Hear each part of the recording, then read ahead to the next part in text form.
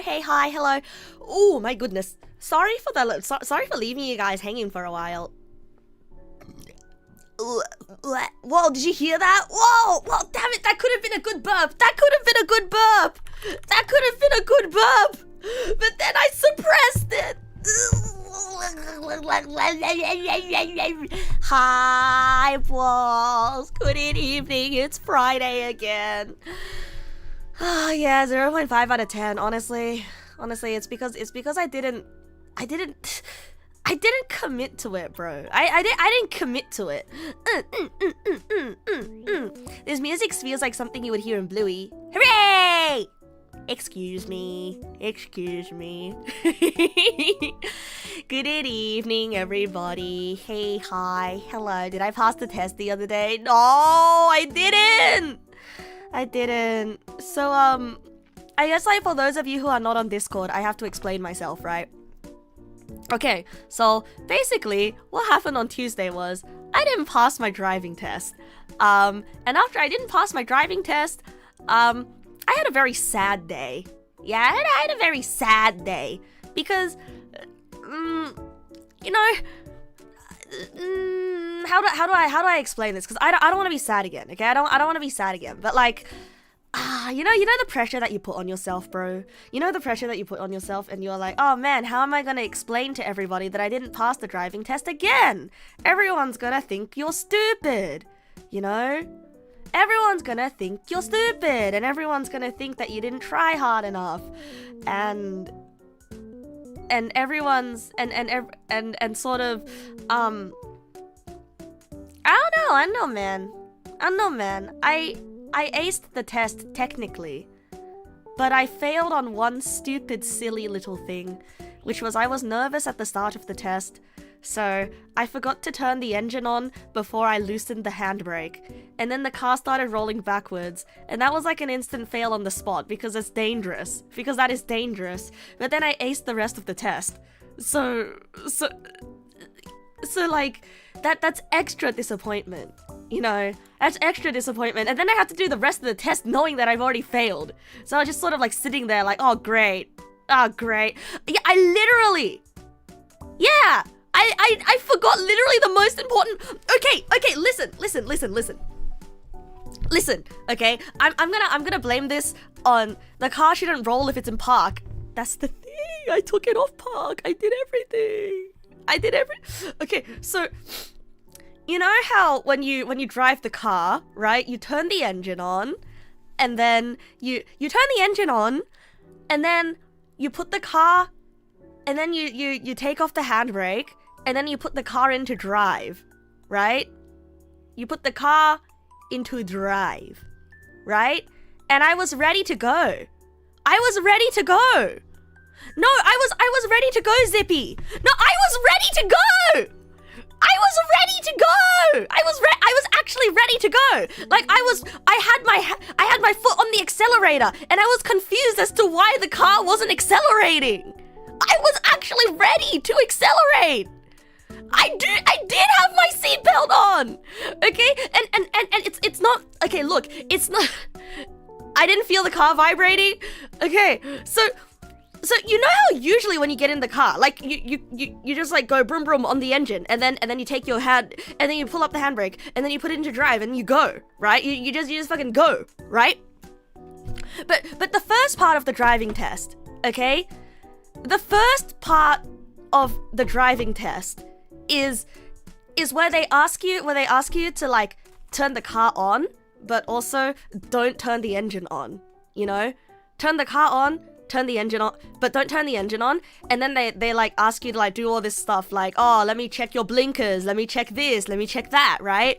And then they come into the car and they're like, all right, you can start driving whenever you're ready. And so in my brain, you know, in my brain at that moment, I'm like, oh, okay, I've already done the blinkers. You know, I've already done the blinkers, and I've already, like, you know, put my foot on the pedal to check the brake lights and everything. So, like, for some reason, my brain just decided, oh, car must already be on. Car must already be on. Yeah. In my brain, I'm like, car must already be on if I already did all this.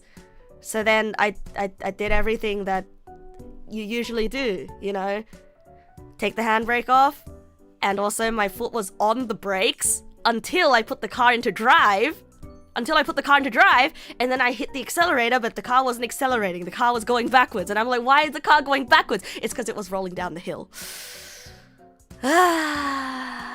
You told me to turn the ignition on, but never told me to start the engine. Yeah, but that's still important, bro. If it was just that one mistake from being nervous and I aced everything else, you'd say that's just unlucky. I genuinely did ace everything else. The worst part is, bro, was blue and purple and potentially a fool? Me! It's me! I'm blue and purple and potentially a fool. Especially with how quiet modern cars are, the mistake's never been easier to make. No, Prism Knife. No.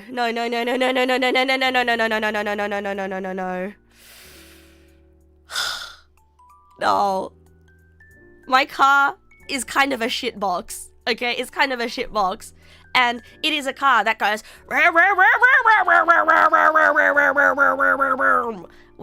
when you try to accelerate, you know, and that sound brings me comfort. I should have known if I didn't hear any of the yeah, every mistake is a chance to do it right.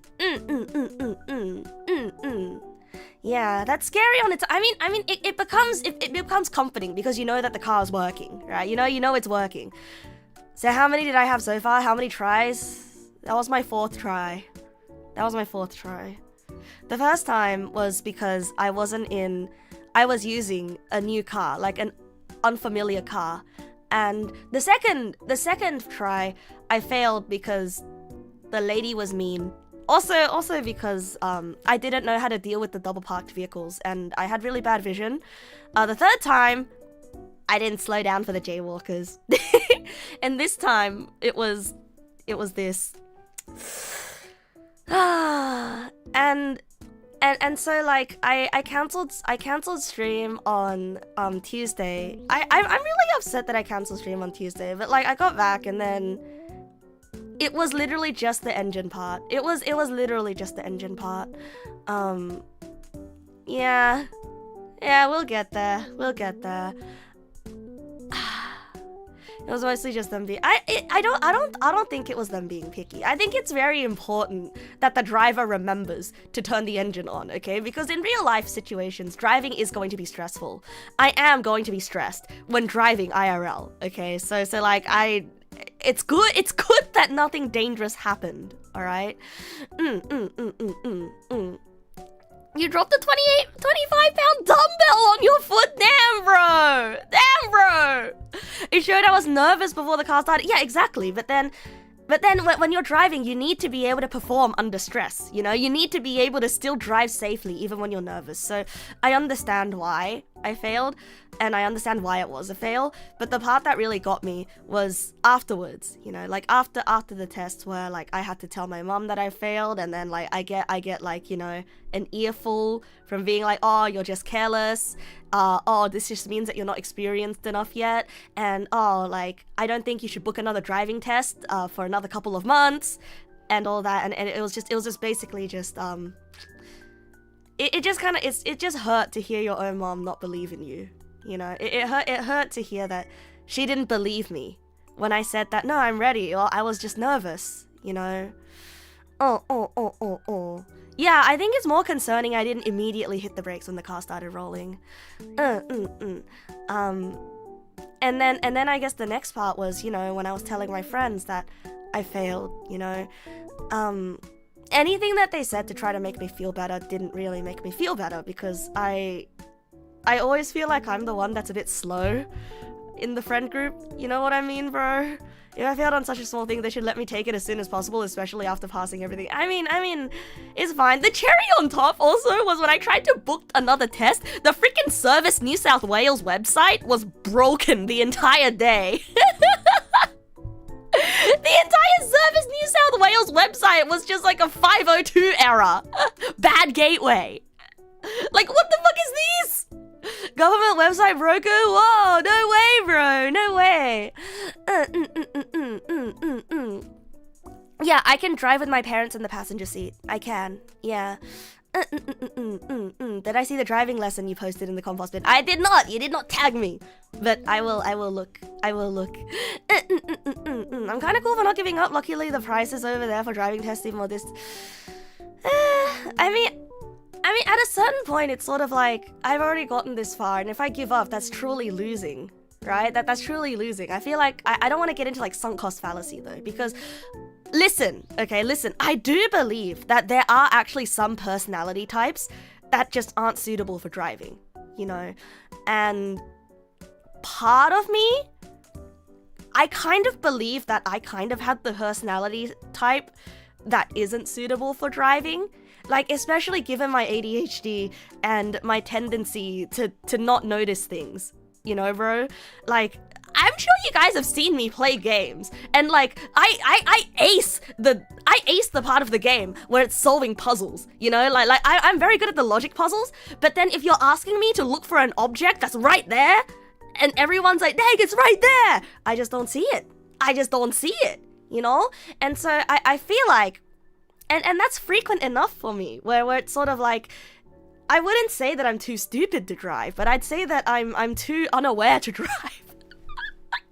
Like my object, my spatial awareness is just not good for driving, you know? Your ADHD got you in your first accident. Exactly, bro, exactly. But, you know, as it is, I kind of have to learn how to drive. I have to get that license because of where I work and because of the kind of city that I live in. And so I'm not using that as an excuse to not try. But I will say though, in a perfect world, I would not have this problem. But also in a perfect world, I would not need to drive, you know. Exactly. If driving is a requirement to exist in society, then it needs to be available to everyone. If driving is only an option for a subset of people, then it needs to be something people can live without. Exactly! But the public transport isn't good enough for that yet! So for me, it's either moving or learning how to drive, or both, potentially. You don't know, streamer brain is different from driving because I'm reading chat and playing. Driving, I should definitely not be reading anything like that. Oh yeah, absolutely, bro. Absolutely. And yesterday got you into another... I hope they're minor accidents, bro. I hope they're minor accidents. Because my sister has been known to ding up the car a lot, especially when she's parking. In a perfect world, driving would only be mandatory in sparsely populated areas where it doesn't make much sense to have public infrastructure. Exactly! Exactly! Anyway, though, yeah, and so because I feel like I'm a little bit socially slow, compared to my friends, you know. By socially slow, I mean sort of, I finished uni later than all of them because I was the only one that took 2 degrees. I finished uni later than them, and, you know, I got employed the latest out of them, and to add on to this, I don't drive, and we've already got someone in the group that owns property. I think I just felt really shit, you know, because it felt like no matter what people say to you when you're feeling that kind of way, it kind of... somehow for some reason, right, it feels like it twists the knife in even deeper. It's sort of like you're only able to say this because you don't know how it feels to be a failure or whatever. So basically, yeah, I kind of given everything that my mom said about me not trying hard enough, it kind of just broke me, and I spent a lot of the day crying. I don't think I'm socially slow. You know, I don't think I'm socially slow. But I think in terms of traditional I said it wrong. I think in terms of traditional metrics of success, right? Traditional metrics of success and what being a proper adult means. But no, it's okay, Vol. It's okay. Like, I don't mind talking about it. And I think that there's a lot of things in life that I'm a lot more experienced in compared to my friends, right? Like, say for example, I'm pretty sure that out of all of them, I'm probably the most experienced in conflict resolution.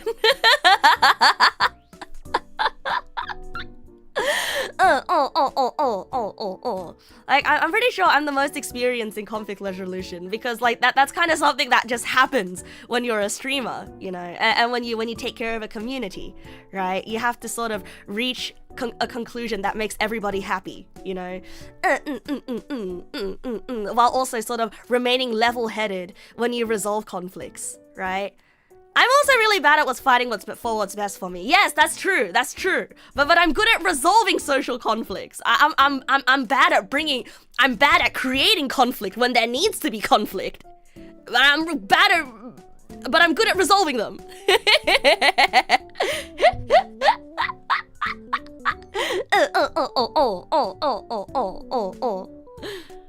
You're not sure? Ah!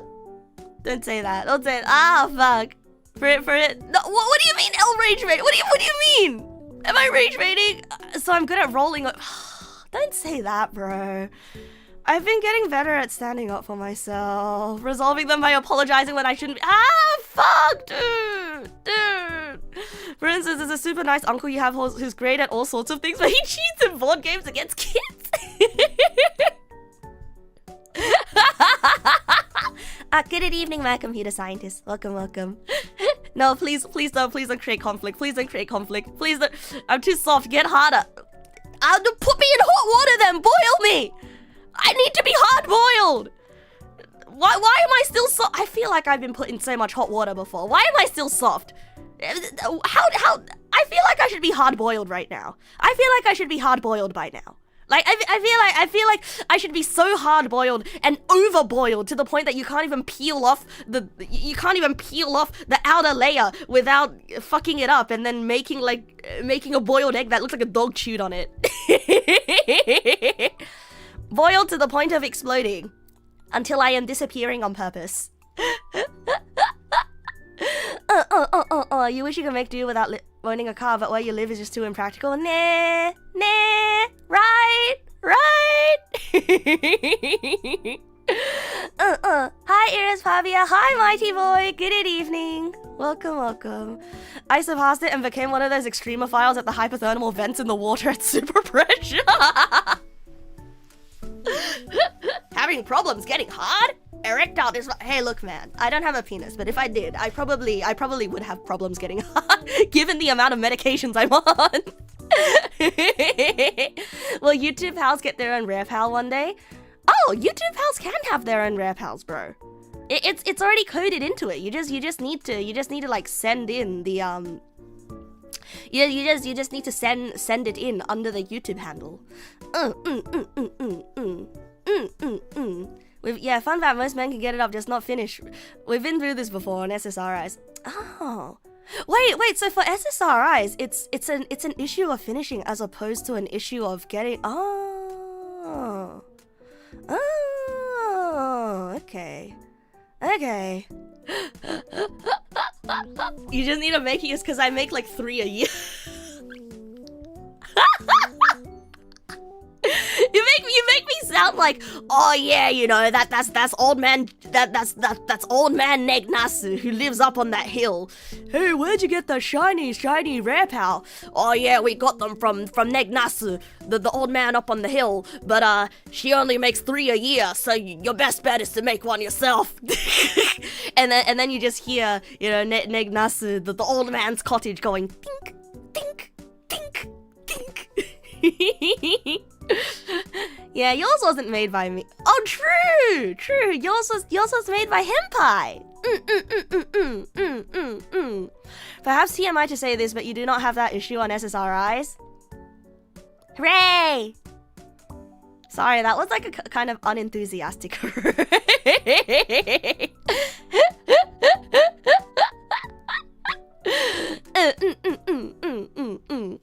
Have I done a rare pal run since implementing YouTube chat? I don't think I have, actually.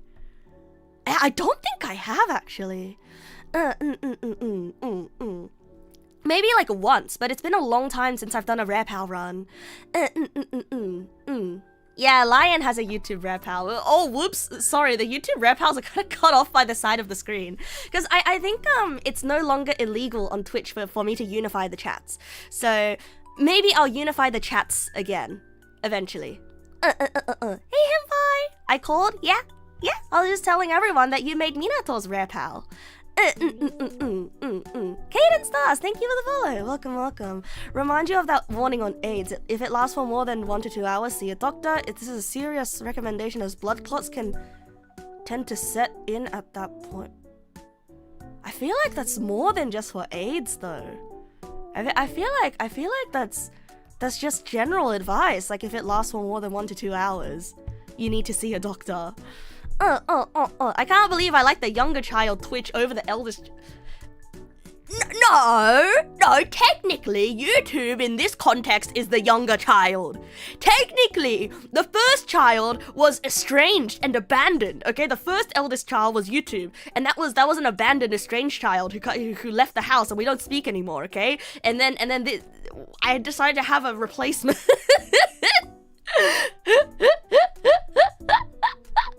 Yeah, this is a new replacement. Yeah.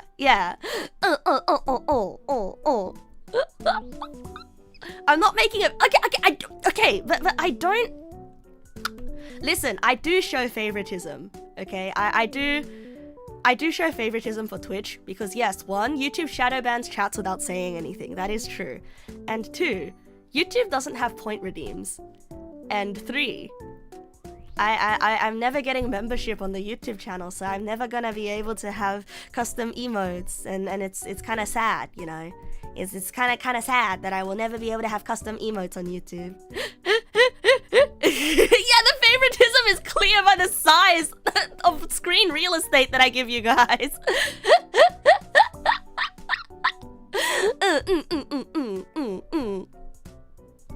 Anyway, bros, so Q, you asked me what would I do if someone came out of nowhere and accused me of being a horrible person. I'd have to see why. I'd have to see why they call me a horrible person, though. And I'd have to see their reasoning for why they'd call me a horrible person.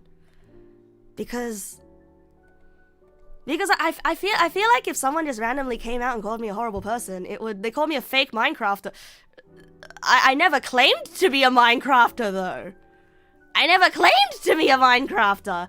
Like, if you came up to me and said, you probably hate waffles since you like pancakes, I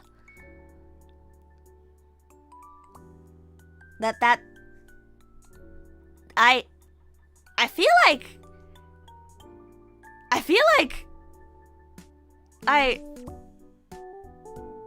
I wouldn't even grace that with a response. Because for something... I don't know, bro. Okay, look, I am still small at the point where I don't really have to deal with stuff like that. But I do feel... Okay, listen. There was an instance recently where something that I say on stream, or sometimes the way that I behave on stream has been taken out of context, right? Has been taken out of context. Like, this has recently, right? Oh my god, they just go, you know what you fucking did, and then refuse to say anything else to you. Oh god! No, I feel like I would cry. I crumble under pressure. Oh god. No, I would cry. I would actually cry. I would beg them to tell me what I did and that I could do better and that I probably didn't mean it. No! Listen, conflict resolution for the sake of other people, okay? Conflict resolution if it involves people other than me, okay? Or like, if I'm not the main person. Like, I'm very good at conflict resolution if it's for the sake of someone else. If it's for myself, then like, it's something to do with it's something to do with my self-worth, okay? Wasn't Twitch moderation like that when I got randomly struck or something? Yes, Twitch moderation was like that! They gave me a freaking warning for no reason. I'm not a big mad gooner! Okay, listen, bros, okay? I need to address something, okay? Yes, I make pee joke. Yes, I think sex is hee hee ha ha funny, okay? And I'm not shy about talking about R18 type topics, right? But I like to talk about them in like a anthropological way, right? But like, I feel like I just like to say that I feel like there's a misunderstanding. Okay, there's been a misunderstanding because recently recently somebody asked me if I was into bestiality. Like they wanted to confirm if I was or was not into bestiality. I mean, it wasn't look, it came from a place of concern, okay? It came from a place of concern because sometimes when I talk about non-human characters, right? When I'm into furry stuff, but like the furry stuff, it's not even sexual for me. You know, it's not even sexual for me. And sometimes when okay, look, they didn't phrase it like that, okay? They didn't phrase it like that. This was a huge paraphrase, okay? Okay, this was a huge paraphrase. Like, what I'm saying is a huge paraphrase. Like, they were very respectful about the way that they asked. And it was more of a, hey, you know, you've made way too many of these kinds of jokes, or you sort of sound way too into these things, and I just need to know where you draw the line of non-human, right? And so I after hearing that, you know, I just wanted to clear up, right? Eastern furry for sure, but like I just wanted to. You're still concerned about me? You wonder why they needed to know. I suppose they don't want to support somebody who abuses animals, I guess. Or like somebody who views animals in a sexual way, which is like, I guess understandable, right? Understandable. And I just wanted to mention that sometimes I will wax poetic about how a character is hot or how a character is sexy, but I don't actually want to engage sexually with the character, right? Like I don't actually want to engage sexually with the character, right? And I actually don't really seek out pornography. This feels, oh my god, like, I don't know, it just bothered me because I don't want people to think that I'm like a super gooner that's into like really deviant stuff. I mean, like, but also on the other hand, right? But also on the other hand, I don't think there's anything wrong with being into deviant stuff unless you're actually abusing real life animals. But also at the same time, you know, But also, at the same time, you think this comes back to needing to use words properly instead of using words going, yeah, I mean something else when I say sexy. But like, no shade to the person, okay? Please, bros. But like, I just want to clear it up, okay? I just want to clear it up. Like, I have a deep aesthetic appreciation for things, and I think I failed to express myself properly.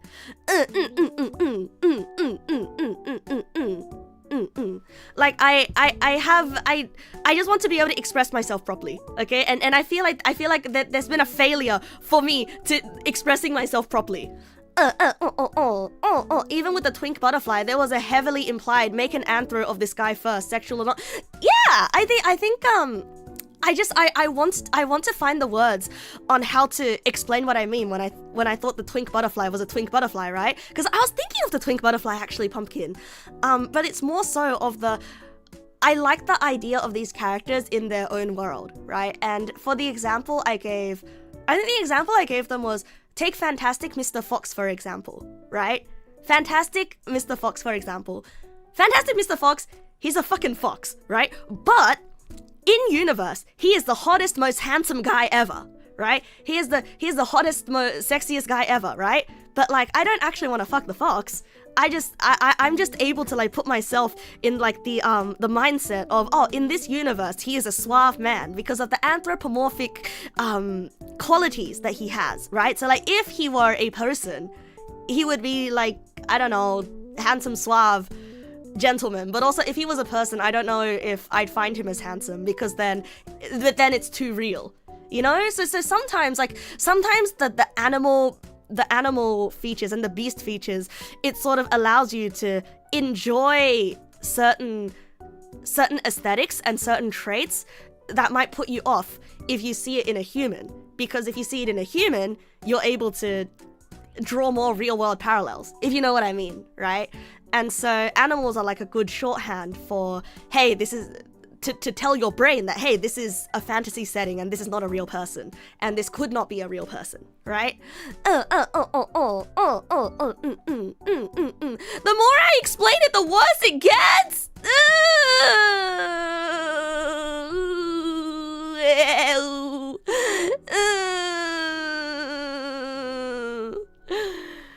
Yeah, I just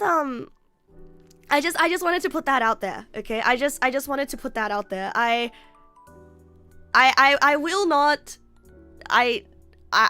condone actually hurting animals for sexual purposes in real life, okay? You don't see a hole being dug here. You think I'm getting one guide? I'm getting one guide.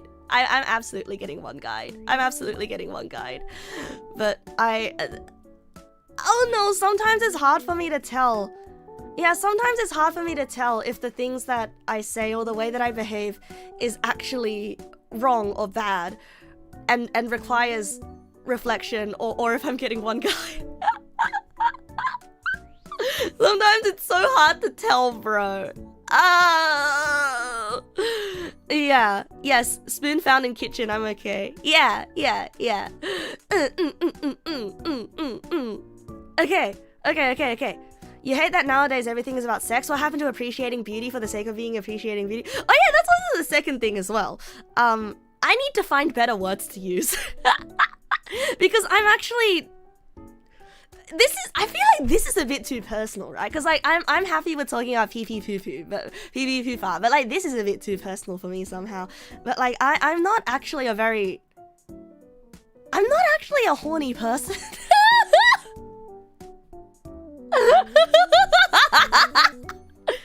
I mean, like, I have deep appreciation.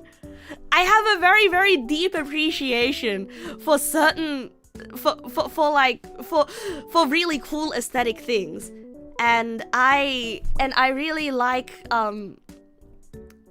I like fantasizing about things romantically, but I'm not actually like a Guna type person.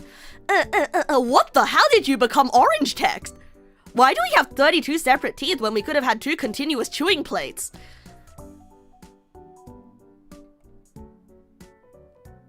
Huh? Hey guys, did you know that if someone's having a crash out and they're really mad and they're spiraling, you should just say something that confuses them so that they go, what the fuck? Apparently it works. Yeah, apparently it works and it snaps them out of their spiral.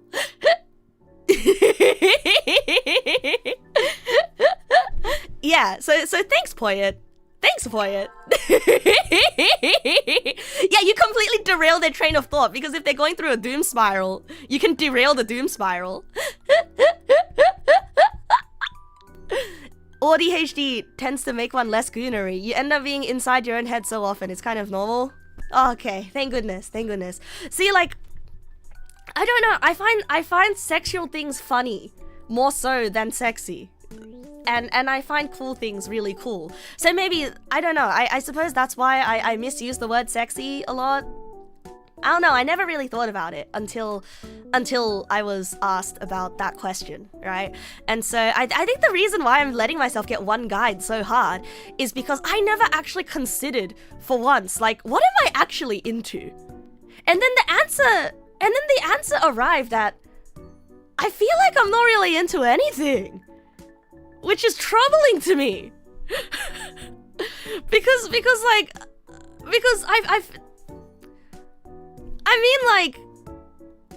have a very deep aesthetic appreciation for things like twinks and nerds and you know, like the delicate breakable fingers thing, right? But it's like a very, very, very deep aesthetic appreciation, as opposed to, oh yeah, I wanna fuck that, you know?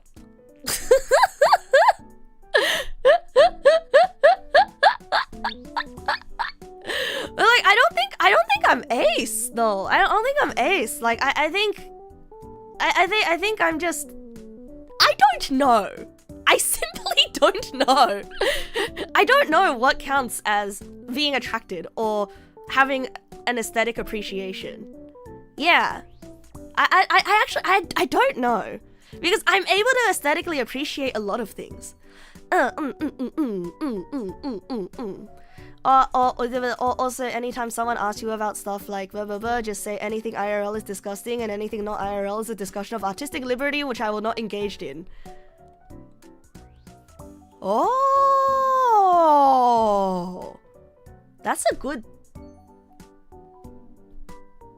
Yeah, that's a good way to like.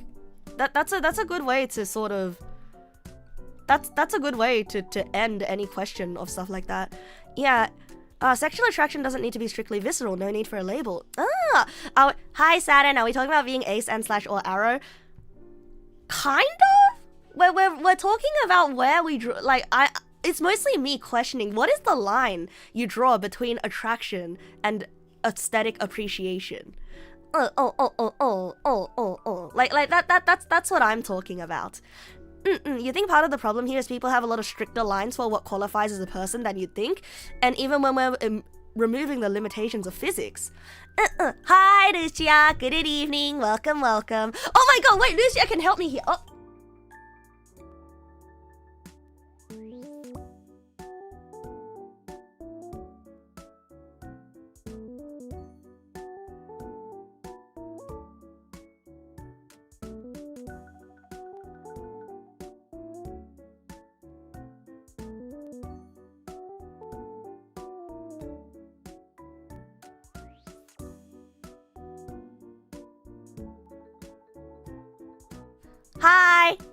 Hi, my mom was in my room.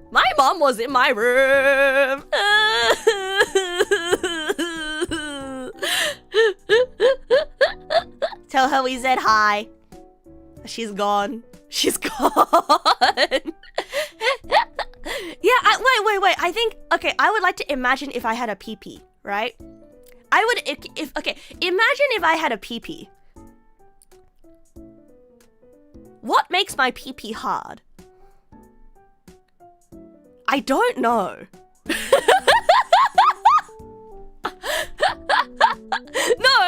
No, it's because Spike Bomb said they can appreciate when a guy is attractive even if it doesn't make their pee-pee hard. So I'm like, oh, that's a good way to put it. I'll just imagine what makes my pee-pee hard. And I'm like, I don't know what makes my pee-pee hard.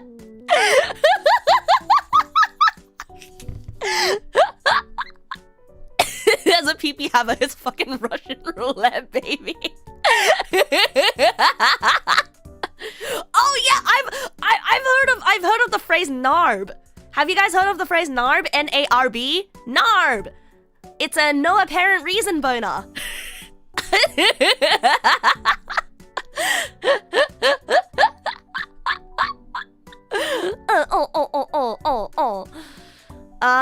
And also, yes, also Scarlet Disco, thank you for the bits. Everyone should be allowed to appreciate on any level, and appreciation is not immediately a promotion of said act and thing. I'm really cool. Aw, thank you, bro. Thank you. Like, sometimes it's fascinating to explore things that could never happen in fiction. It's like a realm of fantasy, right? If anything, Mossy, you're more concerned that people nowadays seem to be convinced that being horny is a sin that was invented in 2018. I feel like... Wait, that's an interesting take, actually.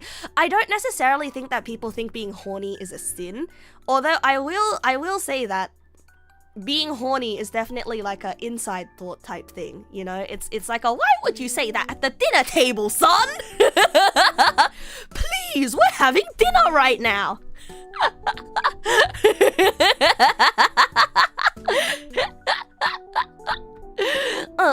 Get a surgery to discover what makes you hard. No, but I don't want the surgery. I don't want balls. I don't want a pee-pee. I mean, like, okay, I want a pee-pee for the sake of like, because it's funny and I get to helicopter.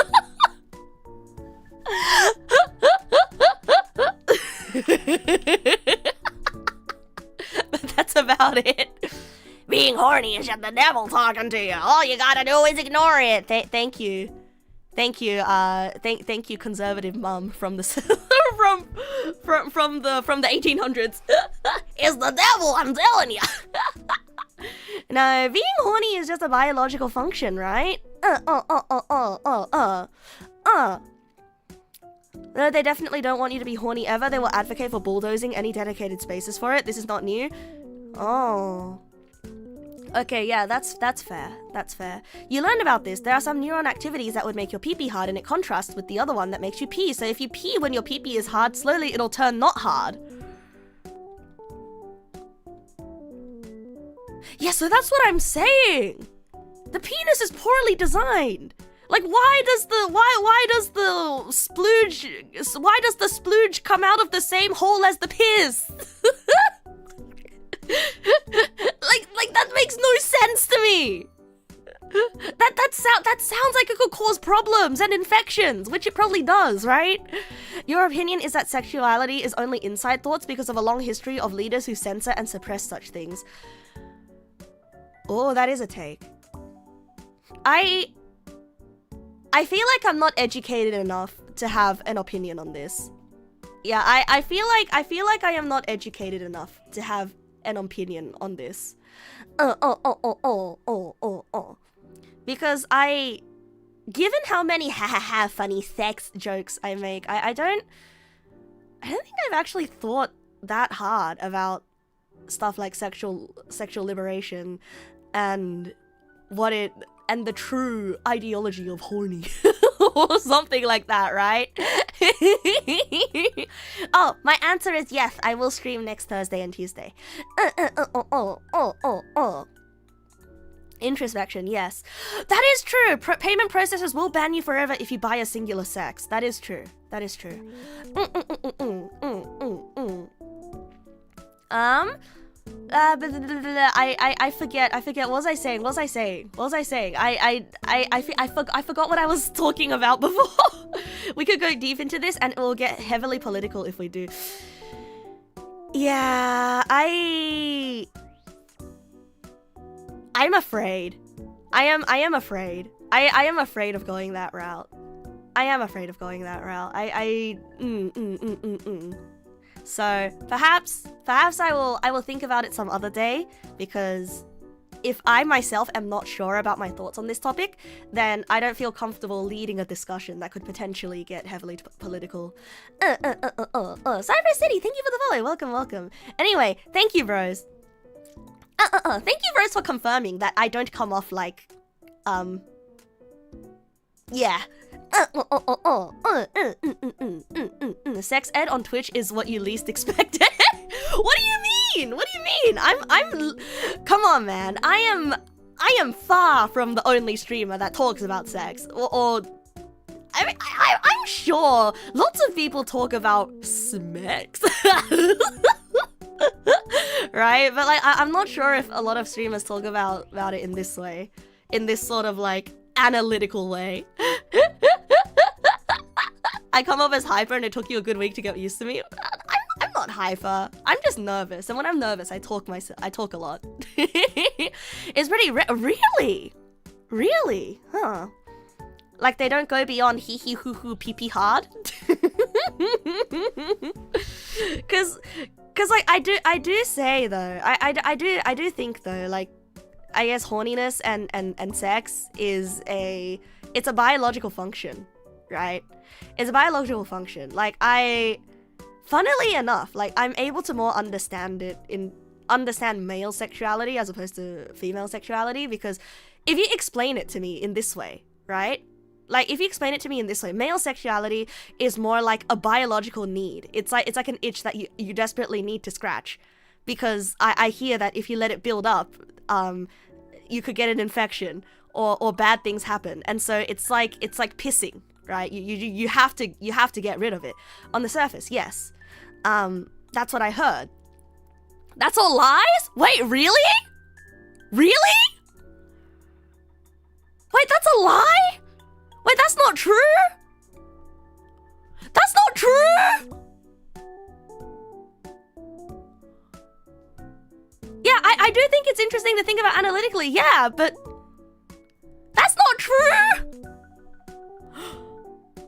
What? Well then, men in their 90s who have not had sex for years can still produce children. What dojin? That it wasn't a dojin! It was not a dojin! It was... I forgot, maybe someone told me once and then I just internalized it without fact checking.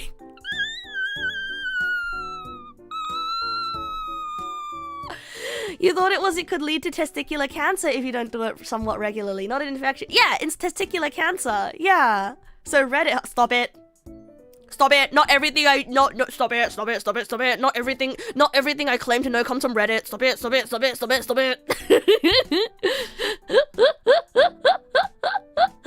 Okay, some people might say shit like that to excuse their own behavior, but it's not true.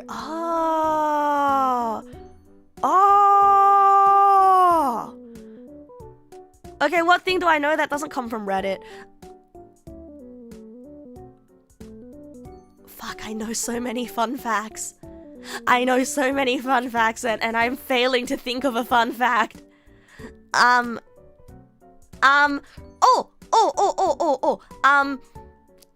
highest altitude clouds are called cirrus clouds. And when you see cirrus clouds, they're all wispy and strandy, right? And when they look like a comma shape, that's called the cirrus uncinus, which is the most common type of cirrus cloud. And where did I learn this from? I googled clouds once when I was looking in the sky, and I was like, wow, the clouds are really pretty today. I wonder what that cloud's called. Not from Reddit. Yeah. Eat shit, Reddit believers. It's more like hunger if you don't die from it. More like craving a social interaction. I mean, it's kind of true for human females. More specifically, they have X years, where those X varies for each individual. Years? X years? You mean X ovaries, right? If only it was easy to satisfy one's hunger by rubbing the belly. If only we could photosynthesize. But when you Google stuff, they show you Reddit. Okay, honestly though, but sometimes when I have some questions, and okay, sometimes no, we only have 2 ovaries. Okay, I know. No, actually, my mom only has 1. My mom only has 1 ovary because the doctor removed the other one when they were extracting me. Yeah. TMI? Why would I say that? I'm sorry, bro. Why would I say that? I'm sorry. To repeat, I think we can move to SCP. Sex is literally an inexhaustible subject. We will not move on if we do not decide on it. Okay, fine. Understand. Okay, thank you for moving us along. No, wait, I'm not talking about sex anymore. I'm talking about Reddit. I'm talking about Reddit now. Hold on a second. I'm talking about Reddit. Okay, sometimes when I am Googling something, sometimes I will add Reddit. Reddit sex? No, Reddit sex. Beyond Dawn, good evening. Welcome. Reddit, the topic furthest from sex in any way, shape, or form. Sometimes you want to see a Reddit perspective. So then I Google the thing I want to Google, and then I write Reddit after it. Because I want to see other people talk about it. Like, say for example, you know, when I'm Googling endometriosis stuff, I like to put Reddit after it. So that I can read other people's experiences with the specific symptom that I have. Yeah. Oh yeah, stop Googling things. You're right.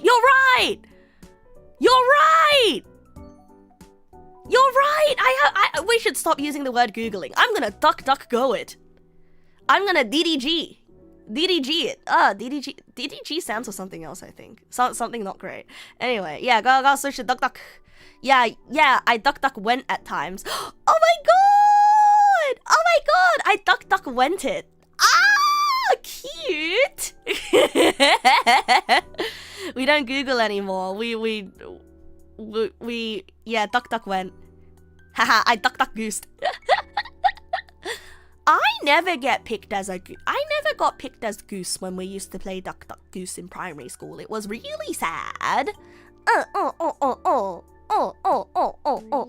You know, AI takes their answers from Reddit even if it's just one post with an incorrect answer. Nuh-uh, sometimes AI take their posts from Tumblr. I believe there was this one where they poisoned the AI search results for a certain thing that said piss on it or whatever. Reddit, tell me why I was never picked as a goose when I was a kid. Is it because nobody liked me? Wah! Mighty Boy, thank you for the resub. Thank you.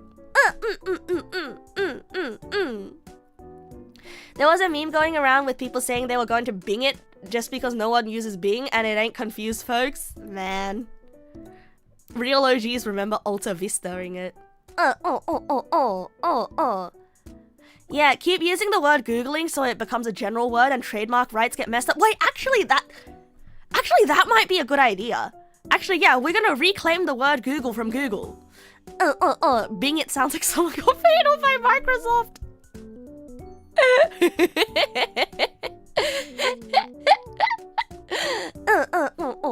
You're still using Google in the meantime. However, this is only because the AI ad block filter you use does a better job of getting rid of it on Google. I say that jokingly is because that's probably man, it really was because no one liked me. And when we used to play One Night Werewolf in the whole class group, I never got picked to be anything. They didn't even kill me! I was just a villager! That didn't even get killed! I was just there! I was a bit of a menace. No, I was a bit of a... Yeah, I was a bit of a menace. Yeah, but in a different way. I was just gloomy.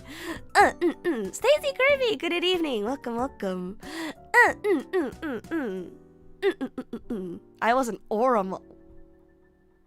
What does this even mean, bro? What does this even mean?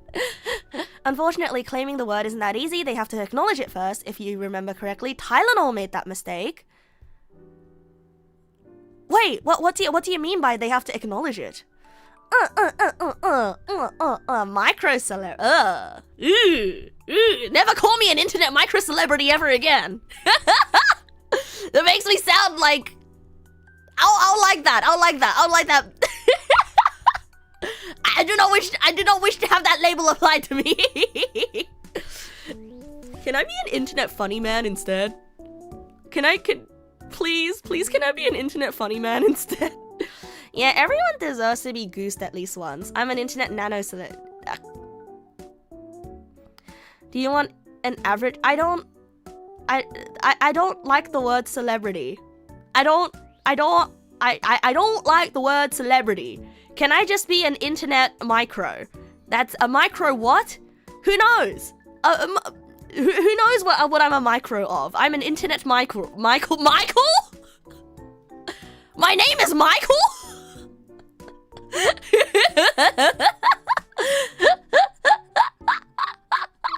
I'm an internet Michael. That's me.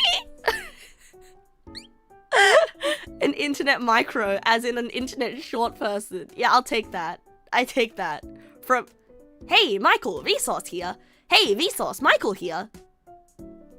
No. Call me Michael. Call me Michael. Mike Internet was my father's name. Mike, short for Mycicle.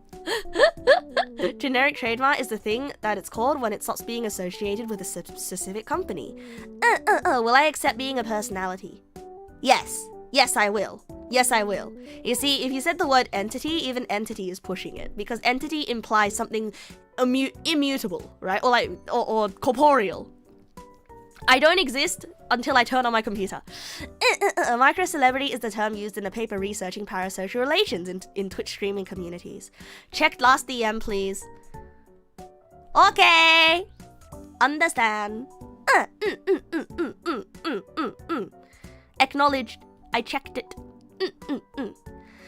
Okay, bros. An hour has passed, and I've yapped on about a bunch of unrelated stuff. Thank you for making me feel a bit better about my failed driving test, bros. And also about the thing from earlier where I'm clearly not good at self-advocacy.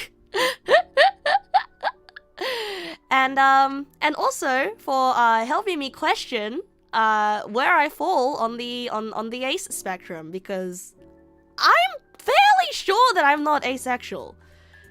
But also, I don't know what sexual attraction is. So, I mean, I don't know what sexual attraction means to me.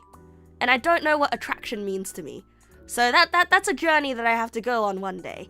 Yeah, most humans aren't, right? Most humans aren't. Like, I'd say most people are on the ace spectrum, where they feel less unga bunga. Unga bunga. Give me pee-pee or give me punani.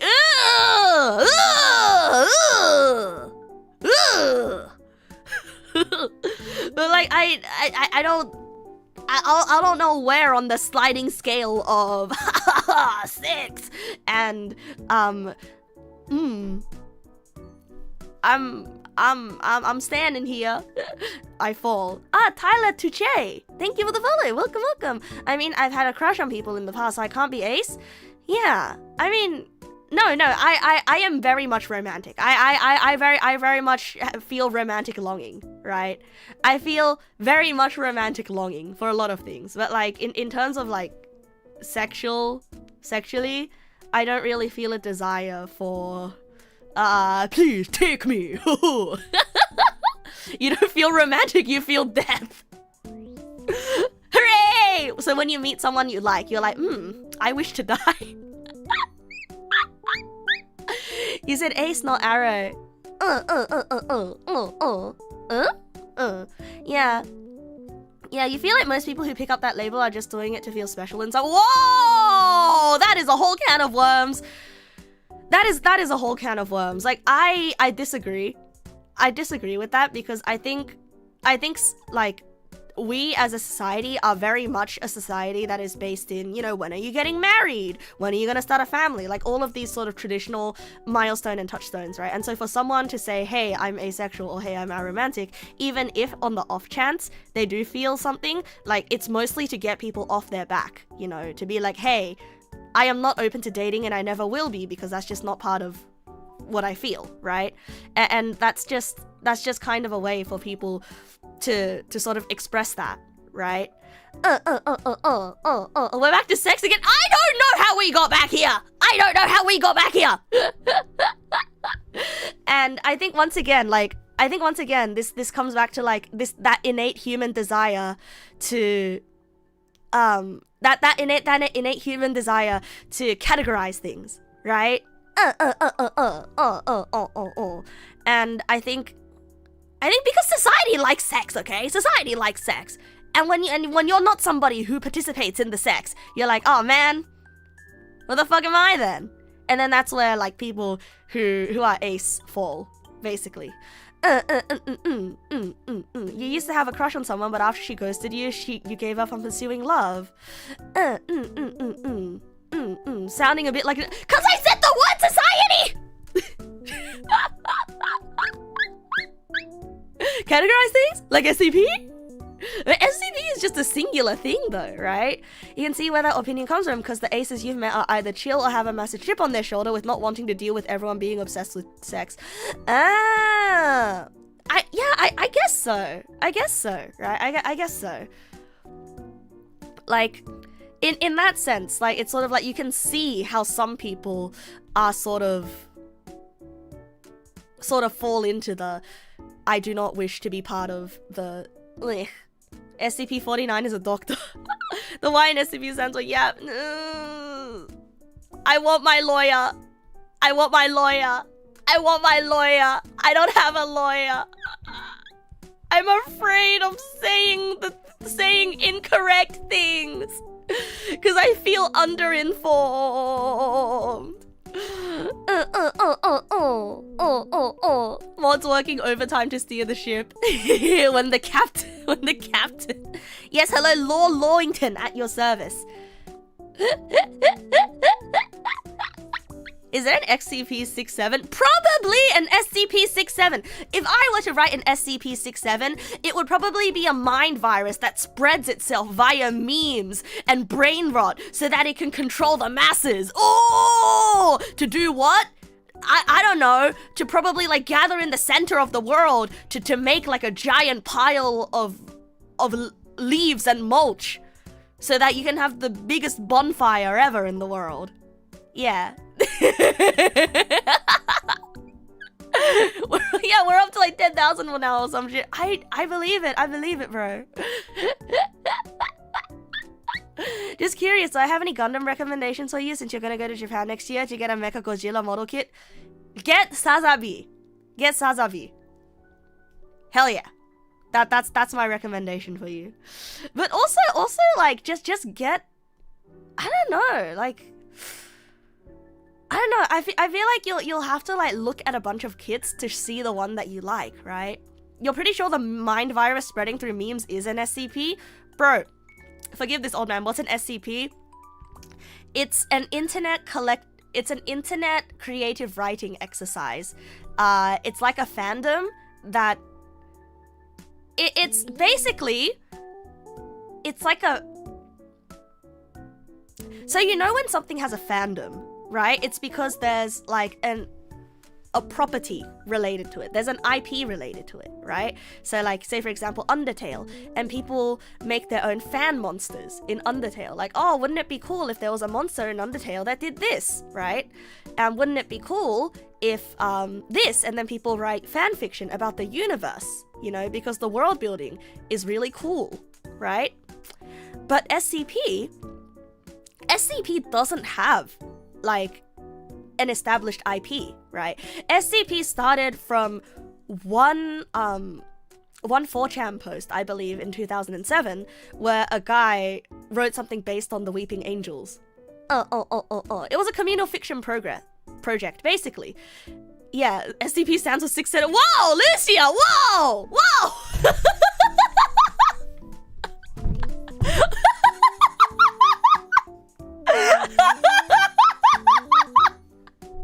That came out of nowhere!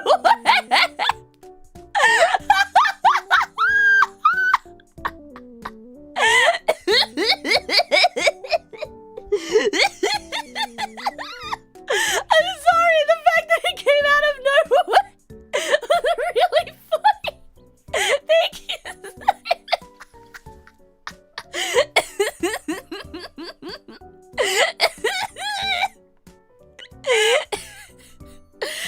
On a non-related note, do I perhaps have some cut and uncut rubies you can borrow? Ring of Forging only has 140 charges and you need a shit ton of iron. I'm sorry, Gary. In good faith, I cannot give you any rubies of my RuneScape account because I am a member on RuneScape, and and I'm already very far ahead, and I have been using the Grand Exchange, and it would just not be in the spirit of Iron Man for me to give you any help. Sorry! It would just not be in the spirit. Sorry! Yeah, so community-driven writing projects. Exactly. And it's sort of based in a universe where there is a foundation, the SCP Foundation, that secure, contain, and protects these anomalous objects. And so basically, think of it like a community anthology work, right? A community anthology of all of these different sort of anomalous beings. And there's no canonical, there's nothing that's canonical, quote unquote, but it's sort of like the most popular ones sort of bubble up to the top, right? Like, of course there's gonna be garbage, right? Of course there's gonna be like badly written ones. Yeah, you may forget this in time. You swear we've had this chat before. No, it's fine. I feel like there's gonna be people coming in asking what SCP is next time as well. Yeah, similar to creepypastas. Yeah, that's a good term for it. Oh shit. What term did we say? Shit. The first SCP I read last time used to have a photo attached of a real figure. It was eventually removed. Yeah, you read an SCP 10 years ago and they hated it, so you gave up? No! I'm sorry. The council didn't like it. No, the council didn't like your SCP, but like, honestly, collective anthology. Oh yeah. SCP is a collective anthology, and so that's why there's no like quote unquote correct way to read SCPs. But you know, today I've been given a curated list by the Neg Pals of their favorite SCPs, and SCPs they think embody the spirit of SCPs, right? And so I think it's one of those interesting things, right? Like you can enjoy SCP entirely as a curated collection, or you could just go, or you could be crazy and just click random on the wiki page, right? Hey Nimi, good evening, welcome. Yeah, the SCP sounds close to CPE. What's wrong with a bit of combat power, you know?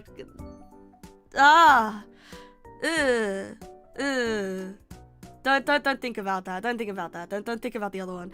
There are a few different recognized alternative narrative canons. That's interesting. Yeah, but with over 7,000 entries, we can hit random SCP and get a brand new entry every year, right?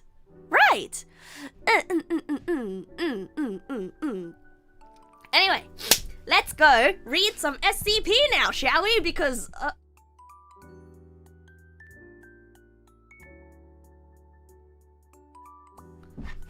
Oh, my dad just came in my room and he asked me, "You finish your apple?" Because, bro, I was eating that apple before stream, bro. Bro, I started eating that apple before stream. It was a really big apple. And my dad said, oh, that's a really big apple. Are you sure you can eat all of it? And I'm like, yeah, I'll be fine.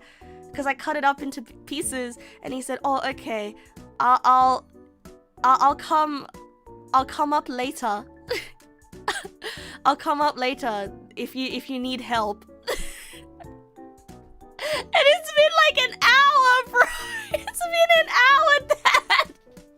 Of course I finished the apple.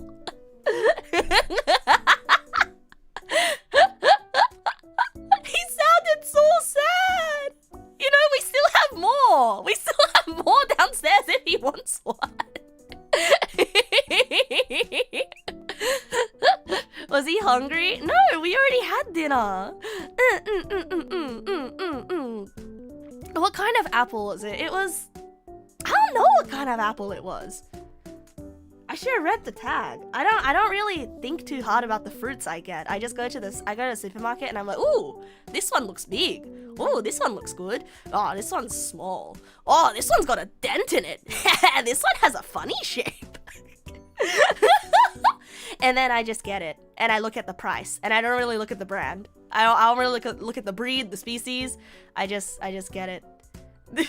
You don't know what kind of apples you like, but you do know you don't like most apples.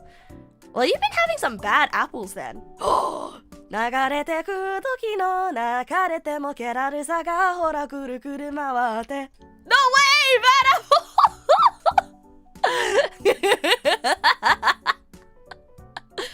Oh my god. Wait. Speaking of fruits. Speaking of fruits and vegetables. This is something that...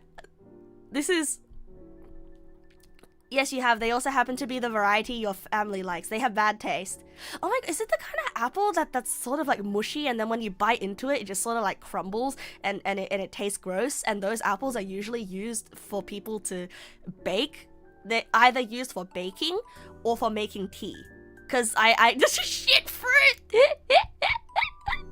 Yeah. They're called pappy apples, yeah? You remember that meme song? You were a mad weeb back... Bad apple is not a meme song. Bad apple is just a damn good song, bro. It's just a good song, bro. Oh yeah, I was gonna read SCP 20 minutes ago. Oh yeah, I was. It's definitely also a meme. Okay, fine. Fine, it is a meme. Do you ever try training the apple like a vampire? I have braces. I've had braces for like the past almost 4 years now. Almost 4 years now. I can't train the apple. It sucks, bro. You're gonna give some subs. No, don't give subs, don't give subs. No, don't give me any subs, don't give me any subs. Okay, I'll read SCPs now, okay? Just don't threaten to give subs. No!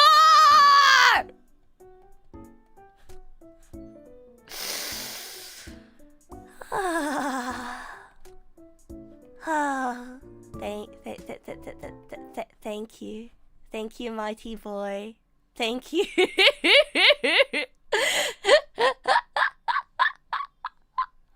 Thank you. Thank you for the gift subs. Nothing starts as a meme, but it becomes a meme either because it's good and because it's cursed. I disagree, Triceratops. I disagree. I'll say good morning, a cosmic otaku. Good morning. Good evening. Yeah, nothing. I disagree. You see, if you said that a couple years ago, then wow! Thank you for the sub, Tegu. Thank you for your resub. Wait.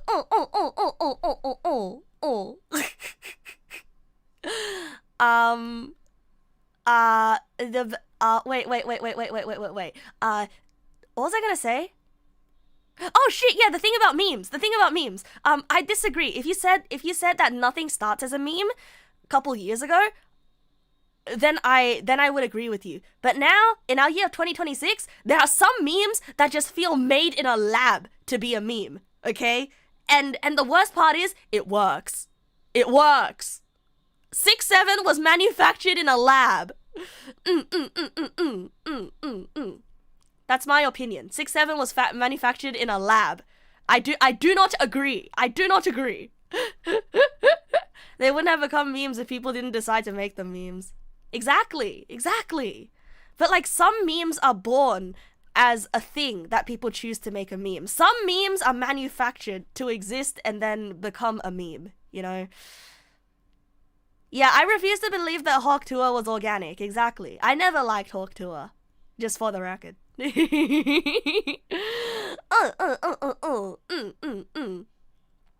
you know every generation has their own 6-7 meme? Oh, yeah, true. There's 42. But nobody remembers 1337. Nobody remembers 1337. Anyway, I'm gonna turn on the campfire crackling, and then we're gonna read SCP. Okay, bros? Campfire. Ambiance. Yeah, and I'm gonna get my blankie, and then we're gonna read, because I'm getting distracted. Yeah, Leet. Yeah, nobody remembers Leet. It makes me really upset that nobody remembers Leet. That I rarely see any references to Leet anymore these days. Yeah, you remember Leet. Many of you oldies remember. You made it back before the SCP readings. That you did, bro. Yeah, Leet Haxor! Alright, bros. Let's begin le SCP. Oh god. When people used to say le. Alright, this next SCP that I'm going to read today is called a regular raccoon, an ordinary raccoon. And I took the liberty of opening up all of these. This one. Whoops. Doink. Doink. Yoink. Okay, so the first thing that I noticed when I opened this page is the fact that is not a raccoon. That's just a guy. I used other characters to speak. Yeah, you use a common raccoon. Okay, people don't use hacksaw because people don't know it, because people stopped using it. Man, That's a raccoon. That's a standard issue raccoon. That's a raccoon? That's a raccoon. Don't miss species that raccoon. This is a human. SCP-1152 during initial containment. Note the missing digit on the front left paw. What missing digit? 1, 2, 3, 4, 5. 1, 2, 3, 4. Yeah, and the thumb is on the other side. It's on the other side of the hand, bro. You know, it's possible to twist your hand in a way where you don't necessarily see the thumb.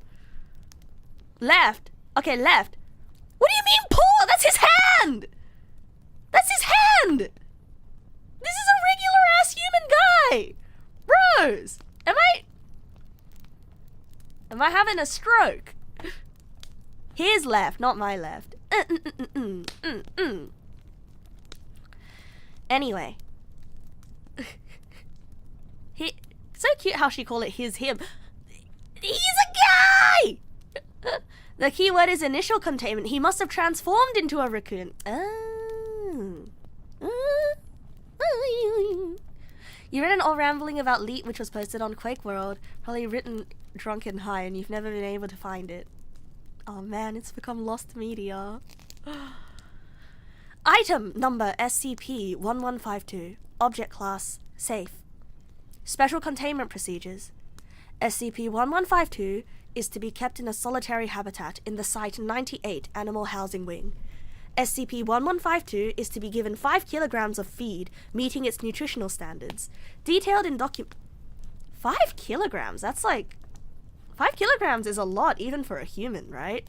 I mean, given that this is not a human and a perfectly common and normal raccoon, 5 kilograms is a lot. Yeah. Per week, maybe? Per day is quite a lot.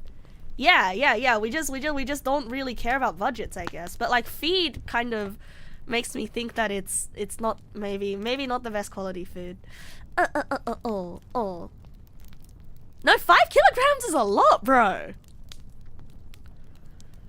Mukbang raccoon. Yeah, mukbanging raccoon. Detailed in document SCP-1152-NI, laced with 52 milligrams of venlafaxine. SCP-1152 is to be examined once every 2 months by an on-site veterinarian following repeated health issues. Access to SCP-1152 is reserved to Level 3 personnel only. Bro! Get him a human doctor! That's a guy! It's an antidepressant. That's a depressed guy! Have a good day, Deuterino. Have a nice day. And thank you for hanging out. Oh yeah, true. That's a... If it's a steak, some of the weight might come from the bones. That's a guy! He needs a gynecologist. Okay, I want to see what turned this guy into a raccoon, or why they're saying he's a raccoon. Like maybe this SCP is like the... Oh, the picture is the raccoon's weekly food. No, that doesn't make sense either, because there's no way this guy weighs 5 kilograms. Don't forget the key word. Common raccoon. A common raccoon. Yeah, that just looks like Brian got really drunk and went on the wildest adventure. SCP-1152 is superficially similar to the standard members of the Procyon lota common raccoon species. What the fuck do you mean superficially similar? I'm sorry. I'm upset. I'm really upset. Like this. Look, usually the SCP articles make sense. Like the SCP articles have made sense before, okay? SCP articles made sense to me before. And like, yes, okay, I believe it. I am suspending my disbelief. But like, I can't suspend my disbelief on this one. It will make sense to me once I finish the article. Okay, SCP is they trapped a regular human guy and they're convinced that he's a raccoon. They trapped a regular ass human guy and they're convinced he's a raccoon. That's all I can... Or maybe he's surrounded by a psychic field that alters the perception of others. Ah. SCP articles can break the fourth wall and be metatextual. Oh, they are oh, okay. Wait, so clearly this is probably this guy is probably somebody that the SCP found. Someone in the SCP Foundation has a... Ah! Thank you for the bits. Thank you for the bits. No, part of the fun is me theorizing, okay? Part of the fun is me theorizing.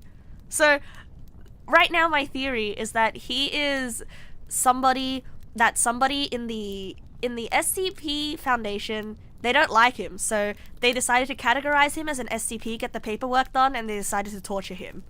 That's my that's my theory. Okay.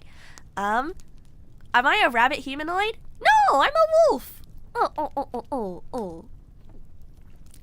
Okay. SCP-1152 is superficially similar to standard members of the Procyon lotor, common raccoon species. SCP-1152 weighs approximately 75 kilograms, despite being only 60 centimeters from nose to the tip of its tail.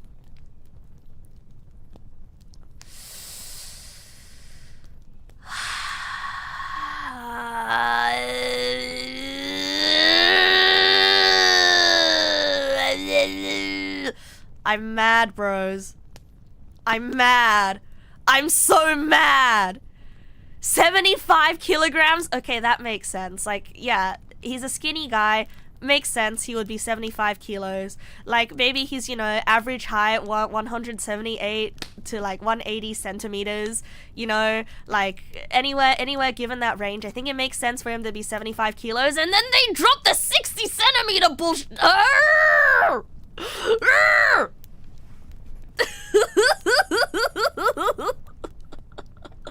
I'm mad, bro. It makes... Is this my first contact with cognitive-based anomalies? Yes! Yes, it is! The previous few made sense as I was reading through the article. I'm legitimately angry. Its current state of malnutrition. SCP-1152 does not share the genome of other members of its species, but is a near-complete match for the human genome. Thank you! Oh my god, thank you! Finally! Oh, finally! I'm not going insane. Okay. After logging SCP-1152's genome in the Foundation database, it was found to share 99.87% of its genetic code with the late agent.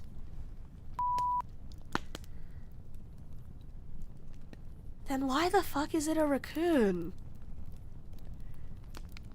Why is it a raccoon if it looks exactly like the guy that... Remember the footnotes. Agent was presumed dead after being MIA for 13 months. His body has yet to be retrieved by Foundation staff. What the fuck do you mean? His body is right there! His body is right there! His body is right there! Anyway, along with its DNA, SCP-1152 has proven susceptible to pathogens normally restricted to infecting humans. SCP-1152 has also been verified to have a lifespan much longer than others of its species. Having been in containment for 6 years, SCP-1152 is missing the 5th digit of its front left paw. How SCP-1152 was injured is as of yet unknown.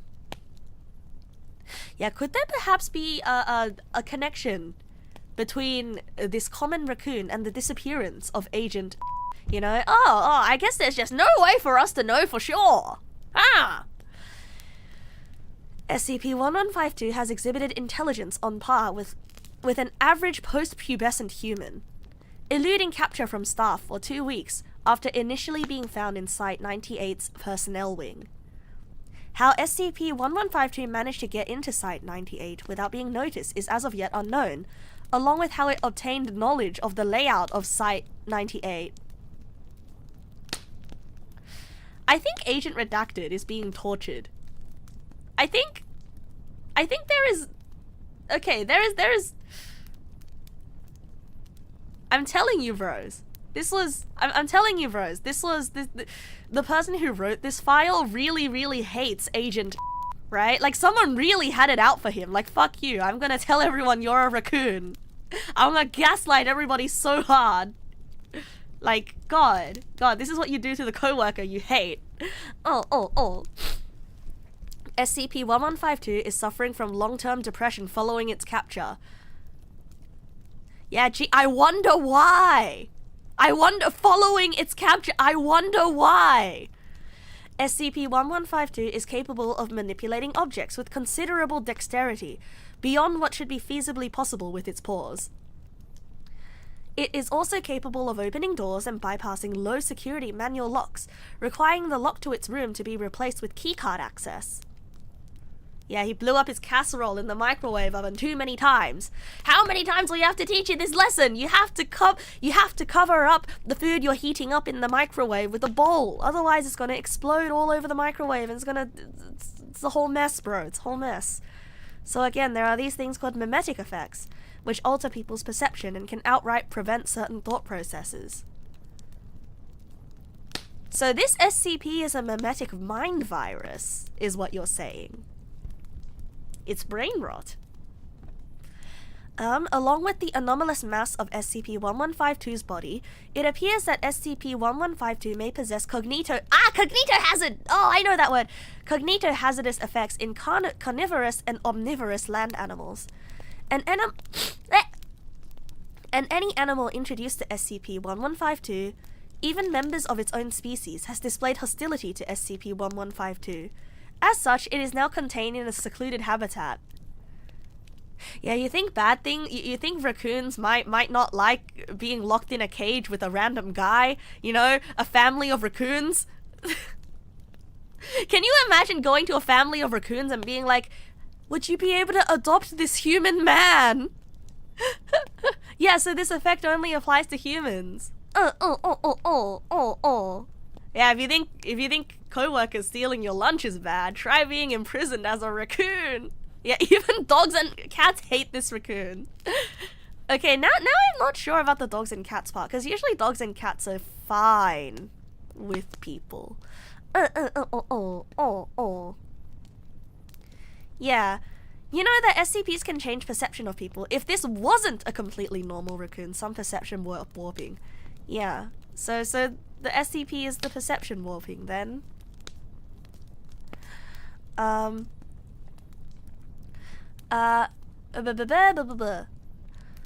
After the events of its escape on June 20, all personnel are advised to keep their keycards hidden on their person when interacting with SCP-1152.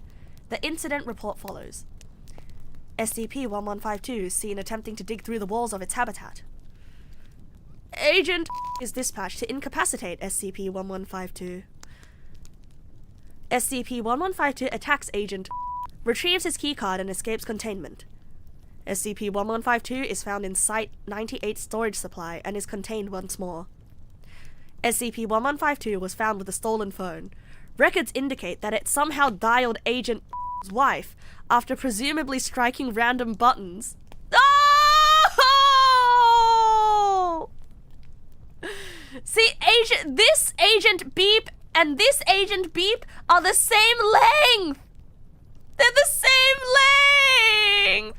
Oh my god! Oh, this poor guy! Oh, this poor guy! The call lasted 5 minutes and consisted entirely of Agent SCP-1152 whining and barking into the microphone. Yeah, that's also what my mom calls it when when I complain about things.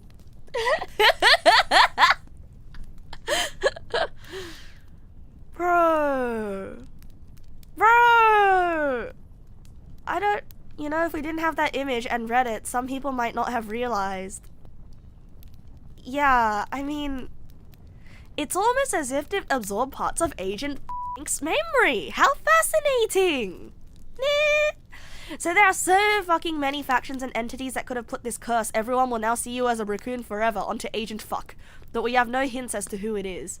Yeah, so the SCP is just a mind virus that hates this agent and is making him appear as a raccoon to everyone. No, like...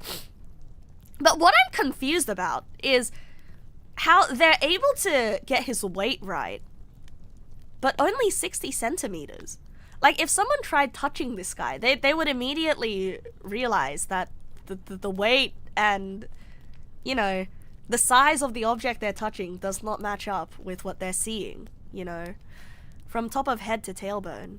Yeah, if you want to theorize, you don't really like bringing factions into this, so you like imagining these things as natural phenomenons. The weight can be measured without anyone touching it. Yeah, but what about the length though? But I feel like eventually someone's gonna have to touch him and realize, why does he have the shape of a human? Bro, this sucks. Bro, this sucks, bro. Bro, Pumpkin, now I understand why you said that this...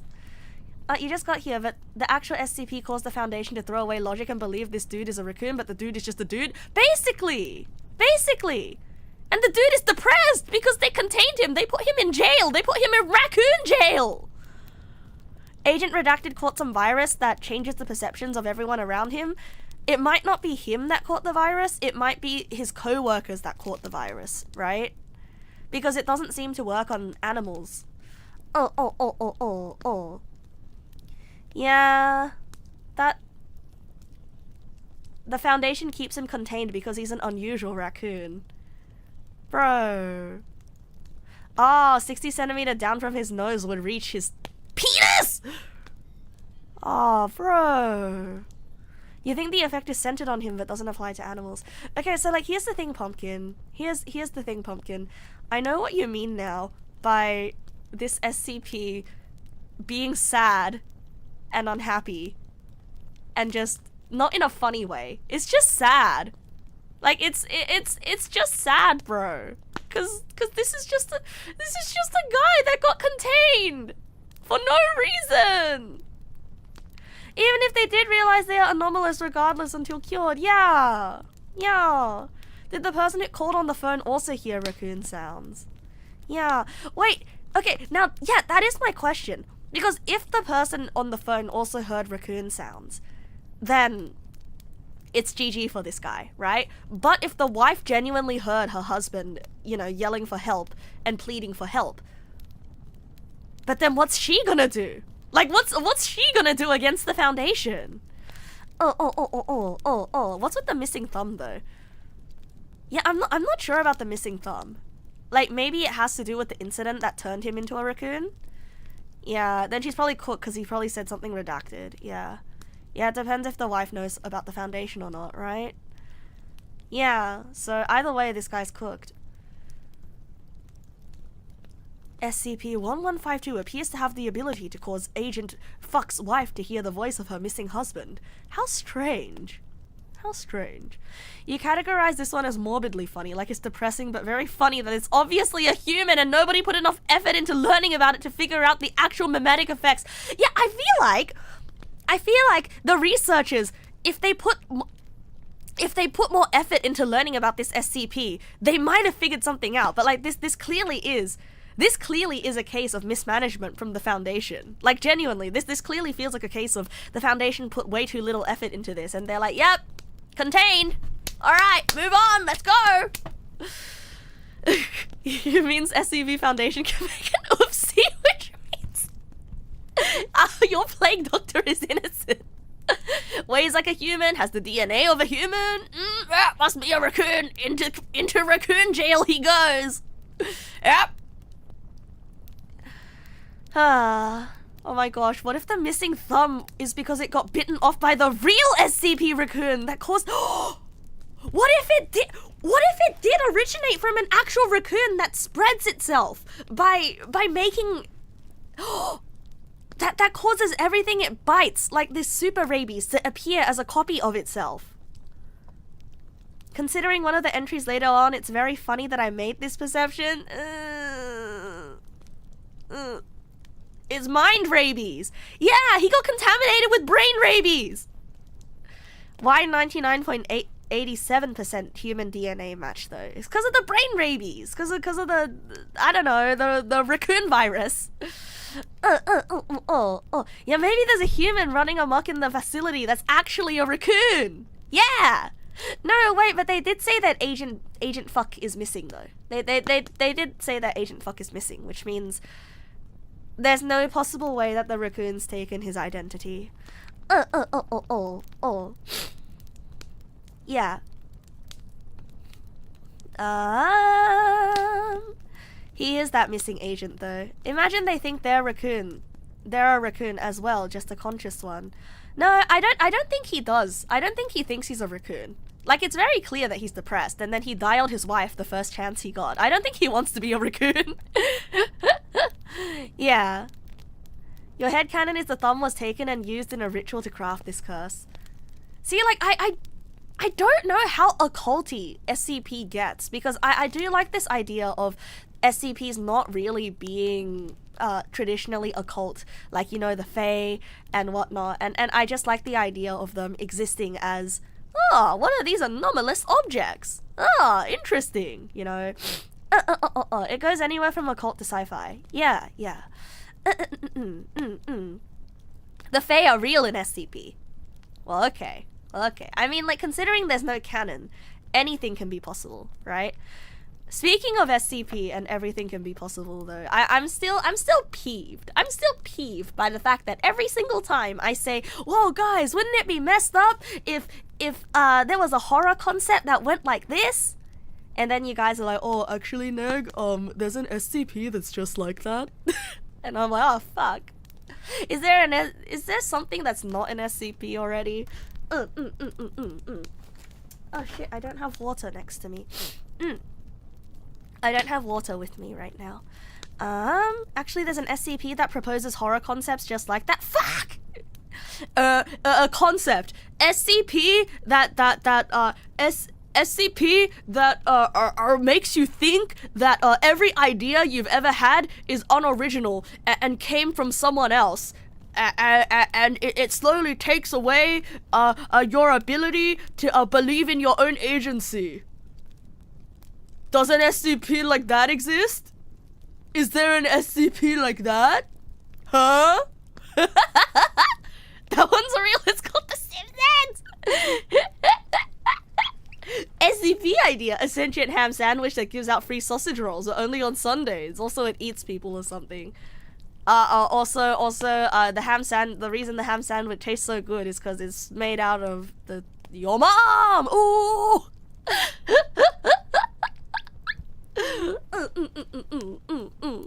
Hi, General Dank. Good evening. Welcome. All right, let's go next. SCP story.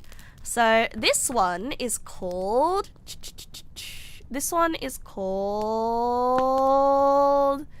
Let me scroll up, find the list.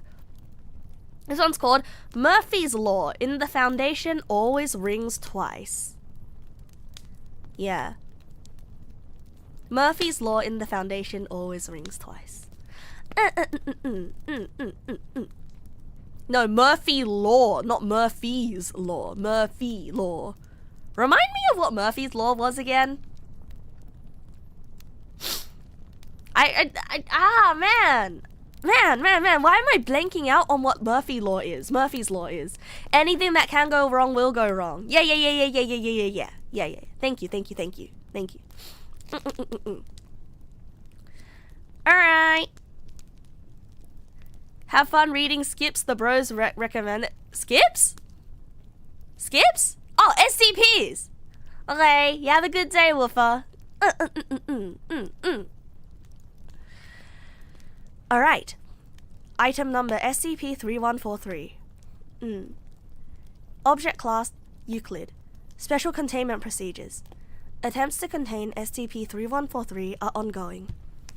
A Foundation-operated bot, IO is Meta, is to monitor online fiction communities for signs of its emergence.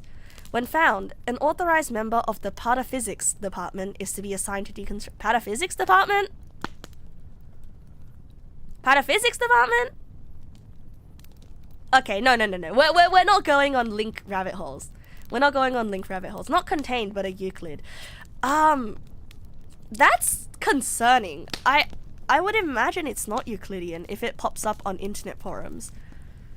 Huh. Murphy law, right? Pataphysics is the thing that's above metaphysics. Right. MTF iota 10. Damn, Freds! The damn feds! Is to investigate any leads regarding possible locations of SCP-3143-A. If found, he is to be apprehended and taken into Foundation custody. 3143-A? What, is this a... Wait a second. Monitor online fiction communities for signs of its Wait a second! Is this not just a guy that writes fanfiction?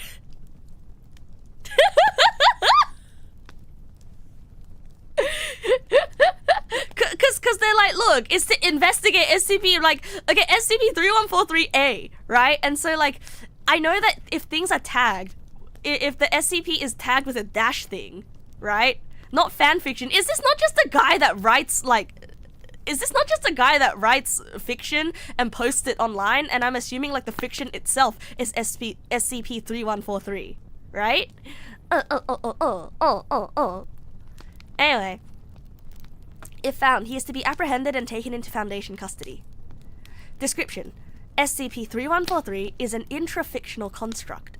When active, this construct exhibits the ability to temporarily flatten portions of reality into a script-like narrative. Oh my god, he turns things into a cartoon! So guys, you know when I say I'm God's little jester, and that things going wrong to me, things that always go wrong with me, always go wrong in the funniest possible way? It's him. He's causing this to happen. He's causing funny cartoon things to happen to me. I'm his little jester. This narrative is derivative of the genre established by North American writers of hard-boiled and noir fiction. Notable examples include Dashiell Hammett's Red Harvest and Raymond Chandler's The Long Goodbye. Bunny Lilies, thank you for the follow. Welcome. During this period, SCP-3143 takes on the role of the main character, a 1930s private detective hired to solve a case. All entities flattened by its effect become characters within the narrative surrounding it, exhibiting personalities and attributes typical of the genre's style. The narrative will continue until SCP-3143's actions lead to a resolution consistent with the genre. At this point, the narrative will conclude and reality will revert. Events which occurred within the narrative will be projected onto reality. However, entities involved in these events will typically have no recollection of what occurred. SCP-3143 was first noted in 2005, in the aftermath of a containment breach at Site-95. In 2012, the Foundation's Pataphysics Department worked alongside the Department of Analytics to make contact with and apprehend SCP-3143. SCP-3143-A is Murphy Lorden, SCP-3143's author.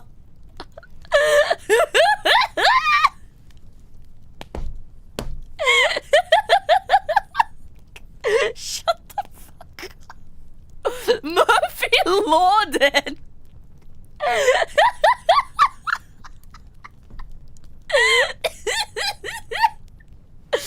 It's him, Murphington, the one, John Murphy of the law.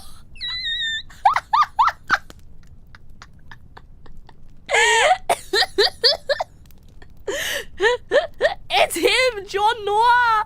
Pataphysics is science of imaginary solutions. It's from a French author of the 19th century. I'm laughing. A dude was named Murphy Lorden, and I'm like, yeah, I'm laughing.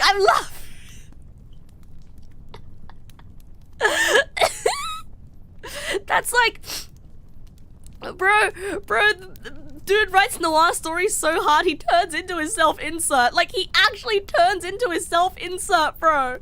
It's like if you found out that, like, oh no, Neg nass doxed herself. Oh, what's her government name? Oh, her government name is Neg Nassington.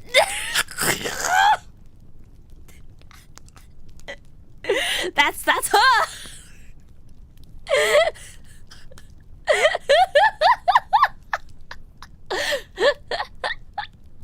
Not gonna lie, that would check out. No, I would not. Okay, look, I'm loose about my OPSEC, but I'm not that loose. Okay, so this is a guy that turns everything into his noir. Yeah, this is a guy that turns everything into his noir fiction, no matter where he goes. Addendum, interview logs. Interview logs! Wait, they're .log type files. Oh, wait. Okay. Interview log. Date, 2012, 2nd of February. Interviewer, Dr. Thorm. Subject, SCP-3143, SCP-3143-A. Note, Dr. Thaddeus Thorm is part of the Pataphysics Department. He has a degree in English literature and specializes in the analysis of fiction. Oh, of course he does! Of course he does! Because he needs to analyze the noir shenanigans that happen. Oh my god, it's a script! It's literally a script! Fade in. International Murphy Law Detective Agency. Night. A light-skinned man sits alone in his office. A blade of moonlight cuts across his face. His trademark trilby hat is tossed thoughtlessly across his desk. By the way, a trilby hat is like... a trilby hat is basically a fedora, except you don't want to say fedora. Oh, right, the top view is cut off. My bad. Interior, Murphy Law. Okay. His trademark trilby hat is tossed thoughtlessly across his desk. A bent cigarette is nearby, left smoldering in an ashtray. His shirt is stained with blood. Some of it might even be his own. He's got a slug of bourbon in his hand, a slug of lead buried in his chest, and 6 more waiting for the son of a bitch who comes through that door, courtesy of his 4-4. His name is Murphy Law. And if you think his number is up, then you haven't been counting. He's the sort of man you pray for when you need him, and the sort you curse when you don't. Oh, he is also our narrator. His voice is a husky snarl, as if he's got a throat stuffed full of sandpaper and rusty nails. Okay, I'll do my best. If there's one thing the Foundation is good at, it's tying up loose ends. I knew it was just a matter of time before the lab coats tried to shove me in a box. The door to the office flies open. An old man in a lab coat enters. He's got a scowl so deep it's carved down into the bone. This is Dr. Thorm, and he's here to get to the bottom of this, no matter what the cost. But if they wanted to contain me, they were gonna need a bigger box. I wish my voice could go deeper, man! I wish my voice could go deeper!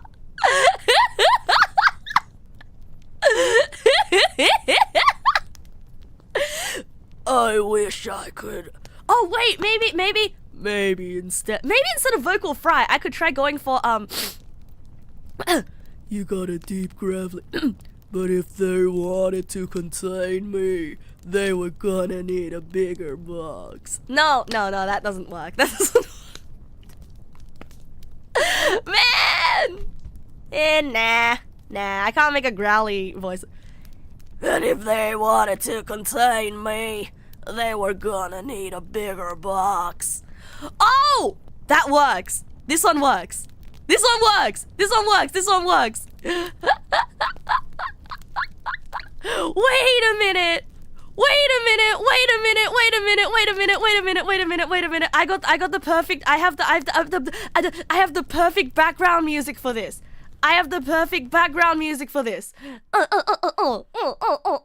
Okay, bros. We we're going noir mode for a bit, okay? We're going noir mode for this. Oh. All right.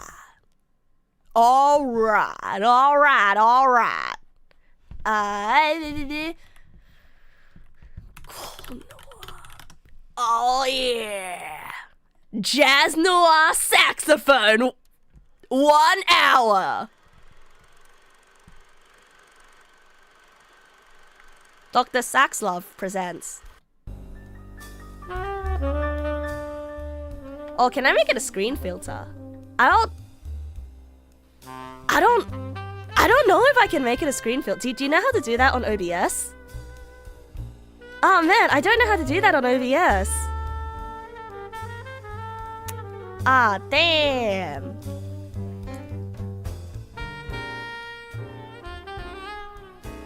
But if they wanted to contain me, they were gonna need a bigger box. Hello, SCP-3143. How are you doing today? He wanted answers. I just wanted out. Murphy finishes the shot of bourbon and levels his pistol at Dr. Thurm's chest. Give me one good reason why I shouldn't ventilate you right now, Doc. Dr. Thorm raises an eyebrow, folding his arms across his chest. Because you can't. If he thought I didn't have the moxie to plug him full of lead, then he had another thing coming. Specifically, a whole lot of lead. You do know that I can hear you narrating, right? What the hell was he on about? Something wasn't right. You're an intra-fictional construct. A sapient story that can warp reality. Specifically, you flatten it into a movie script that mimics crime fiction and hard-boiled noir. This wasn't. What? Right-click! Scene! Filters! Add current collection! Right-click scene? Oh! Filters! Oh!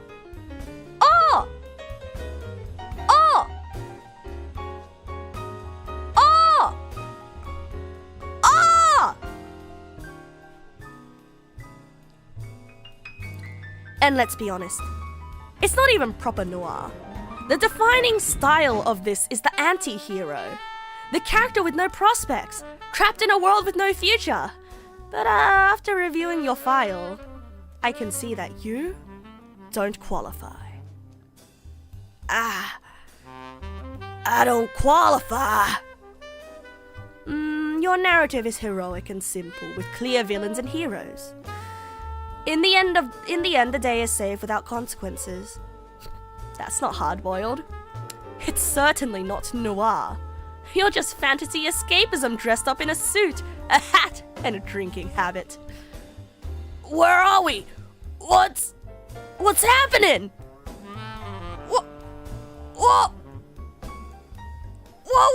What's happening? No! My noir! No! You rely on the tropes of noir, outwardly rejecting the notion of appearances and style while secretly embracing them. Engaging in a hyper-masculine narrative based around the myth of the frontier, only projected in an urban environment. Oh my god, the noir detective is a cowboy? Is an urban cowboy? Oh my god, wait, I never realized how many... Bruce, how many stories are just secretly cowboy stories? How many more stories are secretly cowboy stories? Because samurai ronin stories are also cowboy stories, but in Japan. Every single story is a cowboy story. All stories are cowboy stories. Neg nasu is a cowboy story. Wait, does that mean the pirate cowboy was just double cowboy this entire time? He was just ocean cowboy? Faye, good evening! Welcome! Good evening! Oh. So that's how to contain an intrafictional construct. Huh. Heh, I know one way to never get old. You should become a cowboy. 'Cause no matter how old cowboys get, you'll always be a boy.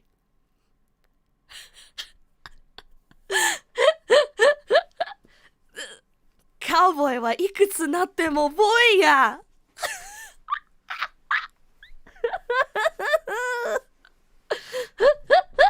Cowman over. No, a cowman is a minotaur. That's different. That's different. Go back to your morning glory milking fart.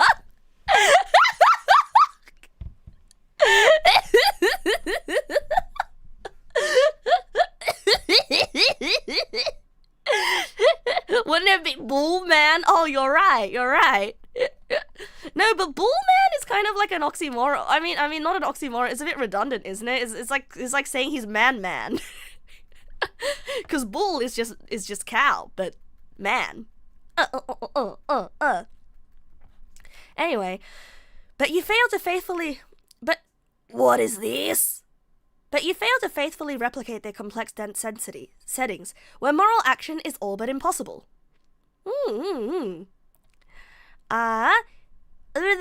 You fail to connect the essence of what makes noir what it is. You are, in a sense, merely parodying it. An unintentional satire, if you will. What's going on? And on top of it all, your name is based on an absurdly contrived pun. Oh my god, I made fun of his name and now Dr. Thorm is making fun of his name! What are you doing? I'm deconstructing you, SCP-3143. I'm containing you. I don't understand! And I'd like to speak to the author, please. Mr. Lorden? You there? How? Hello, SCP-3143-A. Where am I? Who am I? You are Murphy Lorden, a retired shoe salesman from New Jersey. You live alone, save for your 2 cats. Oh, God! How did I get here? We believe you accidentally created an intrafictional construct. Do you recall a screenplay of yours? It Always Rains? I think so. I don't... Oh, God! I think we've done enough for today, Mr. Lorden. I'll give you a chance to rest and settle in. We can continue this interview later, if that's all right with you. Yeah. Well, yeah, okay. I need to gather my thoughts. Of course. Bro. No! They deconstructed SCP-3143! When he doesn't use, this is my headcanon, when SCP-3143 isn't using this voice, he uses this voice. Oh dear goodness. Everyone's gonna laugh at him if they find out he's not actually hard-boiled noir, and he's actually just Mickey Mouse from the House of Mouse, the happiest place on Earth. Noir's not supposed to be happy. Noir's supposed to be dark and gravelly. Imagine being such a mid-writer that you end up creating a concept. That you end up creating an intrafictional construct. Oh my god, imagine your self-insert OC gaining a life of its own that has to be hunted down by the government. Like, I think I would die. They killed his Chunibyo, he lost his edge. Wait, no, this SCP is like every Chunibyo's dream. This is every Chunie's dream. Like, every... Come on, man. I kind of wish... Bro, can you imagine when my OCs became real? How do you guys know that I'm not an intrafictional construction that came out of... That came out of the author of Neg na스, huh?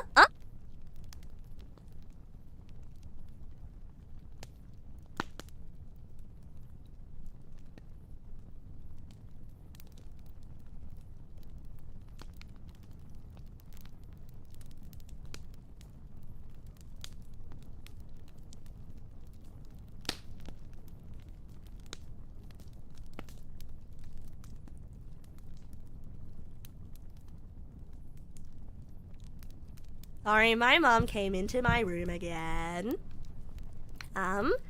But yes, I am Prince Nasu, right? No, I'm Neg nasu. Oh, the real Neg nasu was killed by her doppelganger. She has a video about it on YouTube. No. I'm saying that there's an author out there. There's an author out there, and like the -A, the author of me. Oh, the A in SCP-3143-A stands for author.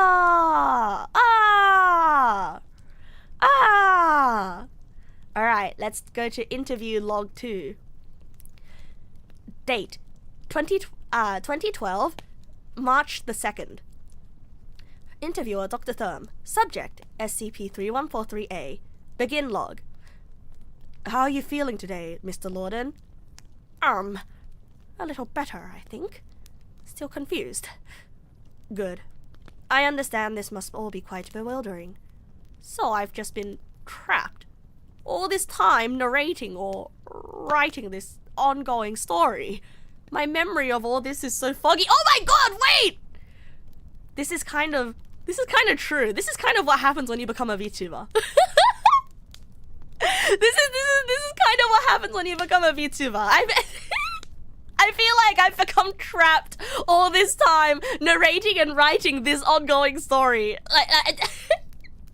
I mean, no, not me. Whoever wrote me, whoever gave birth to me. Where does it start? Where does it end? Something like that, yes. We found an unfinished copy of your script. It always rains. That's how we determined who you were. God, I remember that. It was, yeah, I wanted to write a story or something, I think. Something like what I read as a little kid. Somehow you managed to bring the narrative to life. Literally. You became the main character in a sense. Right. So, yeah, Mr. Murphy Lorden got forced doxed and forced graduated by Dr. Thumb. Wait, he actually did. Wait, he straight up did, bro. Bro. He straight up did. His VTuber persona got absolutely destroyed. No, I am a wolf. I'm definitely a perfectly normal wolf.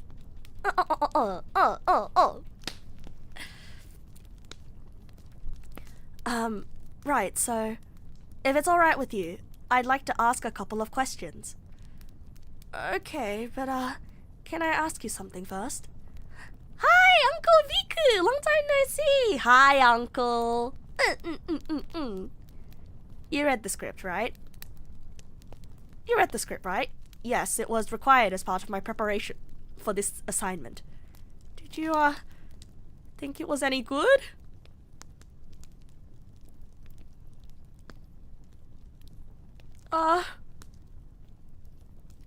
Do you want a frank assessment, Mr. Lorden? Sure. It was fairly awful. Oh, it's just so sad. He worked so hard on it that he created an SCP, but it was just bad? Come on, bro. That's harsh. That's so harsh. Now, moving on. Is it better if we do this later? Is it okay if we do this later? I think I have a headache. Oh, true. Even if they wanted to, they probably couldn't say that it's positive, because if he had any positive reinforcement, the SCP would come back to life again, right? Yeah, I think the only way to contain it is to tell him that it's bad. So it's so good that it became real. Look, I'm sorry. It's just that No, it's alright, Mr. Lorden. You've been through a lot. Take whatever time you need. End log. Oh, wow, and this goes straight from like log 2 all the way to log 18. Okay. Date. The 16th of April, 2012. Begin log. Good morning, Mr. Lorden. Ugh. I see from your charts you haven't been eating. Do you want to talk about that? Not really. I've also been informed you've been trying to write more fiction about SCP-3143. Until you took my pencils away. Mr. Lorden, that was for your own safety. Until we understand how the anomaly occurred, we can't allow you to... Oh, screw you! You just think it's crap! I didn't say that. But you were thinking it, weren't you? I wouldn't call it... crap. Why did you have to stop the story? What was the problem? He was helping people. It was fun.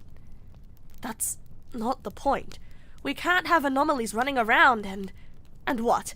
Telling stories that you don't like. Stories that aren't yours. Stories that aren't... Excuse me? Cut the crap, Doc. We both know what's going on here. I'm not sure what you're insinuating.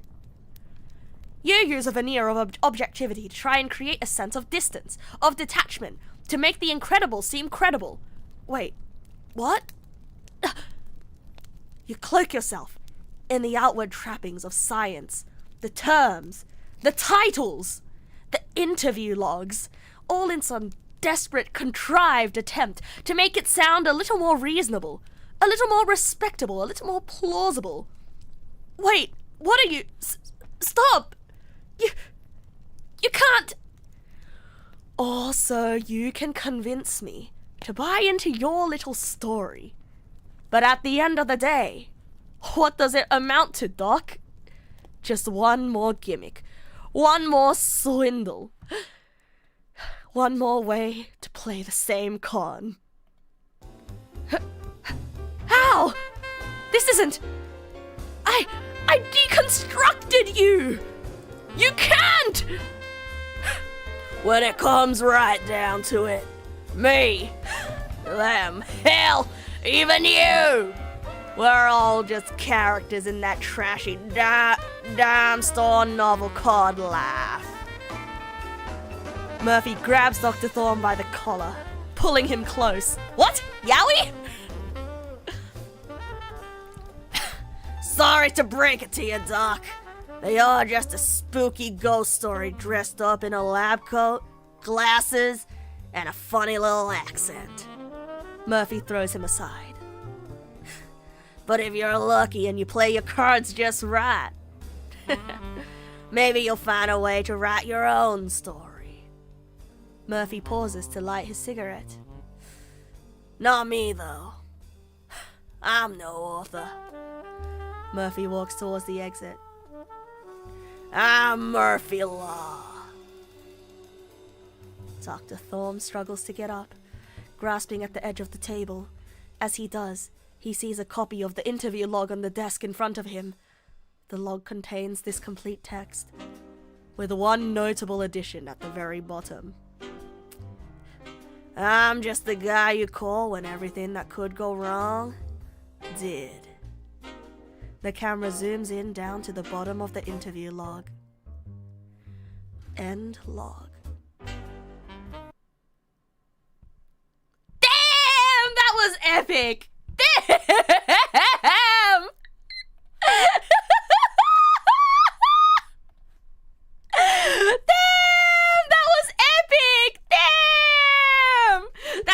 Epic. There's one more part to this, the classified file. Okay. I really like this. So this implies that this whole SCP Foundation itself could be an intrafictional anomaly by itself. Yeah. I like this. I really do like this. Wow! Hello. Hi, shy little Neg pal. Hi, hello. Hey, hi, hello. Oh, thank you for the tip as usual, bro. Thank you. Oh, man. Good evening, bro. Thank you again for coming along. I hope you enjoyed that story. I hope you enjoyed that story, bro. Ah, man, I want sweets. The anomalies only exist because someone's writing about them. Wait, that's true! Wait, that's actually true! technically these anomalies only exist because someone's writing about it. And then once again, I am reminded once again of Shintoism, where things are only scary and things only exist if something wills it into existing, right? If the SCP Foundation stopped documenting and containing the anomalies, they would also cease to exist. That's also what I'm thinking. I do enjoy that theory, but like it definitely is not a theory that works with. It was a cool one. Double! Oh my god. Thank you, shy little Neg pal. Thank you. I'm glad that you thought it was a cool one, bro. Yeah, so if you write enough yaoi fanfic, it'll become canon. In some world out there, yes. In some world out there, it becomes canon. I'm glad that you think it was a cool one, because I think this SCP in a certain way, it does, and also the idea of how if you write something, if you truly believe in something enough, it becomes real. I think that kind of makes sense, right? It kind of makes sense. Like if you truly want something enough, I mean, psychologically, it makes sense to ourselves, right? Like, we become the person we tell ourselves that we are. Pataphysics in SCP specifically deals in narrative layers of society. And I mean, like, psychologically, our identities and the way that we view ourselves, they all exist as narrative, you know? Like, they all exist as part of a complete narrative. And so, in a way, you can alter your own reality with the stories you tell yourself about your reality, you know? Like, it's the difference between telling yourself, I'm not good at this, versus I am working on this, to I am good at this, right? You hope you don't become the person you tell yourself you are. That would be bad. Yeah, I hope so as well, which is why it's actually very important to keep telling yourself things that contradict the bad things you tell yourself, you know, which is also very important as to why you should have people in your life telling you that they're proud of you, you know, that you're doing great, sweaty. Yeah, people's opinions and mentality often come from how they perceive things that happen to them, and at the end of the day, those are often like stories. Exactly, bro. Exactly. Those are narratives. Like, there's an entire branch of psychology that entirely deals with like the cognitive significance of narratives, you know, life narratives. Ah, thank you, Paul. Thank you. Like, say for example, I keep telling myself that, like, or in my brain, I keep telling myself that I'm behind in life, you know, that I need to keep working harder, that I need to keep working harder. And in a way, that sort of causes me to make more mistakes, which is counterintuitive, I know, but it happens, right? You should also actually be successful at it. You should also actually be successful at a handful of things. The mirror can only do so much before cognitive dissonance kicks in. Yeah, definitely. It's like a careful balance, you know. It's a careful balance, but that's what makes it. That's what makes it interesting. I think like narrative psychology is like such an interesting interesting study. Yeah, interesting study branch of cognitive neuroscience. Yeah. Just gotta kick your inner demon's ass. Exactly, bro. Exactly. Just ask yourself, is this actually true when you're feeling bad? Advice from an old man who's made a lot of mistakes. Sometimes it can be hard to assess whether something is actually true or not. And also, like, it works in the reverse as well. Like, when something really bad happened to you, right, and you don't tell yourself, that was actually a really bad thing that happened to me, you don't process it, and you kind of squash it down, you know. Like, Funny that. You guys know Sinu, right? Sinu, the zombie VTuber that I'm friends with. So I was actually talking to her about stuff that happened to us in high school, and we were talking about life and stuff. And she mentioned something that happened to her that also happened to me. And I didn't realize how awful it was until she laid it out for me. When she expressed that, like, yeah, that was a terrible thing that happened in her life, you know? And then I was like, oh wait, that's also really similar to my experience. Wait, it really was that bad. And then in that moment, you know, I realized, like, I connected the cognitive dissonance of, like, oh, actually, yeah, after that, a lot of bad things did happen, or like a lot of bad patterns did happen. Like, there were a lot of behaviors or ways of thinking I couldn't explain following the event, that I ended up being able to explain, or like that ended up making more sense in the narrative. Like in a way, if we want to keep going on this metaphor, right? The plot hole got resolved. You know what I mean? Yeah, the plot hole got resolved, and I think like that's often why it is important for you to acknowledge that bad thing be bad instead of forgetting that it happened. But also, of course, you need to make sure not to stay there and not to dwell on it. Yeah, and I think like sometimes as well,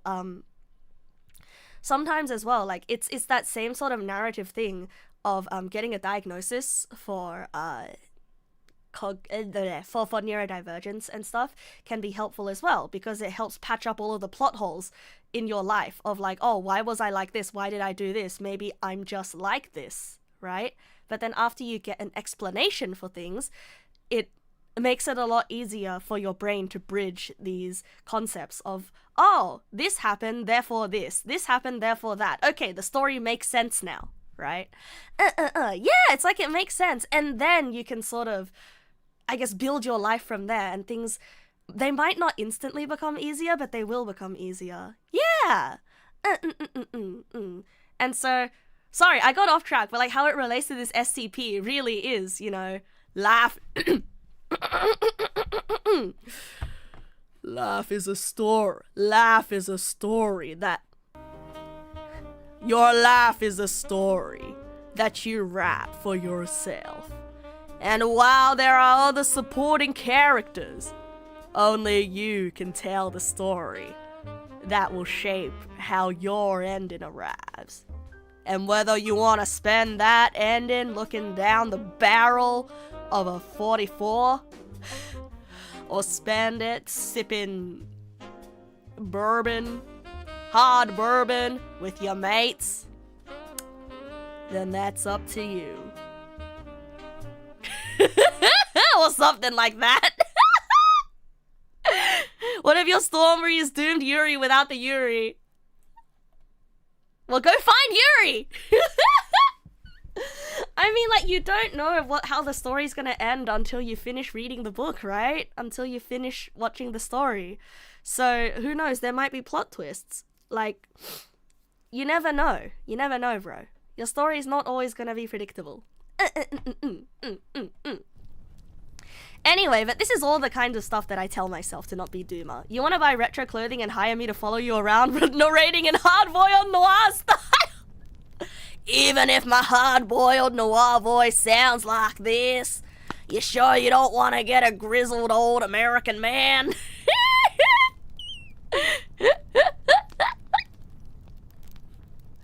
Oh, there's an email! The following file is level 4/3143 classified. Any attempt to access this file without level 4/3143 authorization will be logged and will lead to immediate disciplinary action.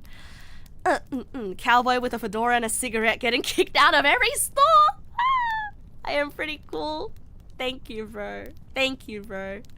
See, sometimes you need other people to reinforce your narrative. And I gotta say to you as well, I think you're pretty cool as well.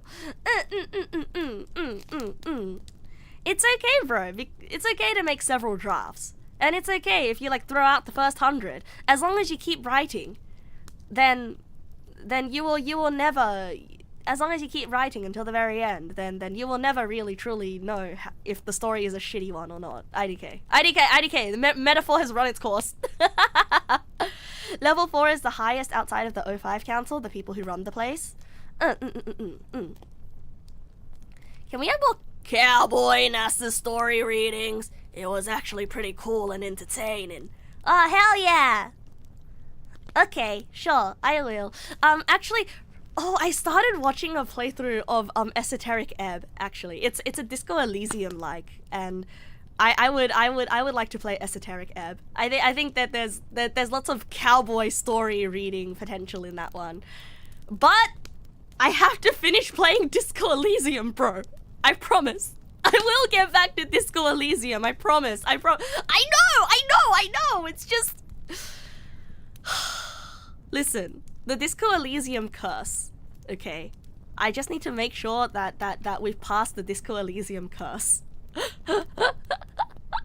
Yes, like that one fella said, someone who managed to finish a work has taken a big step no matter what, especially knowing how easy it is to start but never finish one.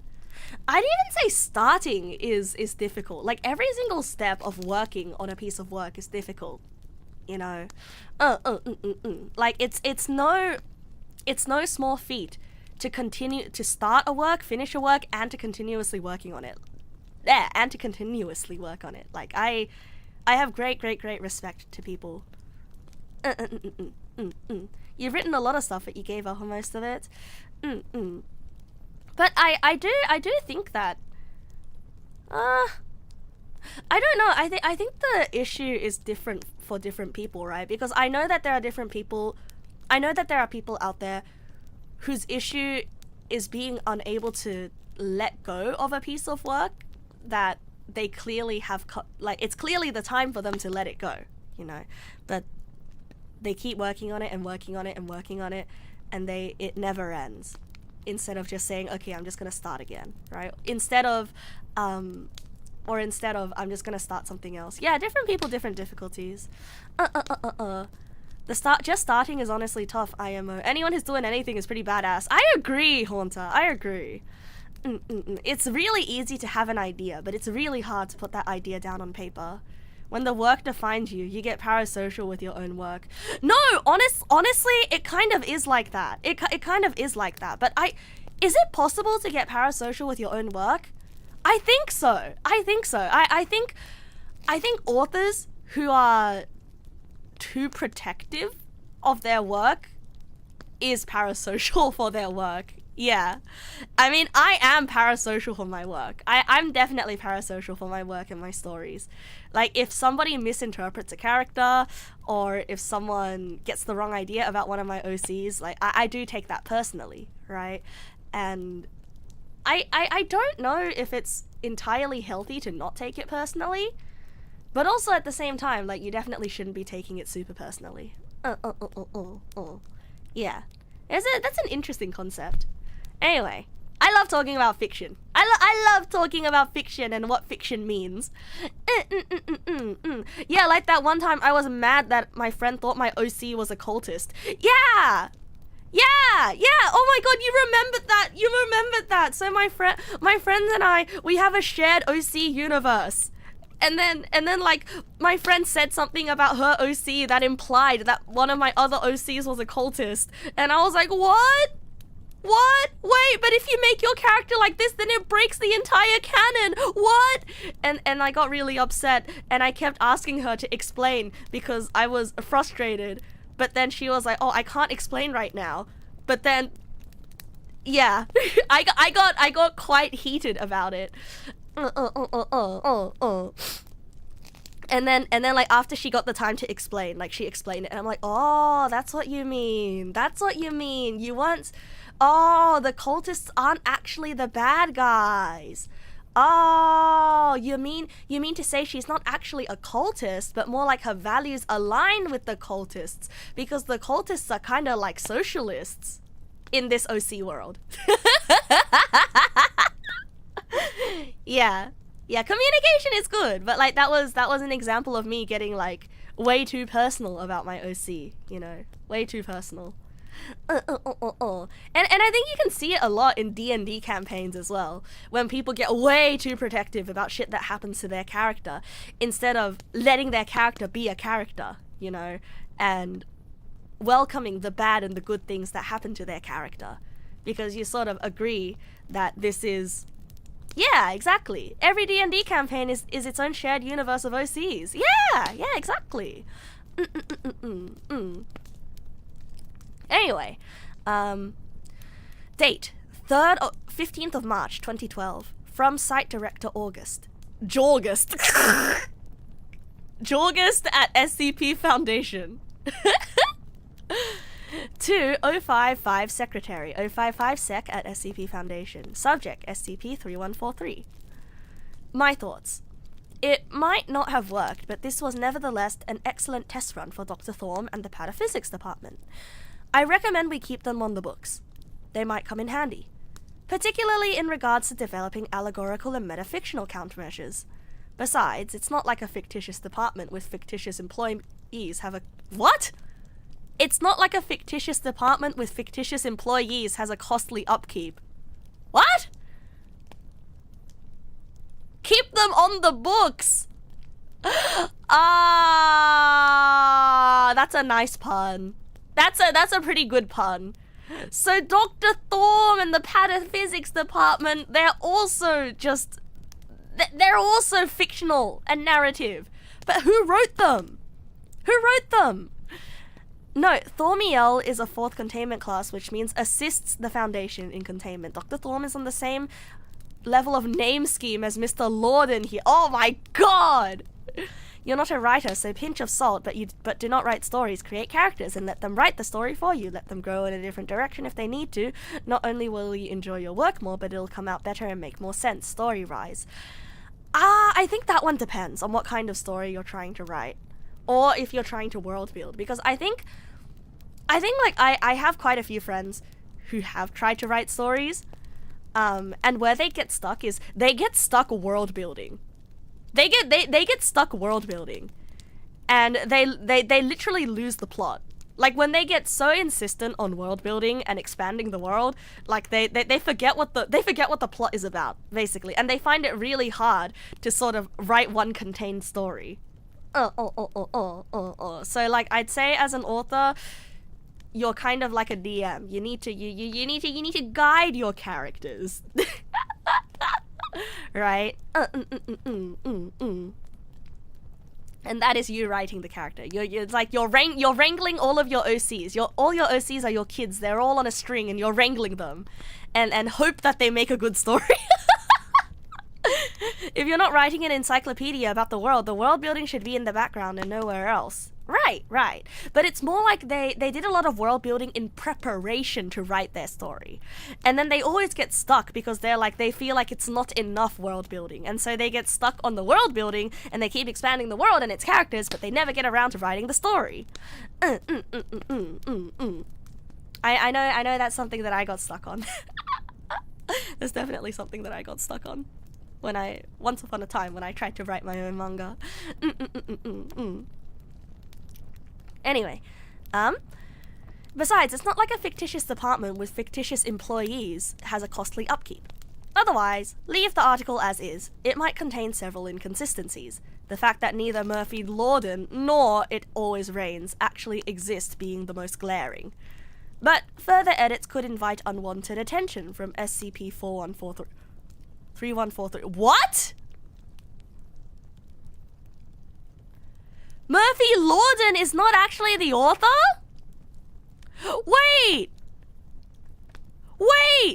so these interviews are just two intrafictional entities battling it out for control over the narrative. Wait, so they made their own SCP. They made their own SCP, basically. Like whatever species SCP-3143 is, the Foundation created their own species in order to fight it and contain it. Damn, this shit has so many layers, bro. This shit has so many layers. What's the best way to catch a fictional entity with another fictional entity? Yeah! Kind of domain. I don't know domain expansion. It's a Jujutsu Kaisen reference. I haven't watched Jujutsu Kaisen. Jujutsu Seafood. It's just a distraction or for testing to get its attention. It already exists, just an instance. Yeah, that's really cool, bro. It's kind of breaking my brain, but I find this really, really cool. So I'm assuming that only one instance of this sort of like narrative thingy thing can exist in a certain space at a time, right? Or like can have control of the space.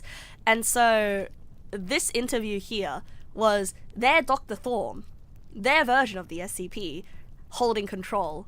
And then they got all these interview logs. And then suddenly, you know, SCP-3431 came back into control. Yeah, Dr. Thorm tried to write his way around Murphy Law and convince him he's powerless. Yeah! Oh, he plays via the rules! Oh my god, wait, it's like when you're playing a game with your siblings and your siblings keep making up rules that make you lose, but then somehow you win using their stupid rules. And that's basically what Dr. Thorm is doing. Winning using their stupid arbitrary rules.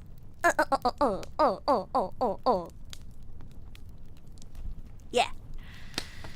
On that note, let's leave SCP-3143 alone for a while. Yes, we've learned quite a bit about him. But he's also learned quite a bit about us. Until we know precisely how his abilities work, further efforts to contain him could be dangerous. I'm particularly concerned with what he said during the final interview. It sounds like he thinks we're all just as fictitious as he is. Oh. Fred is also a text-based anomaly who gets along well with Murphy. Who the hell is Fred? Oh, there it is, 423. On final note, SCP-423 is currently missing. I'm concerned it might have something to do with our little experiment. I'm having some of my people look into it. I'll keep you updated. Site Director August. Man, this was a cool SCP. This SCP was cool. I liked this one. I liked this one a lot. I mean, it sparked many a tangent. It's getting me to think. When a narrative as a concept is alive. Damn, that's sick. There's still more. Redacted.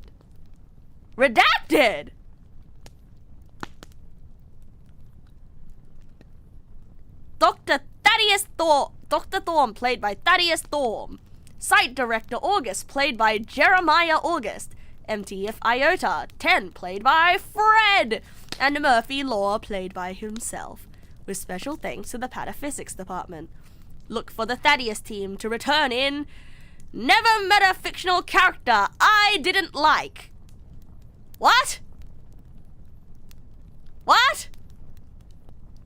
Oh, this is fanfic. This is just a fanfic. Yeah, Thaddeus Thorm, not Thaddeus Team. Yeah.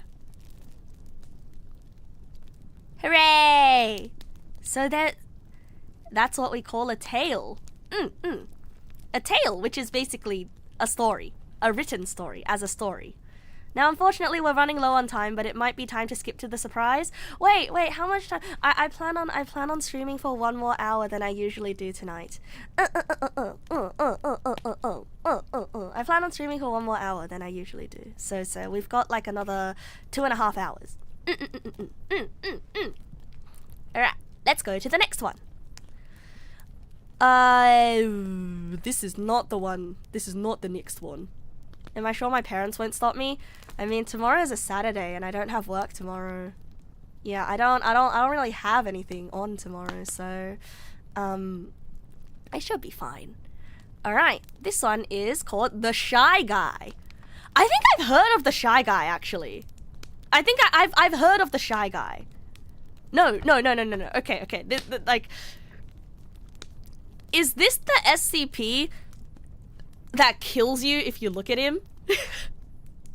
Is this the one that does not prefer to be perceived? This is the one that does not wish to be perceived, right? Yeah, this is the one everyone was begging me to look at last SCP stream. Yeah. It's really famous. It's the guy. It's Enderman. Wait, was this one based on Enderman from Minecraft, or was Enderman based on this guy? Because I know the thing with Enderman is if he catches you looking at him, he like teleports to you and kills you. Nothing personnel, kid. Neither. Oh, really? Oh man, this probably came in first? You think Enderman was based on Slenderman? Oh, what makes you think that? What? Enderman based on Slenderman? Doesn't sound right to me. The 4 pixels. What 4 pixels? Anyway. Item SCP-096. Euclid. Special containment procedures. SCP-096 is to be contained in its cell, a 5 meter by 5 meter by 5 meter airtight steel cube at all times. Weekly checks for any cracks or holes are mandatory. There are to be absolutely no video surveillance or optical tools of any kind in SCP-096's cell. Security personnel will use pre-installed pressure sensors and laser detectors to ensure SCP-096's presence inside the cell. That makes sense, actually. How do you confirm the existence of something that you cannot see? Well, you use lasers. Yeah. So this thing does actually have a body, like a physical body. It's not just a concept, not just a random mist in the ether. Endermen were based on Slenderman. I'm sorry. Do I look like John Minecraftington to you? But yeah, that makes sense. It makes sense. Security personnel, blah blah blah. Any and all photos, video, or recordings of SCP-096's likeness are strictly forbidden without approval from Dr. and 05- Description.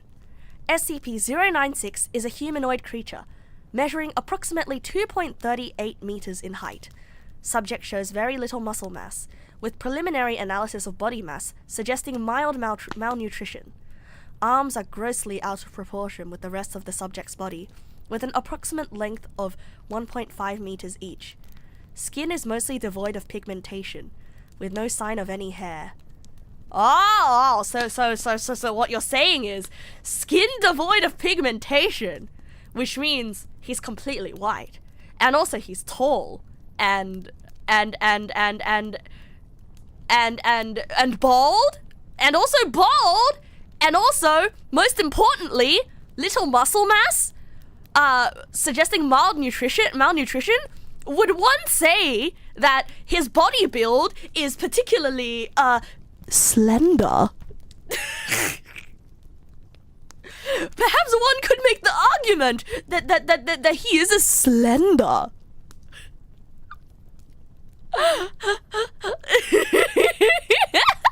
Nah, just a coincidence. There's no way, bro. And also, would you also argue that he is male presenting? So thus, a man. A slender man, if you will.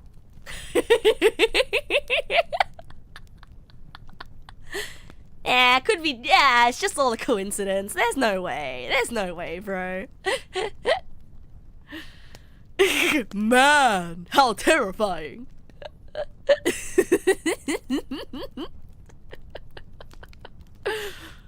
SCP-096's jaw can open up to 4 times the norm of an average human. Other facial features remain similar to an average human. Human? I think I will call this SCP Lean Dude.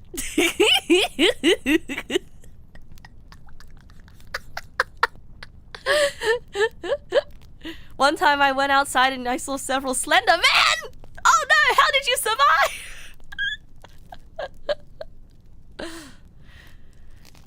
With the exception of the eyes, which are also devoid of pigmentation. It is not yet known whether SCP-096 is blind or not. It shows no signs of any higher brain functions and is not considered to be sapient. Ah, bro. They called him dumb. That's kind of rude. SCP-096 is normally extremely docile, with pressure sensors inside its cell, indicating it spends most of the day pacing by the eastern wall. However, when someone views SCP-096's face, whether it be directly via video recording or even a photograph, it will enter a stage of considerable emotional distress. Oh, it knows. Oh, it knows. It knows. Yeah, there's a cozy, comfy campfire sound in the background because we're reading scary, spooky stories because it's SCP. SCP are all a little bit spooky. Not directly scary, but a little bit spooky. Or even a photograph. It will enter a stage of considerable emotional distress. So how does it know? How does it know that it's being perceived? Oh my god. SCP-096 ego searches. It just knows. It just knows. If he sits like a shrimp in his cell and he becomes all spindly like a cricket man! It'll do anything to get rid of that feeling of being watched. Okay, honestly, guy just has scopophobia. Okay, guy has scopophobia. Don't be mean to him. I feel like it's a very normal thing to have this, like, to have a fear of being perceived, you know. SCP-096 will cover its face with its hands and begin screaming, crying and babbling incoherently. Apparently, 1 to 2 minutes after the first viewing, SCP-096 will begin running to the person who viewed its face, who will from this point on be referred to as SCP-096-1. You become an SCP if you look at his face? Oh. Maybe the agents do the emote on him during the encounter. The emote? The emote?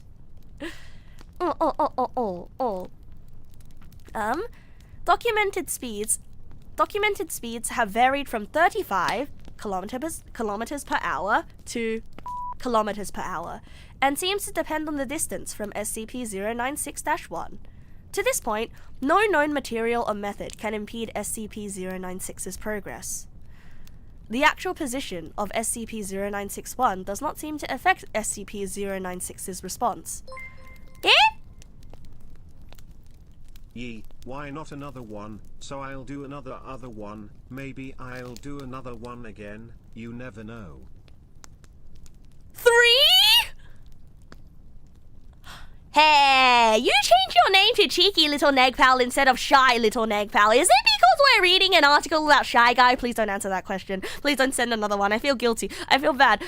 I'm just gonna assume yes. But thank you, Cheaty. Thank you, Mr. Neggpal. Please be responsible with your money though, Mr. Neggpal.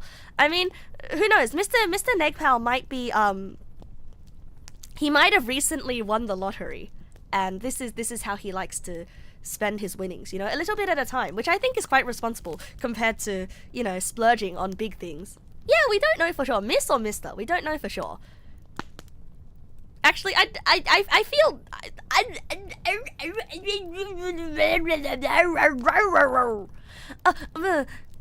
Thank you. Another one. I've been hit with another one.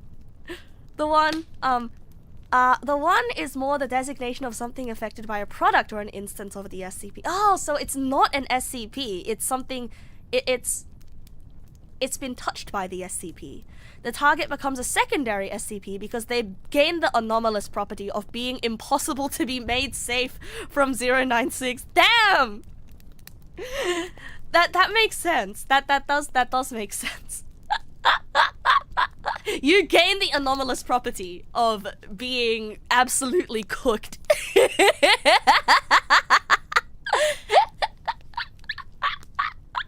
What do you see with your elf eyes, Legolas? I can't see shit because I need glasses and I refuse to wear them. You can put them on fucking Jupiter and 096 would still fucking get them. Have they tried? It's just for formatting purposes instead of referring to them as the one who views SCP-096 or something. And seems to depend on the distance from SCP-096-1. At this point, no known material or method can impede SCP-096's progress. The actual position of SCP-096-1 does not seem to affect SCP-096's response. It seems to have an innate sense of SCP-096-1's location. Note: this reaction does not occur when viewing artistic depictions. See document 096-1. I don't see the artistic depiction. I don't see it.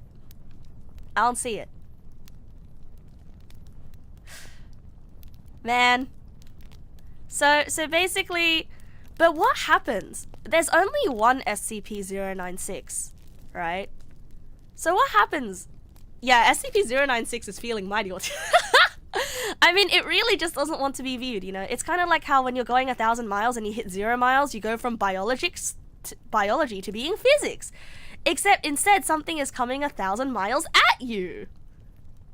I mean, 35 kilometers an hour at its minimum speed, though. 35 kilometers per hour is quite slow in the grand scheme of things. Like, it's gonna take a really long time for it to get to you. And so what happens if there's a lot of people who viewed SCP-096 at the same time? Like, does it split itself into multiple parts? Or does it just take its time coming to each one of us and killing all of us? One at a time. Okay. Alright. Probably each one. Okay. What happens? Read on, Neg Nass. Alright. This thing is the classic unstoppable force. It seems, upon arriving at SCP-096-1's location, SCP-096 will proceed to kill and SCP-096-1. 100% of cases have left no traces of SCP-096-1. Oh. They literally make the person unexist. Huh. SCP-096 will then sit down for several minutes before regaining its composure and becoming docile again. It will then attempt to make its way back to its natural habitat. Yeah, Bo got vaporized. He got vaporized, Bo. That reminds you of an urban legend that is a scary ghost that can move very fast but actually can't get faster than 100 kilometers per hour. Hi, Elder John. Good evening. Welcome. Wait, you know what this reminds me of? It reminds me of the imagine you are immortal and there is also an immortal snail that is constantly coming to kill you, and you will die immediately if this snail touches you. But this snail will always move as fast as a normal snail does. Like like have you guys have heard of that one, right? Yeah. So if there's a way to slow down SCP-096, it's sort of like it will become asymptotic, basically. If you make SCP-096 infinitely slow or infinitely far away from you, then technically it will not be able to kill you before the end of your natural lifespan. Yeah, you are literally going to compare 096's ability to fucking get you to the snail. What if you make it look at itself? What if you give it a mirror? I think it would fucking explode. I don't think that'll be a good idea, bro. I don't think that'll be a good idea. Yeah, back when Lethal Company was very popular, there was an immortal snail mod which you and your friends played. Just put the snail in a lead box and toss it into the ocean. Yeah, but like, you know, given that both you and the snail are immortal, the snail will eventually get to you. Just might be in like a couple million years, but it will get to you. It will eventually chew its way out of the box. Like, you just... that's the spooky thing, bro. You will simply never know which snail it is that fucking gets you. There's a flat-out Shy Guy mod for Lethal. And I bet there's a Shy Guy mod for Minecraft as well, bro. Throw the snail into a black hole. It'll fucking get you. It will still fucking get you. Anyway, upon arriving, boop, it will go back to natural habitat. Due to the possibility of a mass chain reaction, including breach of Foundation secrecy and large civilian loss of life, retrieval of subject should be considered alpha priority. Is the snail poisonous to others? I don't think so. Yeah, I don't think so. I think the snail is just deadly to you. Like, when you touch it, you instantly go, eh. Yeah. That's a good idea. Make it not want to come fucking get you. That's true. Yeah, that's true.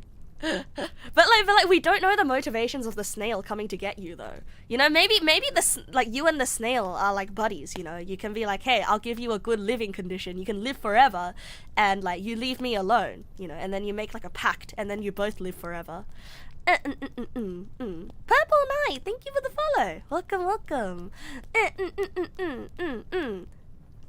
No, Henpai, the snail is immortal, bro. The snail is immortal. It'll just feel really uncomfortable with the soul. Doctor has also petitioned for immediate termination of SCP-096. See interview 096-1. Order is waiting approval. Termination order has been approved and is to be carried out by Doctor on data redacted. See incident 096-1A. Is this what Hancock was about? I don't watch Hancock. Yeah, an immortal snail. Audio log from interview 096-1. Interviewer, Doctor. Interviewed, Captain, Rhett. Former commander of the retrieval team, Zulu 9-A, retrieval incident. 096-1A. Immediate termination? Are you sure you can kill this guy? I mean, this guy fucking vaporizes its victims. I don't think... Wait, has this... What do you mean termination? I thought it was secure, contain, protect. Terminating does not protect. Termination does not protect. What the fuck is this? Begin log. Time, research area. Captain, it's... The T is silent? The T is silent? The T on termination is silent? Termination? Sometimes it's the protection of humanity. SCPT. Secure, contain, protect. And terminate. There are very few SCPs that have termination orders. I don't think this one's terminable though. I don't think there's many SCP that are terminable.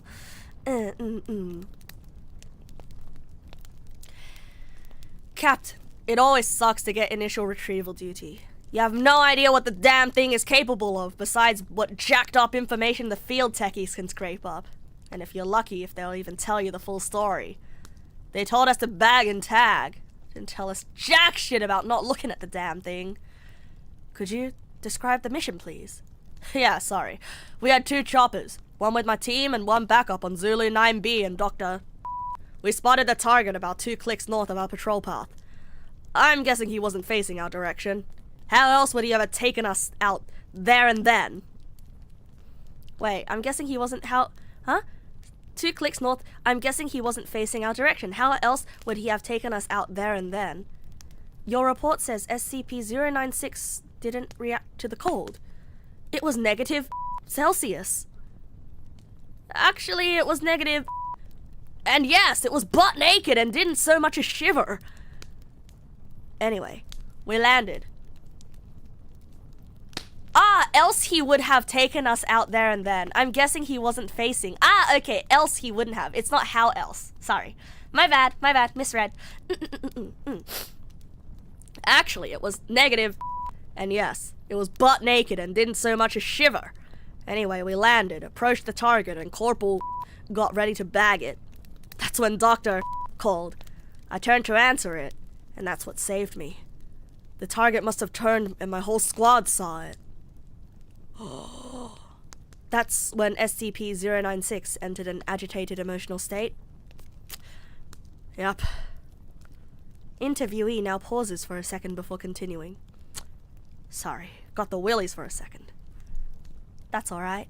Yeah, well, I never saw its face. My squad did. And they paid up the ass for it.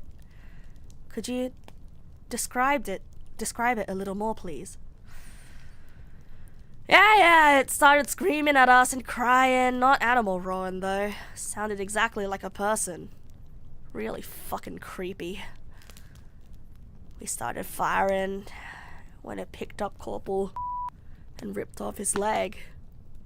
God, he was screaming for our help. Fucking A. Anyway, we were blowing chunks out of the target, round after round. Didn't do jack shit. I almost lost it when it started... him. That's when you ordered a use of an AT-4 HEDT launcher. An anti-tank gun. Started carrying it ever since SCP got loose. I've seen those tear marks. I've seen those tear through tanks like tissue paper. Did the same to the target. There was significant damage to SCP-096. Didn't even fucking flinch! It kept tearing apart my squad, but with half its torso gone.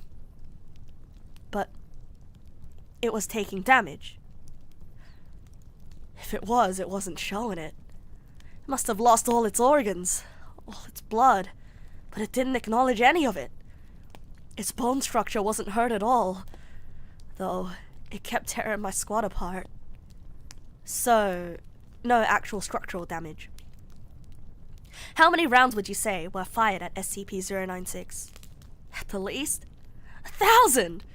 Our door gunner kept his GAU-19 on it for at least 20 seconds. 20 fucking seconds! That's 650 caliber rounds pumped into the thing. Might as well have been spitting at it. This is when Zulu 9B arrived. Yeah, my squad was gone. Zulu 9B managed to get the bag over its head, and it just sat down. We got it to the chopper and got it here. I don't know how I never saw its face. Maybe God or Buddha or whoever thought I should live. Jackass. Woofa! Thank you for the raid! Welcome back, bro. Welcome! I hope you had a good stream. Let's give him a shout out, shall we? Let's give him a shout out. So Woofa is a femboy streamer who likes to play games. Yes, he do. Yes, he do. Weird Bookshelf 49. I almost... The channel you're shouting out doesn't exist? What do you mean? What do you mean channel doesn't exist? Did I mistype again? Weird Bookshelf 49. There we go. Thank you for the raid, bro. Oh, and thank you, Saturn. Thank you. Flashy Sylvie, thank you for the follow. Welcome as well. I attract a lot of femboys. Do I? Oh, it's because it's my camouflage. You know, it's my camouflage. It's because I get mistaken for a femboy. What? Also, like, what is it? Is it like the tomboy femboy solidarity? I believe that's also a thing. Wait, is that a thing? Is that a thing?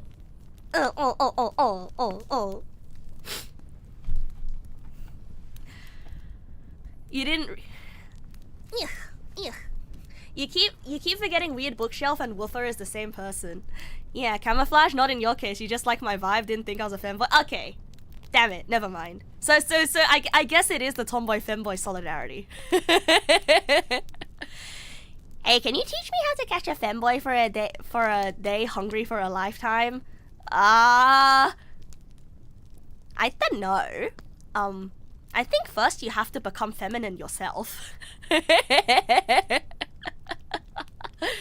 Cena Soul, thank you for the follow. Welcome.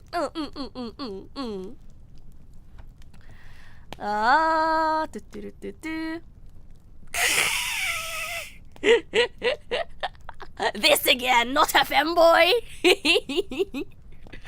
Alright bros. Where was I?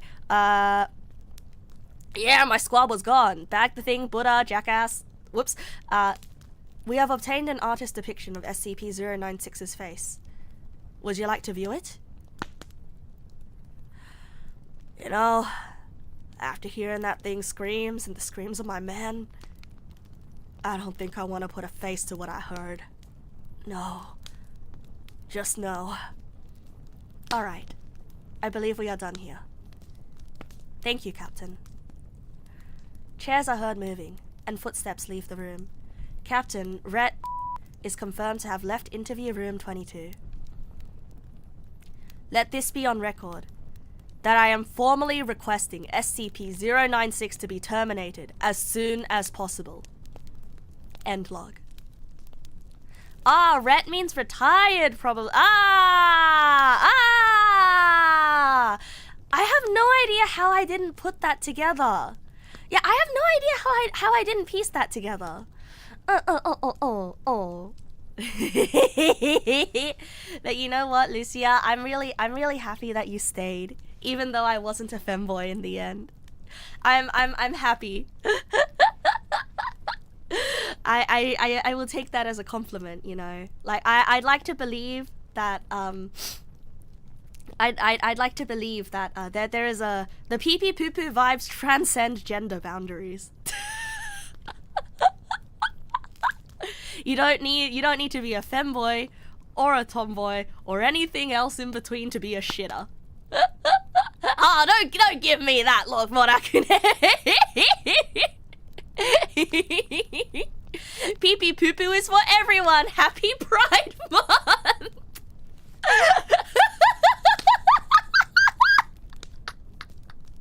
That's right, we all shit out of our buttholes. Yippee! Unless we have like a colonoscopy bag. Colonoscopy bag? A colon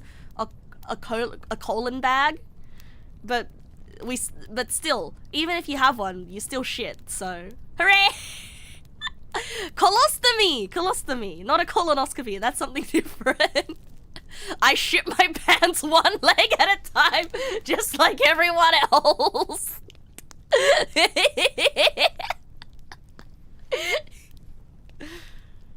Alright, bros. So that was Shy Guy.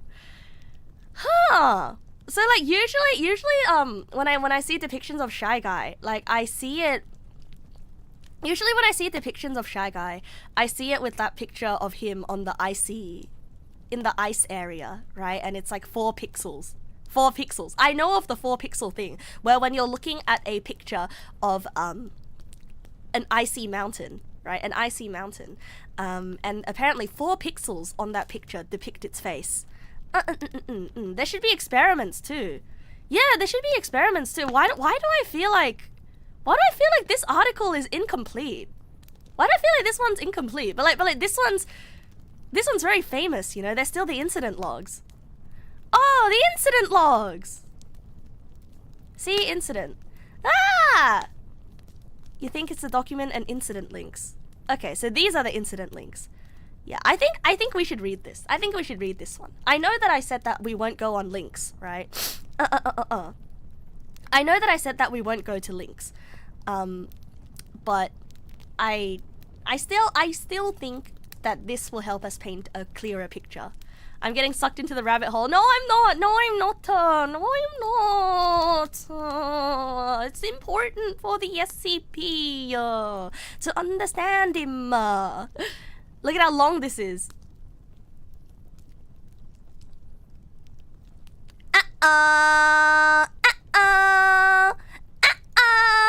Look at this slender man. Oh. 4 pixels. That's him.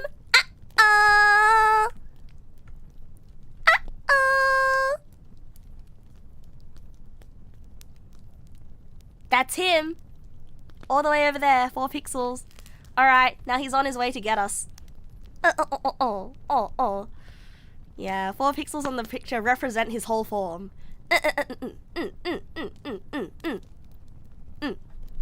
Alright, let's not read this due to the length. Alright, let's go next. Next one. This one is called, let me check its name. This one is called Yet Another Murder Monster. Yet Another Murder Monster. Won't we get bold from looking at it? No, we don't just get bold, he kills us. Which I guess also makes us bold because we lose all our hair when we're dead. And vaporized. This one's good? Yeah? Yeah? Yeah? Yeah? You have 3 meals a day, so it's natural for you to shit 3. Bro, I'm so jealous. I wish I could shit like at least once every day.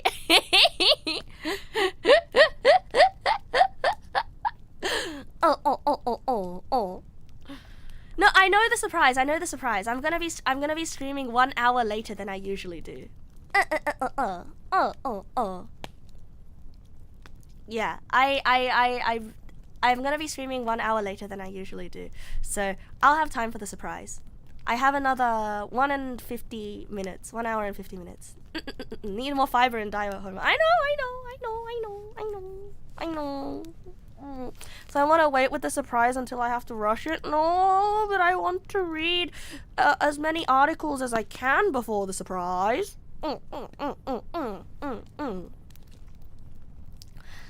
I could try Metamuse. I mean, it's fine. I shit like every 2 days. It's fine. You thought once a month was healthiest. No! No, please. Okay, yet another murder monster. File under review. This document has been flagged for possible methodological issues. Please be aware that the following information is subject to change and may contain inaccuracies. I have a fruit every day. Item number SCP-5031. Object class Keter. Keter. Special containment procedures. SCP-5031 is to be contained in an airtight iron cell in Biosite 57. The structure must be inspected for imperfections on the bi-weekly basis. No other interaction needed. Oh, lots of people like this one. Okay, so this one, we're gonna be bound for a good one. Oh, okay. This one's yet another murder monster. Description. SCP-5031 is a non-sapient, quasi-humanoid creature of unknown origin. When directly observed, SCP-5031 will temporarily cease to exist until the viewer stops observing the space that SCP-5031 formerly occupied. What is this opposite of Shy Guy? This is what is this? This is the opposite of the the first SCP that we read, the Weeping Angel. Like, does not wish to be observed guy. Not a shy guy. Simply stops existing. TikTok flex guy. Wait, I love that. I wish I could be like this. No, this is like robbing a bank guy, honestly. Like, if you look at him, he doesn't exist. So if you got tons of people looking at him, he simply does not exist. Like, if I were this guy, I would hire people to consistently look at me so I could go rob a bank.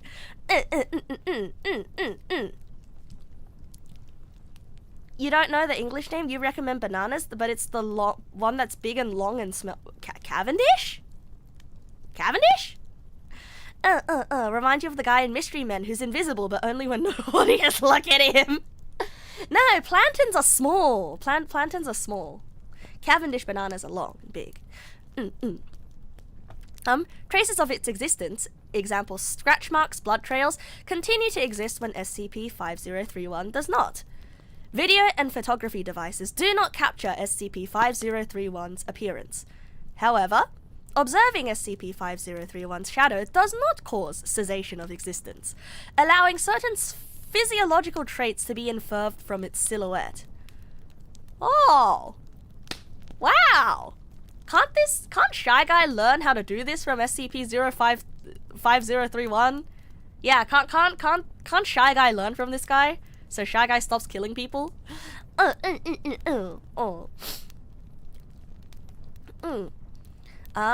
Abnormally small head with no discernible neck. Elbows branch into sets of 3 lower arms each. Elongated torso, approximately 1.9 meters in length. Pelvis terminates in a crescent-shaped I'm reading weird recipes!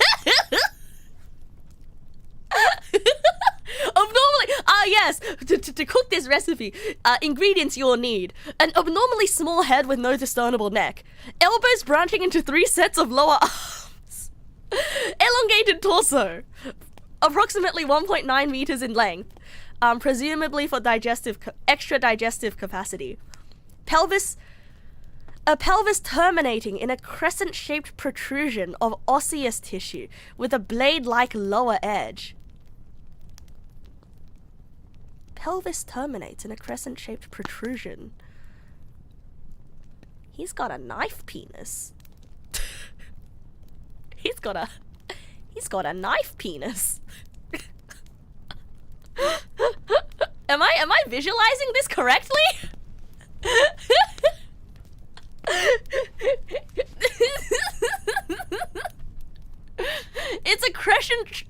It's a crescent-shaped protrusion, right?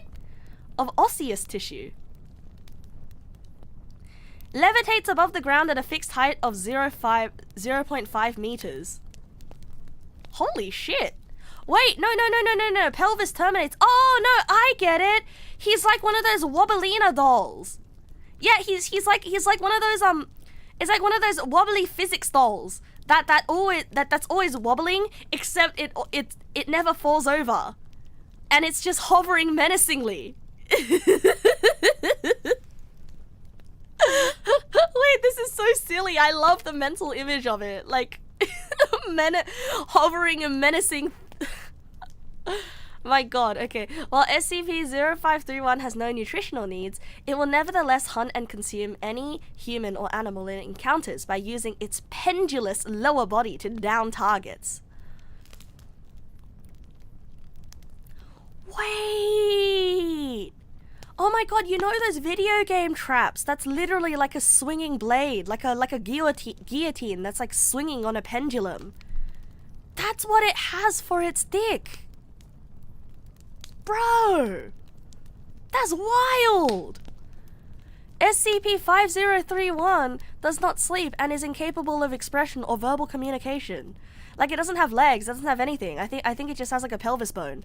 But then instead of like, it's not really a pee-pee. It's just, imagine you don't have anything other than, you don't have anything below your hips, and then your hips terminate in just like a huge knife, right? Like that's what I'm imagining. Anyway, addendum. As of the 14th of February 2018, senior researcher Stanley Huxtable is now acting in the role of HMCL supervisor for SCP-5031. The following is a selection of relevant correspondences from S.R. Huxtable to site director Yusef Mustafi, elucidating research progress. Oh, you are thinking of reverse eating like in South Park? I'm not sure. Yeah, I'm not sure. I mean, like, are we not sure it's not its tail or something? I wish we had a diagram of this picture, bro, of this creature. Initial impressions. I have no idea who wrote this, but there's a lot I'd like to say to them. I'm not a fan of abandoning a living creature inside a metal box for 10 years, no matter how pragmatic it may be. It's difficult to fathom that such things were considered the norm a decade ago. Have you ever heard something scream from behind 10 inches of iron for hours on end? When I do my redraft, remind me to add anomalous resistance to hoarseness somewhere in the description. Could you work your magic and get the boys to retrofit the containment cube with an aperture and security vestibule? I'd like to run some tests that require exposing SCP-5031 to certain stimuli. I'm a little horse.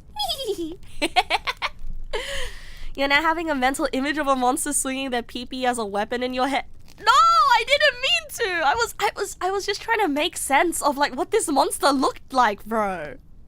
Because it said the lower body was pendulous, you know? And it said it was a protrusion. So I don't know what to believe. The fear and hunger stinger. Yes.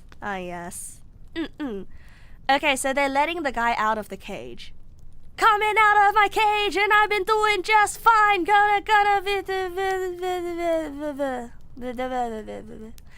Yeah. Round 1 test. Sound. Summary. Forward. I installed speakers in the containment vestibule and played various albums of natural ambience and popular music. Oh my god, like Mr. Brightside! Coming out of my cage and I've been doing just fine. Gotta, it was only a kiss. It was only a kiss.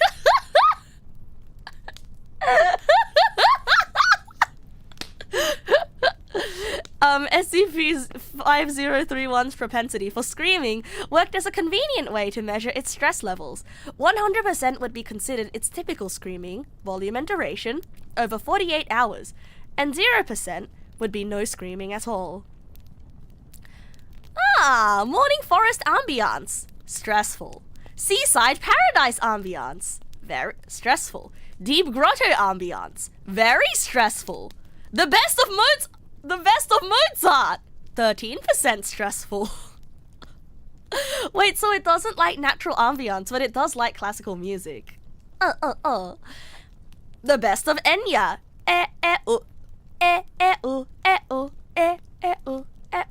Oh no, wait, I don't think that one's Enya. Is that one Enya? Yeah, I think this monster lashed out because they pissed him off. Yeah, honestly, that's not Enya. Wait, no, is Orinoco Floor Enya? Enya, sail away, sail away, sail away. Sail away, sail away, sail away. Is that one Enya? Okay. The best of Ben Folds. I don't know Ben Folds. The best of Jethro Tull. I don't know Jethro Tull. But they really don't like Jethro Tull. The best of Kiss. But they do like rock music. They do like rock music. Play them the best of Neg naS. Stress level 100. Afterward, efficacy of music for stress reduction gradually decreases over time. I've assembled a playlist of SCP-5031's favorite music to play on shuffle in its enclosure in perpetuity. Stress levels consistently remain in the 15 to 25% range. Baseline adjusted accordingly.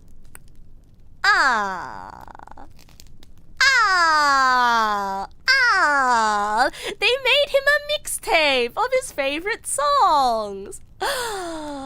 Oh, cute. But you have to put it on shuffle, otherwise it gets mad if you keep playing it the same music. Honestly, so true. I mean, if it's 10 hours of you would not believe your eyes. You would not believe your eyes. You would not believe your eyes. Do do do do do do do. Round 2 tests. Play. Summary. Forward. Additionally, retrofitting was made to the containment chamber to facilitate observation. Namely, the integration of reinforced viewing windows arranged behind a scrim onto which shadows may be projected by use of lamps placed alongside the opposite wall.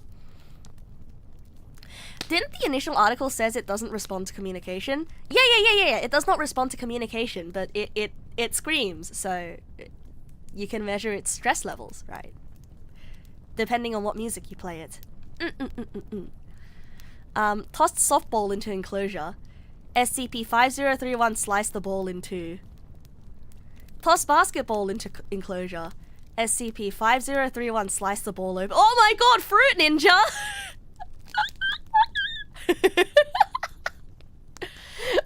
hours of Hamu. I think Guy would get so mad that it would break out of containment, honestly. Rolled bowling ball into enclosure. SCP-5031 scratched a couple of grooves into the ball, then rolled the ball around the enclosure with the blunt side of its tail for 20 minutes. Stress levels remained under 60% after play.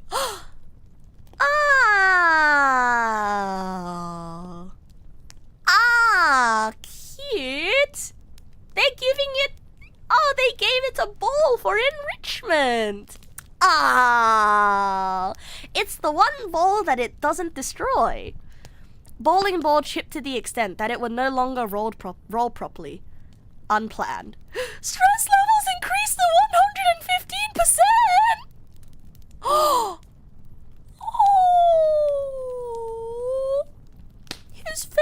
His bowling ball got broken. Oh, that's so sad. Oh, I would be pretty. Oh my god, this is just like the time I broke the squishy. Stress levels increased to 115%. I broke my toy.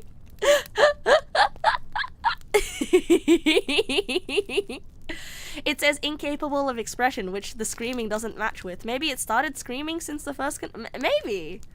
True, actually, true, because those notes came from the first containment. Like, these test notes came afterwards. After the, after Huxtable took over, I believe.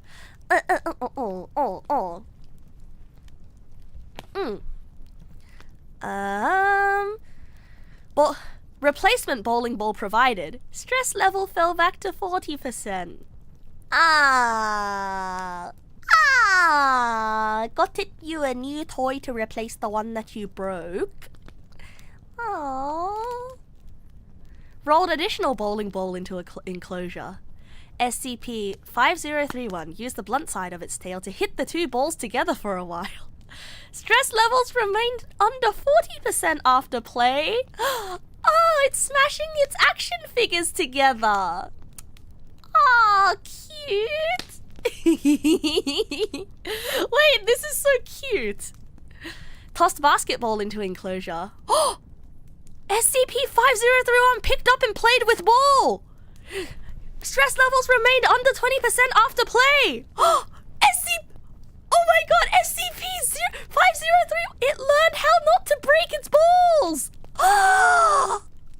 It learned how to treat its toys with care. Oh, it's learning. Oh, cute. I don't know. I know it's a terrifying creature, but oh, cute. Weird when the SCP plays with its balls. That's cute, but when you're being called a weirdo. Hey, look, man. But you're being called a weirdo. Hey, man. Who's calling you a weirdo? It learnt how not to break its balls. Wait, I don't understand. What's the implication with what I just said? It's true, though.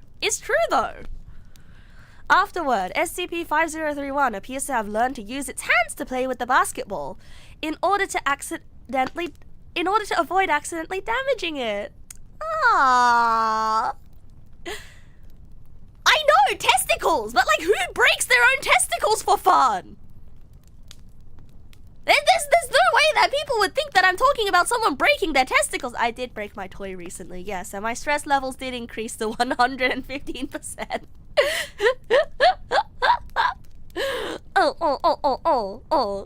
Now, the common guideline for SCP writers is that Foundation is cold but not cruel, but ain't nothing in the book that says kindness can't be optimal. Exactly, bro. Exactly. Motor skill compared to that of a toddler. SCP-5031 still prefers bowling ball for kicking. This SCP is a soccer player. This SCP isn't Kobe. This SCP is Messi.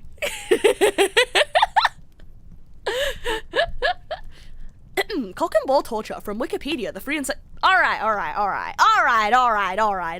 But like, what normal person thinks cock and ball torture when I say break balls? Yeah, I don't know. They locked a guy in a cage and called him a raccoon.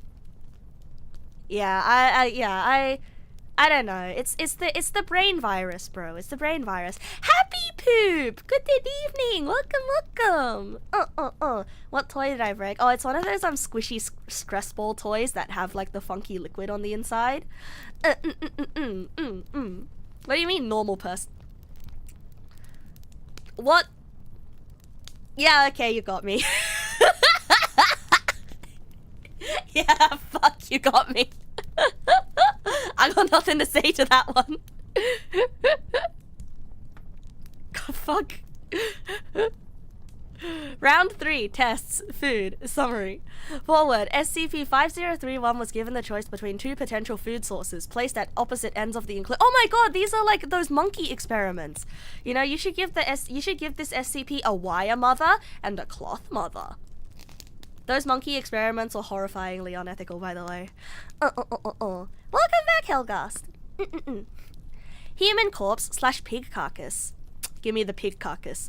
Pig carcass / chicken carcass. Give me the pig carcass. Pig carcass / rotisserie chicken. Give me the rotisserie chicken.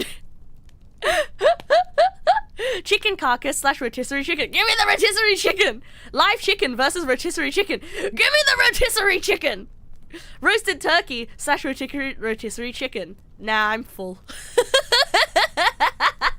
Ate the whole Bro, guy ate 3 whole rotisserie chickens and 2 entire pigs before it's like, yeah, nah, I'm full. Yeah, I'm not hungry anymore. Yeah, nah, bro, I'm good. I'm good. My brain, my neurons have been tickled. It's just like you, for real, for real. Which experiment sounds interesting?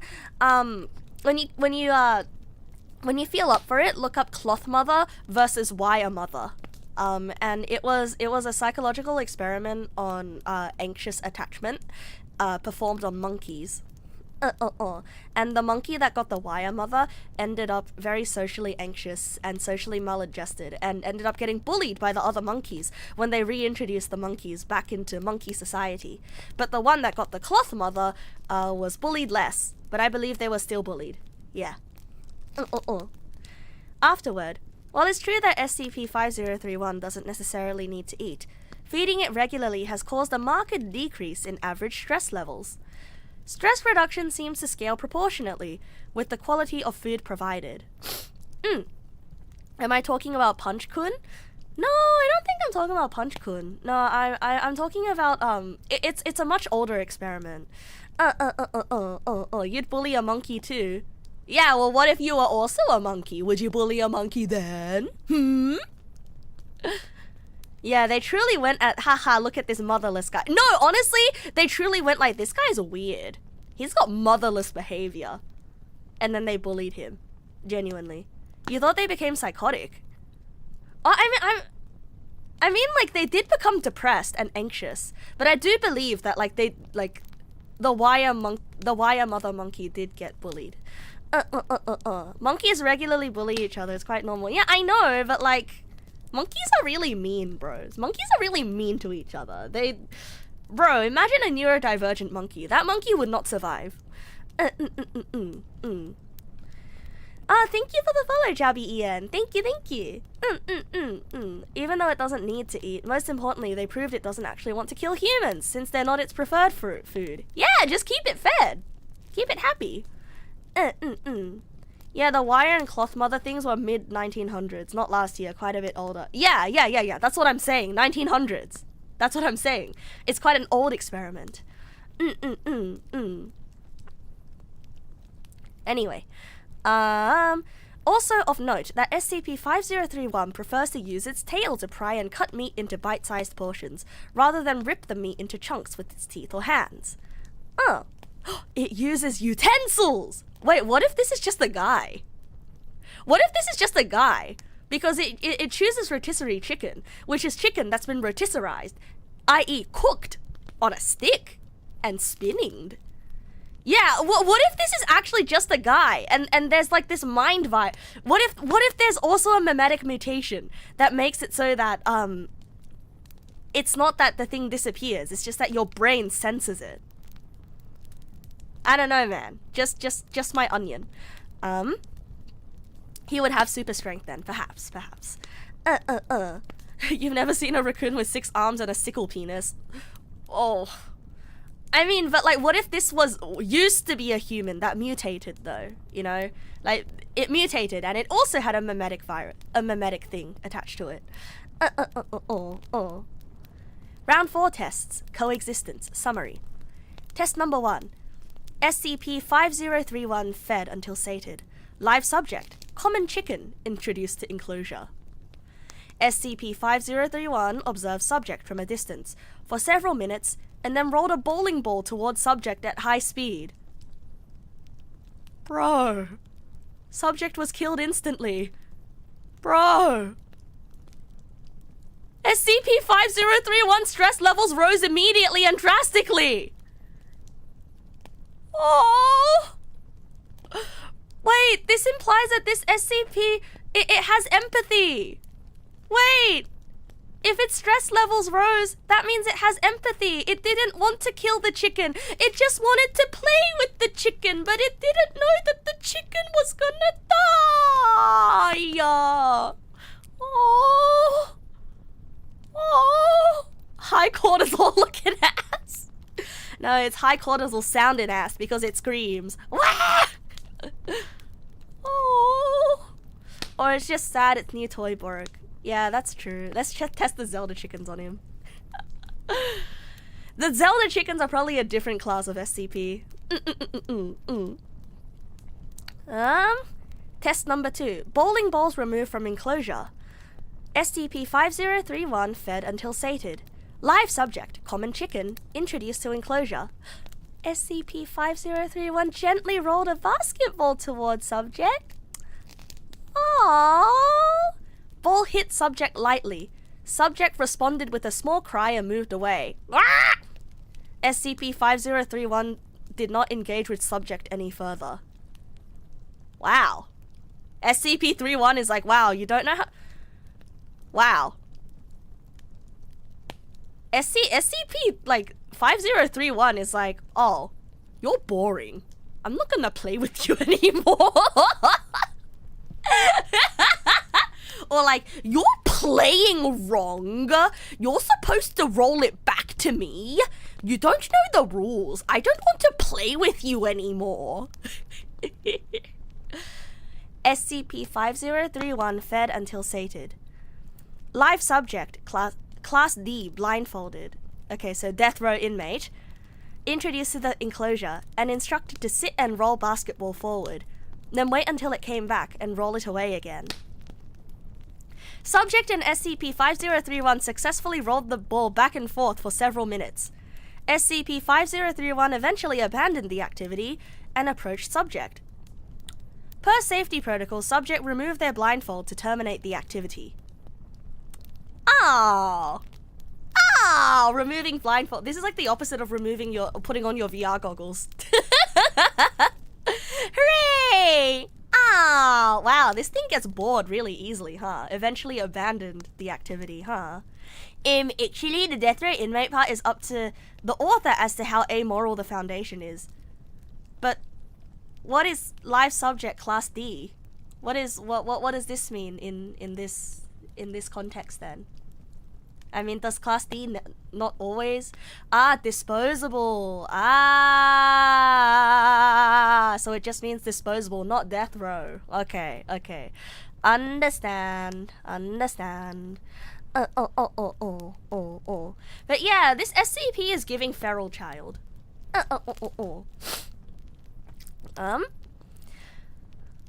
Test 4. SCP-5031 fed until sated. Live subject, Class D, introduced into the enclosure and instructed to toss a tennis ball at the wall. Let it ricochet behind them, then catch and repeat. Wow, you can do that while blindfolded? Damn, that takes some motor skills, bro. SCP-5031 stood behind subject and successfully engaged in a game of catch! Mimicking subject's action of letting ball ricochet against the wall! Test 4 lacks blindfolds. Because you're not looking at the creature, you're just doing... it's learning! Oh, cute. I don't think you want to be training this thing, though, because what if it kills you? What if it uses its training for evil? Afterward, SCP-5031's motor skills appear to be rapidly improving. Round 5 tests. Symbols. Summary. Forward. 5 LCD displays were fitted into the wall of SCP-5031's enclosure, each with a lit button and a food dispenser underneath. BF Skinner?! They're introducing Skinner boxes to the subject? Wait, to the SCP? Let's freaking go! For those of you who don't know, BF Skinner is the guy who was famous for conducting the tests with the rats and teaching them how to press boxes and for reinforcement training, I believe. You don't remember what article you read it on, but there was an article that brought up how the quantity of Class D compared to death row inmates is rather disproportional. So there's more Class D than there are death row inmates. Yeah, they've determined 5031 doesn't like having to kill people. Yeah! BF Skinner sounds like a yandere boyfriend. Yes, BF Skinner, boyfriend Skinner. Class D are just prisoners of the Foundation who are used in high-risk tests with the risk of death. Originally, they were death row inmates, but nowadays there are other sources, including cloning via other Oh, God. Oh, God. Oh, God, talk about unethical. Okay. Okay. Okay. 2 stations activated. Screen 1 displayed the image of a rock. Its button dispensed rocks. Screen 2 displayed the image of a rotisserie chicken. Hooray! Its button dispensed pieces of chicken. SCP-5031 poked at the image of a chicken for a few minutes and eventually hit the button. Chicken was dispensed until SCP-5031 was satisfied. Test 2. Screen displays and materials dispensed were swapped. SCP-5031 hit the button it hit the previous day and received a rock. Then it went to the other screen and hit the button to dispense a chicken. To dispense chicken. Hi, Noah. Hi, Noachu. Good evening. Welcome. The Foundation loses a massive part of its appeal as a fictional setting if they don't have unethical practices, which of course doesn't exclude them from being ethical. I know. I love morally grey foundations. Morally grey fictional foundations. Yeah, and the ethics committee probably doesn't do its job on enforcement, right? Test 3. Screen, displays, and materials dispensed were swapped back to their original positions and set to swap again at random intervals after first distribution. Result: SCP-5031 went directly to the button next to the image of a chicken. Experienced apparent confusion after first mid-distribution swap, but quickly learned to watch the images. They're learning! It's learning! Test 4. 3 more stations. Screens, buttons, dispensers were activated. 4 stations displayed the word rock and dispensed rocks. 1 station displayed the word chicken and dispensed chicken. Arrangement set to change randomly several times over the following days. Through trial and error, SCP-5031 determined which station dispensed chicken. SCP-5031 subsequently went to the station marked chicken whenever displays were swapped. I don't think it's learning how to read. I think it's learning this symbol equals the food I like. Like it's learning to look at the words as a picture. Test 5. All stations deactivated except 1. Screen displayed the word chicken. 7 wood blocks were set in front of the station, each marked with one of the letters in the word chicken. The station's button was set to remain unlit and inactive until the blocks were arranged in the correct order. SCP-5031 expressed apparent frustration, hitting the inactive button repeatedly and striking the wall with its tail. Oh, it's just so sad. You're moving a little too fast for this little guy. Yeah, you're moving a little bit too fast for it. You're bullying him. Oh. Test number 6. Same as previous test, but screen displayed the word chicken, with each letter overlaid on a photo of a woodblock. After 12 minutes, SCP-5031 successfully assembled the word chicken. Afterward, it can learn language, Yusef. It's learning, Yusef. Wait, what is this? What is this I'm feeling? I love the way that these tests are all constructed and all written chronologically so that you're going through the journey with the SCP. You know, you're going through the journey with it and you're like, oh, it's learning, hooray! Whereas first it started as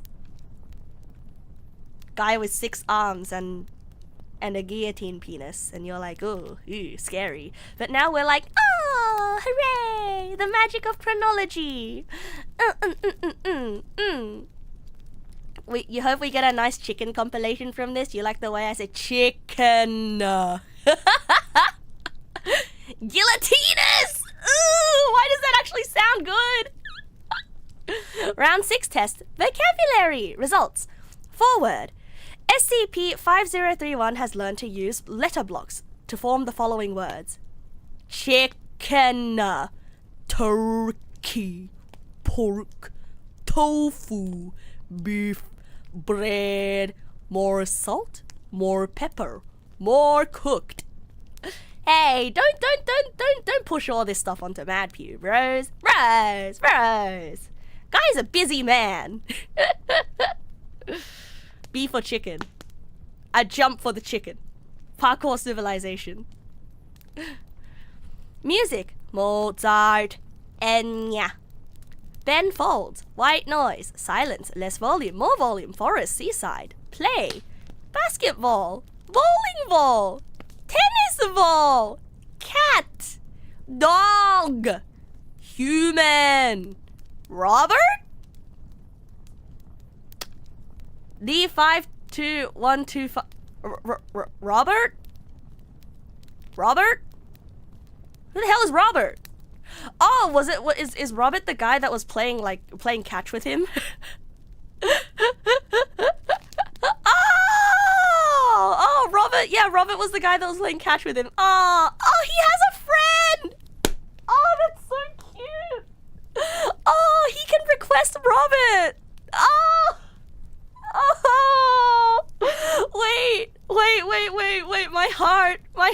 Oh, we can request Robert by using wood blocks. Oh, imagine if Robert just dies one day and he asks for Robert and then they can't provide Robert and it just starts screaming. Wah!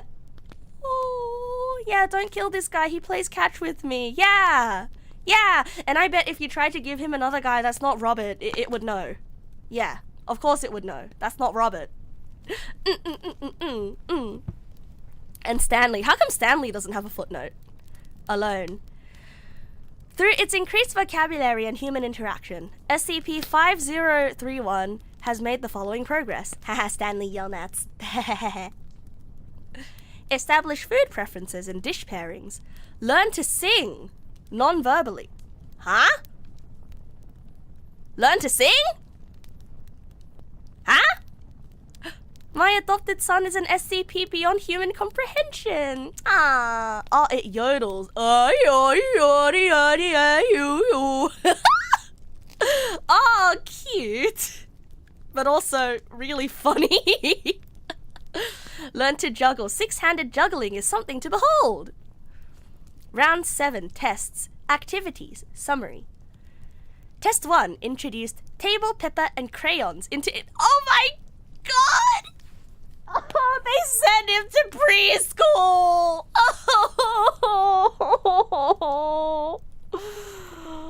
Oh, what the fuck? Wait, why does this... My heart is filled with such emotion. Oh.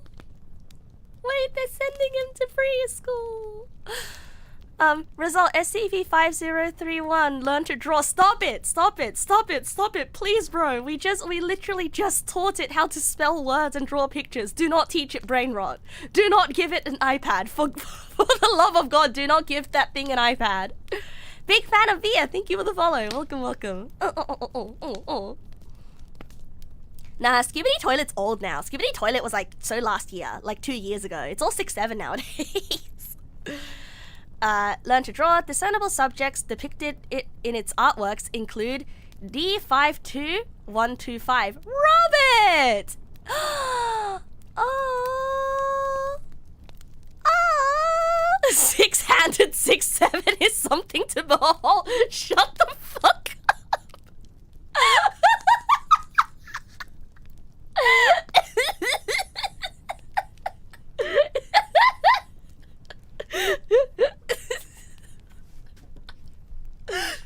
Wait, who's... Oh, it drew a picture of itself. Oh, a rotisserie chicken, a cat, and myself. Oh. Where did it learn what a cat looks like? Where did it learn what a cat looks like? How much longer for this SCP? Oh, just a couple more test reports. Just a little bit more. Not that much long to go.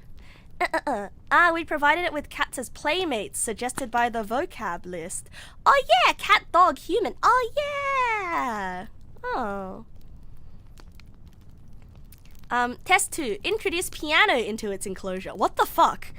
Live subject D52125 instructed to play chopsticks blindfolded and invite SCP-5031 to play along. Oh, Robert! Subject had time to practice beforehand. Result, SCP-5031 learned chopsticks in 2 days, though it appeared more interested in making its own original music, complete with vocals. These compositions might be considered crude by human standards. You shut the fuck up right now. My son is making music! My son is making music and it's original and it's beautiful! How dare you call it crude? SCP-5031 is in the mandatory piano lessons phase. Oh my god! Wait, that's so true. Wait, that's actually so true. It's going through all the stages of life that I feel like I've went through. And then it's gonna be forced to practice, and then one day it's gonna break the piano because it doesn't want to play the piano anymore. Like, mother, stop making me play the piano. I don't want to play the piano. SCP-5031 is an Asian child. Oh man, when are we gonna make it do mathematics? Did I also eat 3 entire rotisserie chickens before learning to read? You know what, you can ask my sister next time she's on stream, because I don't have memories. Yeah, probably. I ate an entire box of KFC Wicked Wings before learning to read. Test number 3. Introduce piano into enclosure, blah blah blah blah blah blah. Yep, okay. Test number 3. Introduce spice rack into enclosure. You're teaching it how to cook?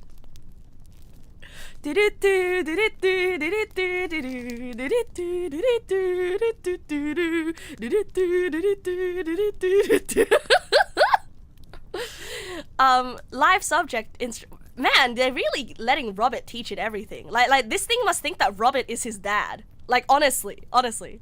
Live subject D52125 is instructed to demonstrate seasoning meats. Recycle mi cola original taste, acidity 1.5, see ingredients. Carbonated mi cola, caramel color, acidity regulated, natural flavor.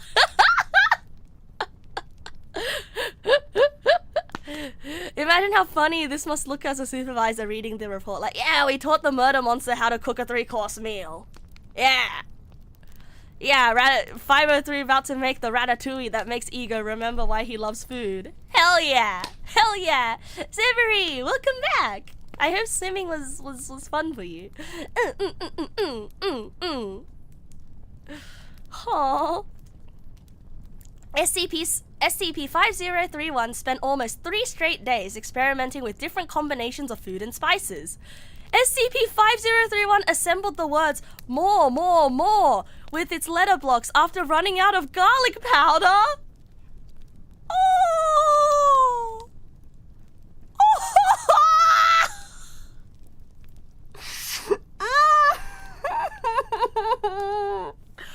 Oh, that's so precious. What the fuck? What the fuck? He has good taste and stinky breath. It loves cooking. Let's go. Yeah, they didn't give it fresh garlic. No. It doesn't. It needs to learn how to dice garlic, but with its tail, you know, with its appendage, it should be pretty good at dicing things. Afterword. SCP-5031 only engages with art and music when accompanied by Robert, but it continues to be preoccupied with food preparation even when alone. Mamma mia, mein Gott! SCP-5031 was born to be a chef! He was born to be the next Gusteau!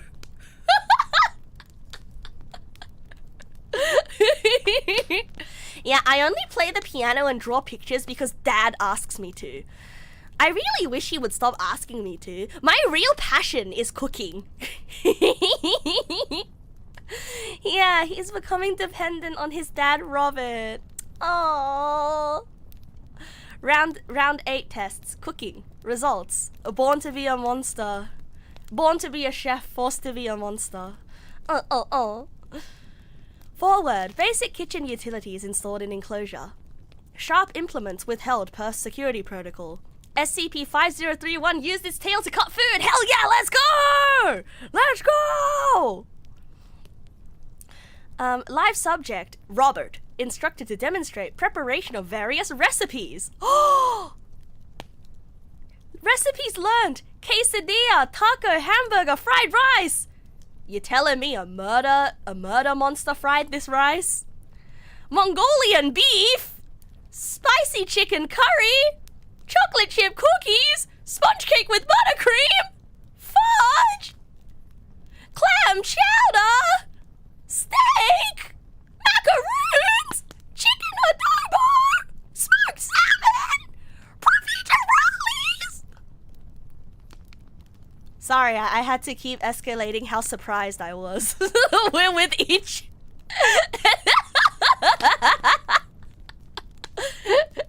Am I doing it because it cooks? What fuck? How did you know? How did you know that I was gonna say that?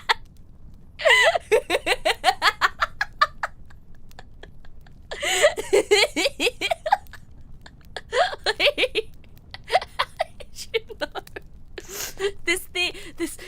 This murder monster cooks better than me. Now that I feel a certain way. Weather boy, thank you for the follow. Welcome back. Afterward, SCP-5031 has a severe peanut allergy. Eat shit.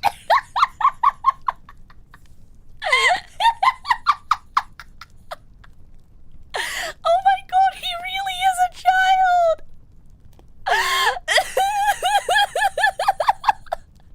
Dude, that's so precious. That's so cute. Okay, listen, I'm telling you. Wait, the theory that this guy might be a feral child that mutated might actually not be too far.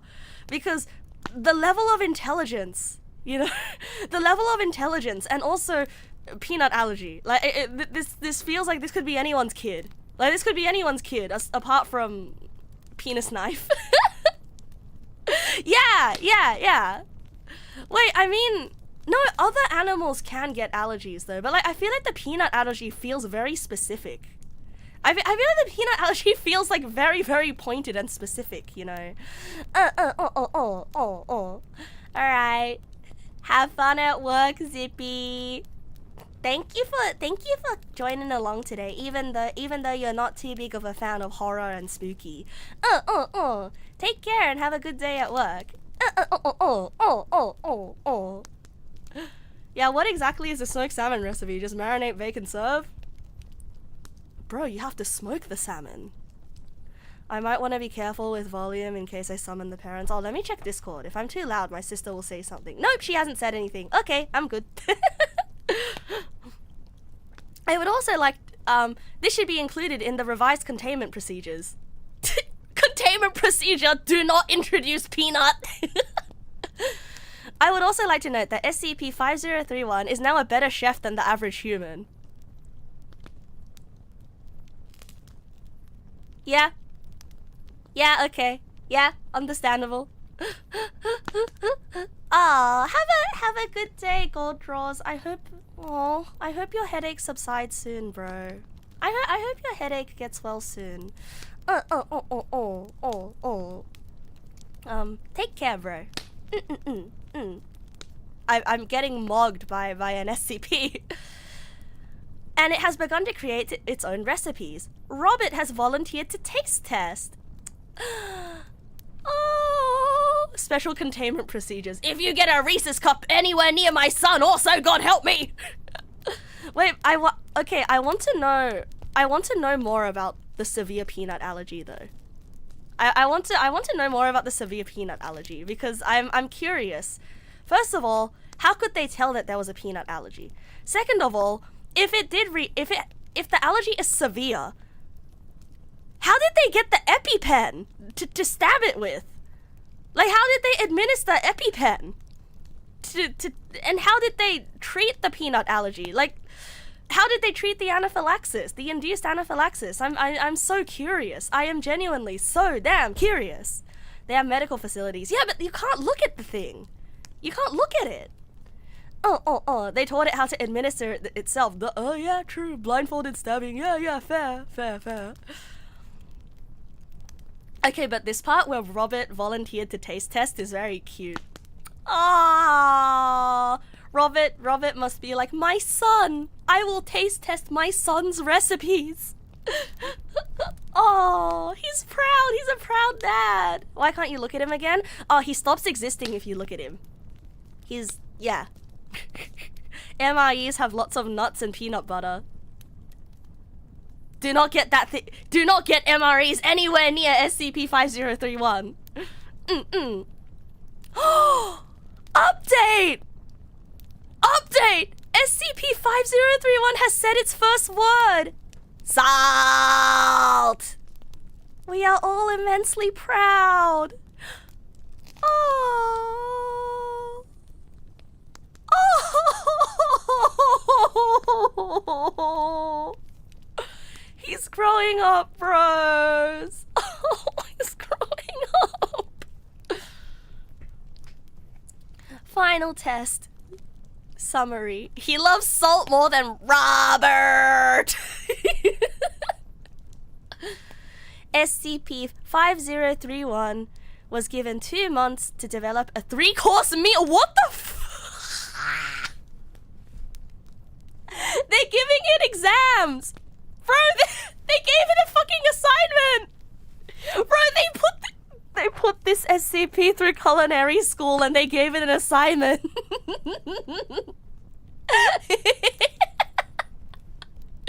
SCP-5031 was given 2 months to develop a 3-course meal to serve at the Biosite 59 cafeteria for personnel working over Thanksgiving. Its selections were as follows. First course, sweet potato turmeric miso soup. Second course, duck confit with apple cider glaze and cranberry compote topping, paired with butternut squash gnocchi on a bed of kale seasoned with truffle salt. Dude, what the fuck? Dude, what the fuck? Dude, what the fuck? Third course, a slice of spiced cassava pie topped with French vanilla ice cream and a maple hazelnut syrup. Dude, this all sounds really expensive. Dude, this all sounds incredibly expensive. You're telling me that they got like a 5-star kitchen and all these fresh, nice ingredients just... They just have all of it because the SCP asked for it because I need it for my craft. Money is no object to the Foundation. Okay, fair. That's true. That's true. Am I currently wobbling my legs? Hey, how can you tell? Is it because... Can you hear it? Can you hear me wobbling my legs? Or oh, you can see me shake. God damn it, bro. You can see me damn it. When the tracking is too accurate.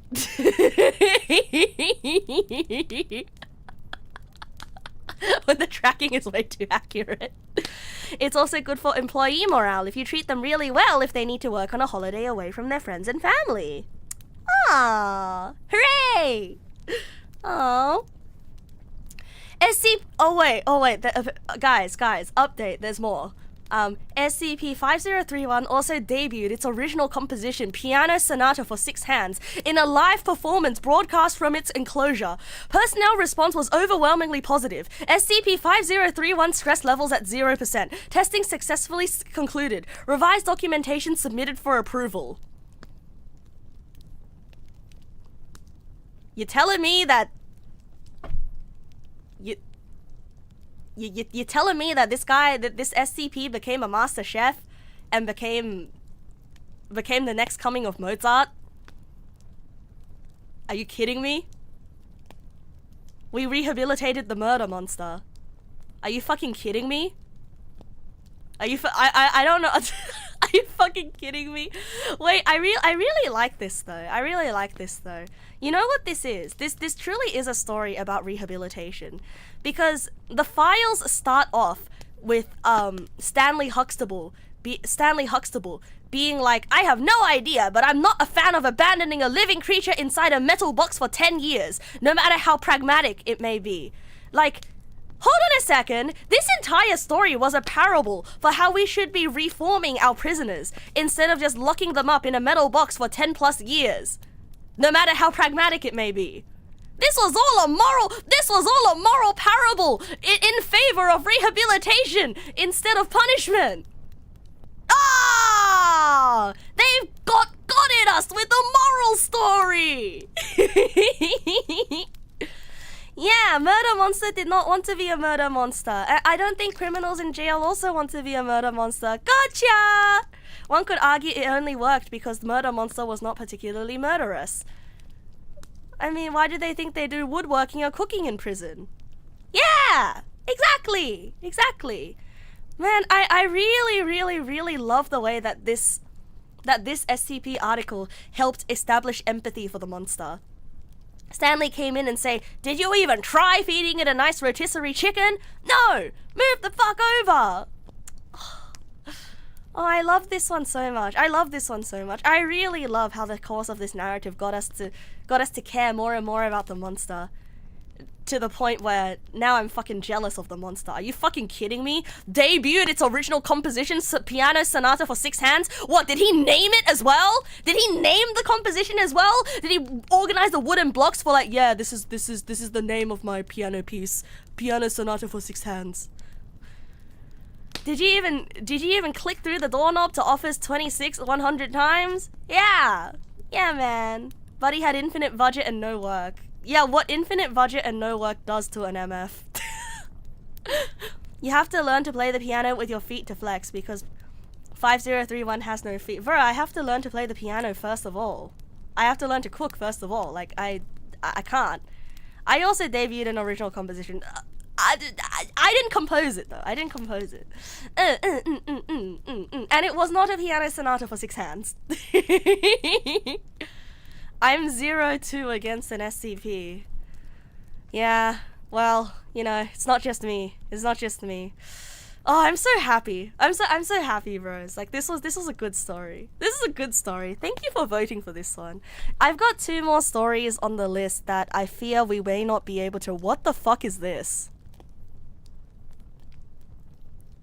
What the fuck? This is the next story, and it's called beep beep beep beep beep beep beep beep beep beep. Nasu, why aren't you more like your cousin, SCP-5031? Did you know your cousin SCP-5031 cooked a 3-course meal and also debuted his piano sonata for 6 hands? Why can't you be more like your cousin? Look at it carefully and think. Okay. Love this one. This one could be short. Okay. This is containment 2 dark black dot. Oh, this is SCP number 2521. Ah, I get it.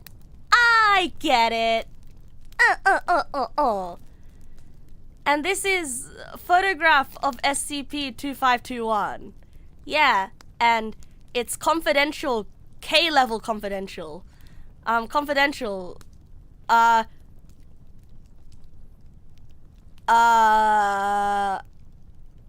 you cannot speak its name. Oh, it's Keter. Keter. 1 up from Euclid. Oh. Cannot be recorded in language. Oh. Oh, okay. Information on this SCP can be recorded in shapes.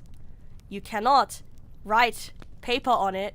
You cannot make digital copy. You cannot tell story about it. Oh, this one's Voldemort.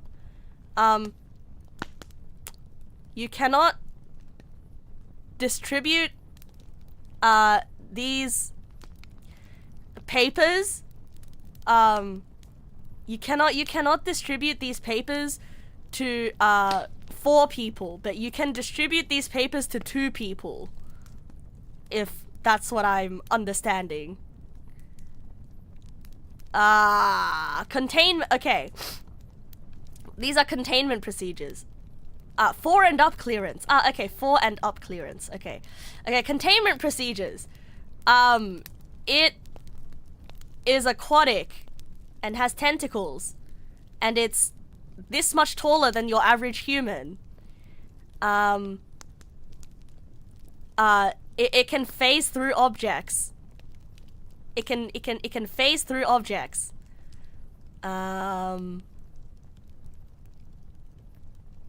Yeah. That's the description. And it does not understand pictures, but it can understand words. Yeah. Writing down checklist. Oh, okay, checklist on containment procedures. Use pictograms only. Okay. A, B. What? Oh, these are testing logs. Testing logs. Okay, pictures. What? Oh, it took the words away. Oh, it fell in love with the words. What? Look, it's got heart eyes. It means it's in love with words that depict it. And then it took the words, and then it ran away. Oh, that's its face? Oh, it's a monkey! It's a monkey! Oh! What? That's not its face. Yeah, that's not its face. That's a heart. D class asked to look at containment procedures while you're looking at here and write down with words. SCP appeared and took the paper, and it spooked the D class. Yeah, that's what I'm thinking. That's what I'm thinking. Yeah, any written or spoken information will be confiscated by the SCP. This is just another variant of Shy Guy. Except instead of killing you, it's just like, how dare you perceive information on me? Yeah, it was not in the room to begin with. Yeah, because it can phase through objects. Oh. And now the D class is instructed to describe the pictograms. And so it describes the pictograms, the SCP shows up, falls in love, takes them away, leaves. Yeah. This is SCP-2521. Hooray!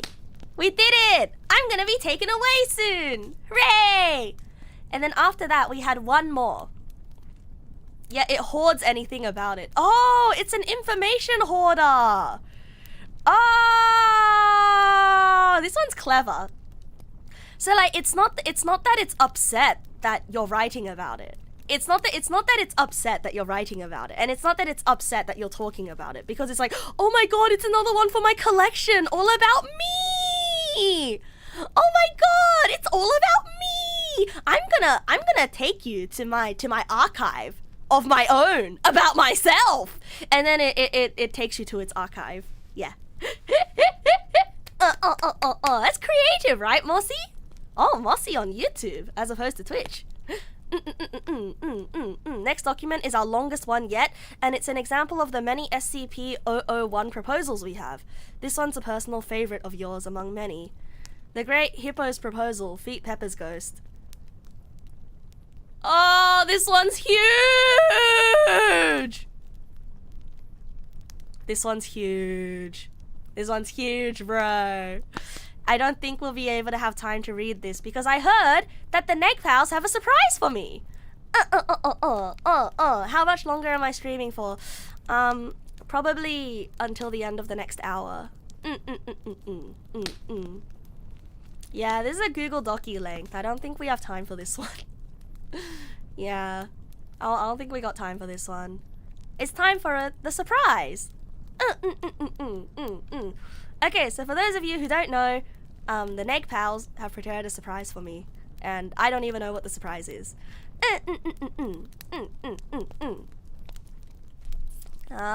So How do I begin? How do I access the surprise? How will happen? Where happen? Who happened? Okay, I'll give you a minute. Actually, I'm gonna go get a glass of water. Okay, I'm gonna go get a glass of water. Be right back. I think you wrote an SCP file for Real Dog. I think you made Real Dog into SCP.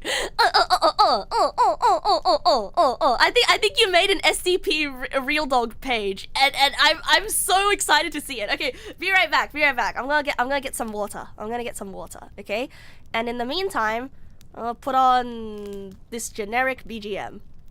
Yook. Alright, be right back.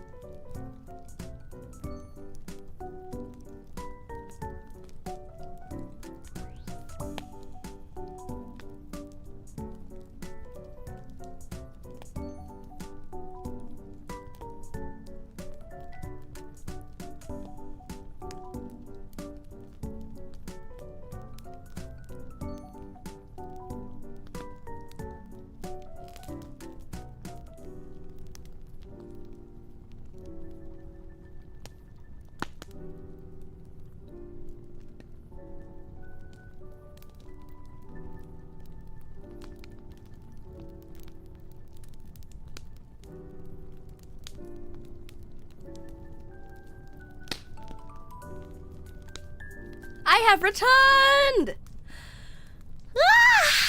Isn't the surprise supposed to take an hour? That's fine. I don't have a hard cap on how long I'm streaming tonight. It's just, you know, just a general wheelhouse because I don't have work tomorrow. Hooray! Alright. Now it is time to open the surprise. It's a Google Doc!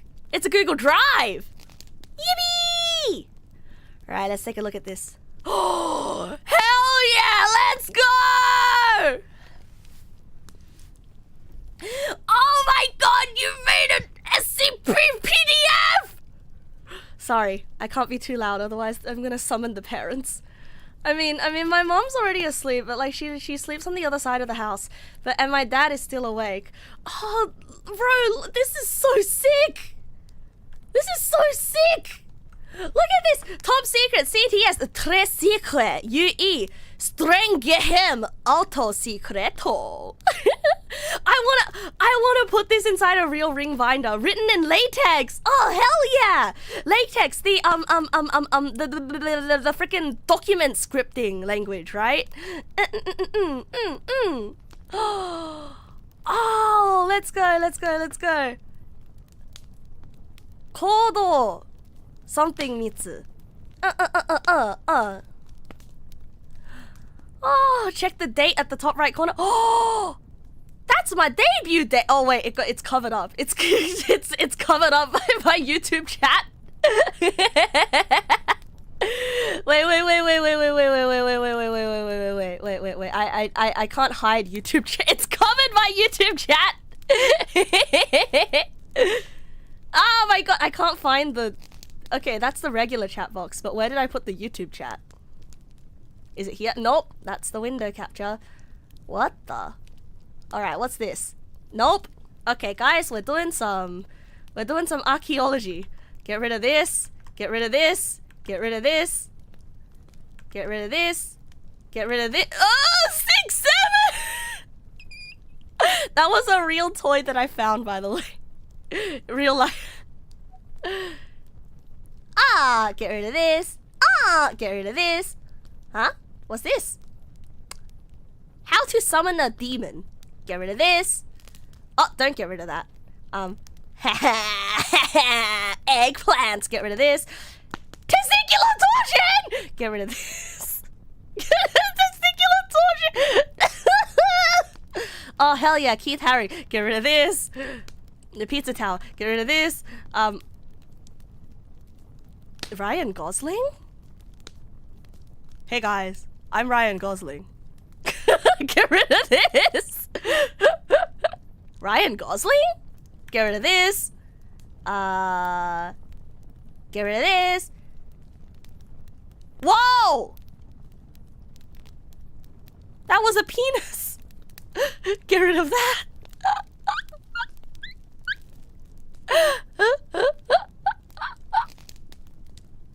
What the fuck is this? Get rid of it.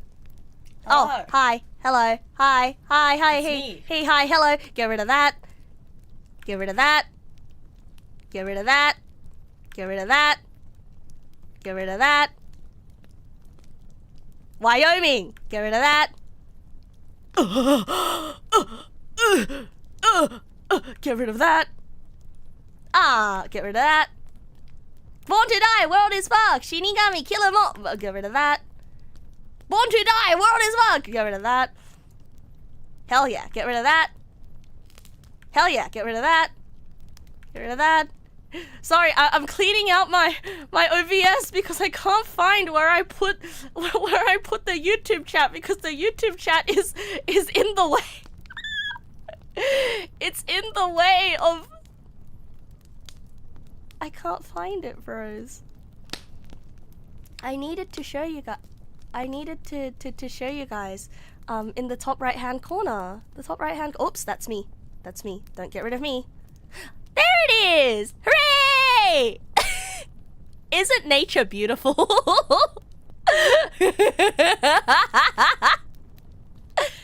Yeah, so that date in the top right hand corner, the 19th of December, that's my debut date. That's my debut date. Why did these just accumulate? Because after I show people things, after I put something on OBS to show you guys, I just kind of leave it there.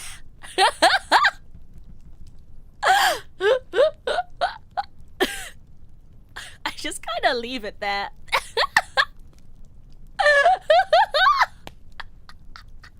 And then I hide it. And then I don't consider that maybe I need to get rid of it eventually. Oh, I just realized I could have just moved this so that you could see the top right hand corner. I didn't have to dig through all those assets.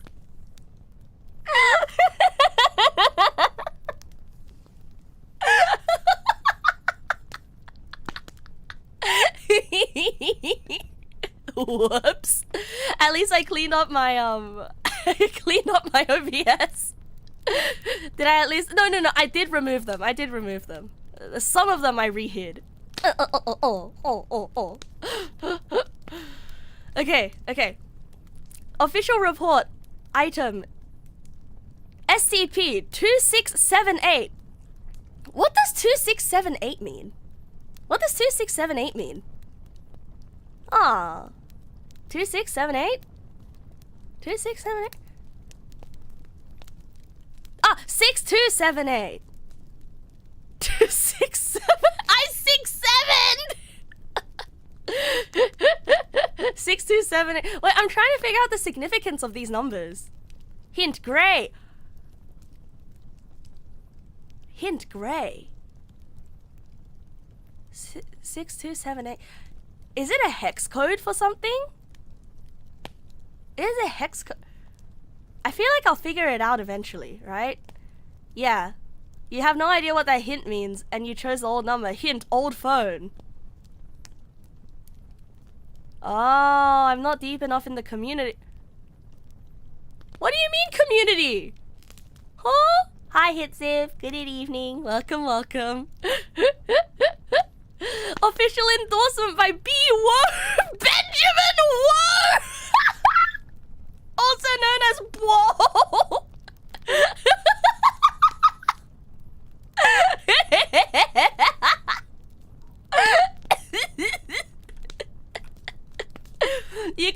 rely on. Whoa, that's a good one. That's a good one. Wait, Saya, you just remembered something. So the other day you told a streamer, this is the second time I witnessed a streamer learn and teach me about testicular torsion, and then they asked you who the first person was, and you mentioned me. And if people show up and acknowledge me as a testicular torsion VTuber, wait, thank you so much. Wait, thank you so much. Wait, that's so funny though. It would be so funny if somebody showed up and called me the testicular torsion VTuber with no context.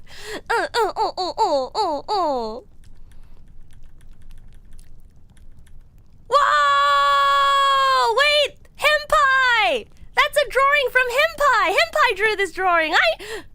Oh no! What are those buckets full of piss and shit? Oh!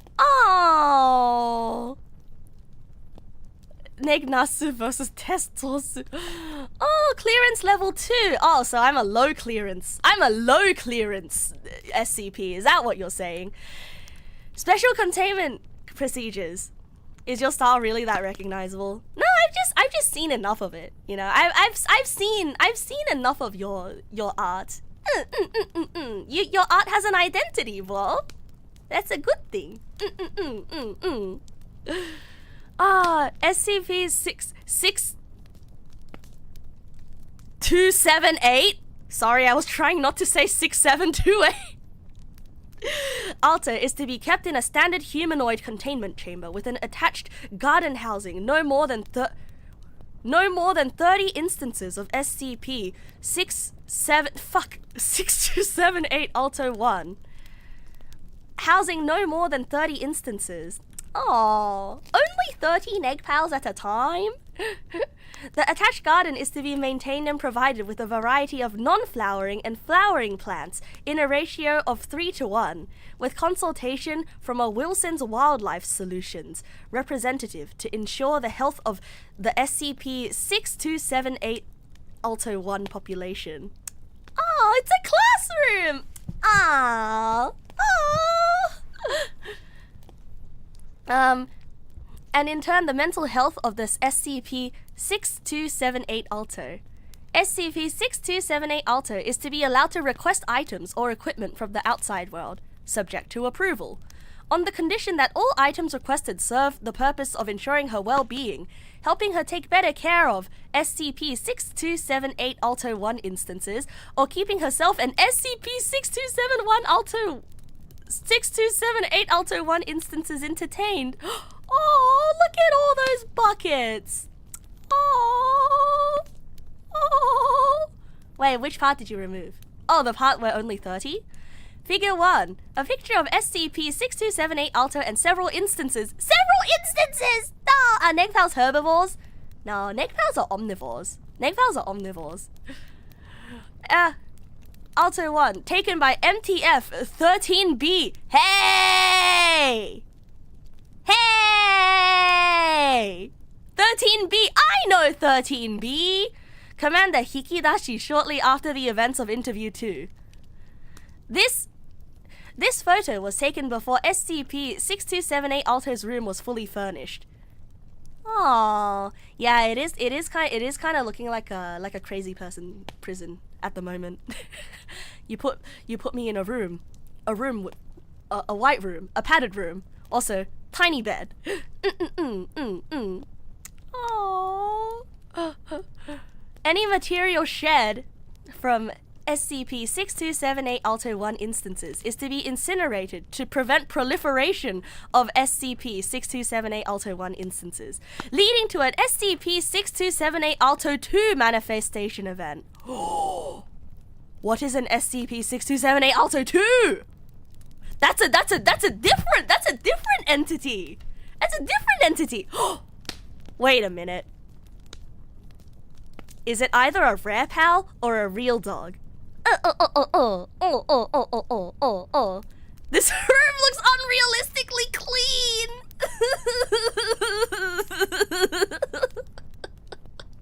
Okay, but considering it's in the facility, surely that there's a cleaner, this poor cleaner that's hired to like clean all the piss and shit.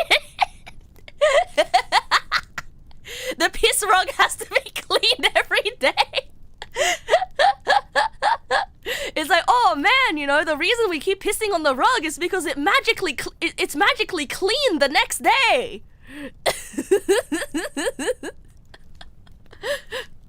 That's wild.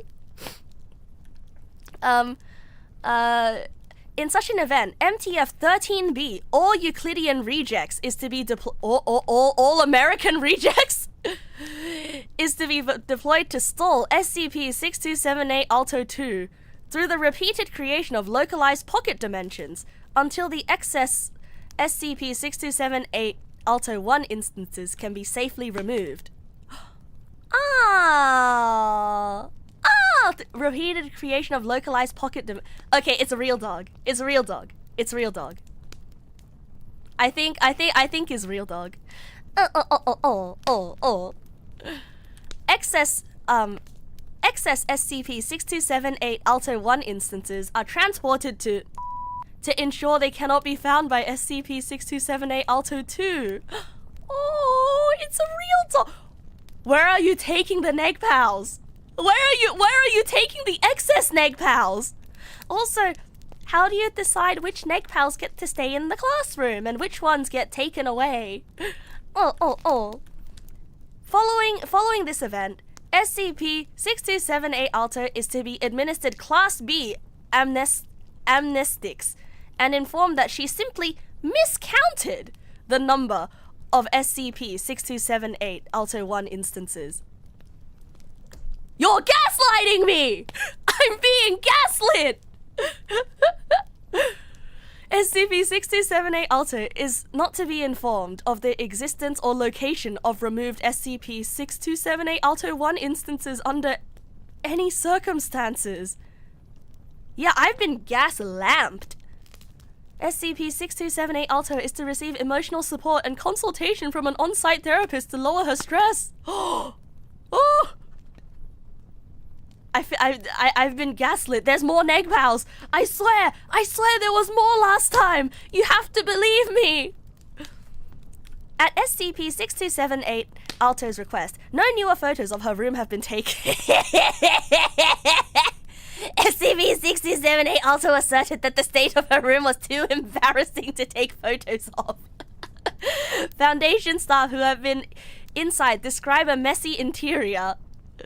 Note that while SCP-6278 Alto's privacy is to be respected to avoid causing unnecessary stress, she is not allowed to use it as an excuse to avoid regularly cleaning her bedsheets.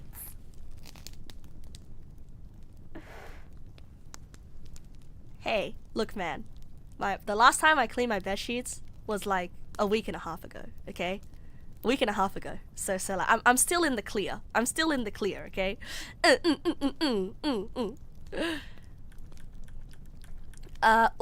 Clearance level 2. Oh yeah, we already read that. Stress levels back to a background minimum and discuss how to prevent repeat events. Description: SCP-6278 Alto. SCP-6278 Alto is a 20-year-old female of Asiatic descent known as. When SCP-6278 Alto interacts with any variety of flowering plants, the plants will grow at an advanced rate, but do not display any other anomalous effects until the flowers blossom. If SCP-6278 Alto is separated from the plants at this stage, the plants will blossom normally and cease to possess any anomalous effects. If contact between SCP-6278 Alto and the plant is sustained until the fruit sets, the fruit will become an instance of SCP-6278 Alto 1. Neg pals! Hooray! Wait, this implies that any plant can become a Oh! Wait, the Neg pal plants are actually weeds. I think Neg pal plants are weeds. I think they overrun the garden and they will kill any other plant. Yeah, anything that flowers gets turned into a Neg plant. Yeah, any flowering plant. Azoth, thank you for the resub. Welcome back. In. Night. Good night. Evening. Hi. Weeds, can you No! Weeds as in an infestation. A plant that is stupidly resilient.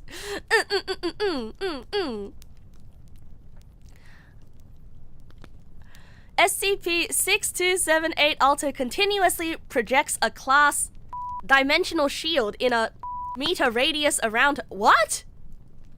I do?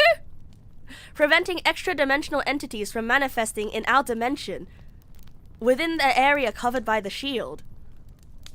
Oh... The strength of the shield appears to fluctuate depending on SCP-6278 Alto's belief in herself as the caretaker and protector as SCP-6278 Alto 1. Oh. Oh. Preventing extra-dimensional entities from manifesting in our dimension. I feel like I am failing to read. I feel like I'm failing to read. This was a later edition. It doesn't flow that. Okay, just go with it. Okay. The strength of the shield appears to fluctuate. SCP-67A Alto is known to struggle with low self-esteem. Fuck! And is quick to blame herself when things do not go. Fuck! This tends to result in the dimensional shield weakening when she is unhappy, stressed, or distressed. Wait. What is this dimensional shield? I thought like, at first I thought it was like a black hole that sort of prevents human interaction because it's like a hermit shield, but instead it's okay. The common causes of this include the presence of too many instances of SCP-6278 Alto 1. This may lead to SCP-6278 Alto feeling overwhelmed and worrying that she is not good enough to take care of so many SCP-6278 Alto 1 instances at once. Oh, it's true! It's true! There's simply too many! The presence of too few instances of SCP-6278 Alto 1. This may lead to SCP-6278 Alto worrying that the lack of SCP-6278 Alto 1 instances is a sign that she has failed her responsibility as their caretaker. Yeah, because if they're gone, where did they go? They must have died! I killed them! Probably. Okay, so I see. That's why they have to maintain the number 30, because that's the foundation has established that 30 is the ideal number. But yeah, that's also, as I was saying, the thing sitting in the bed doesn't seem to be a purple wolf. I'm sure this will be explained soon enough. Soon enough will be explained. The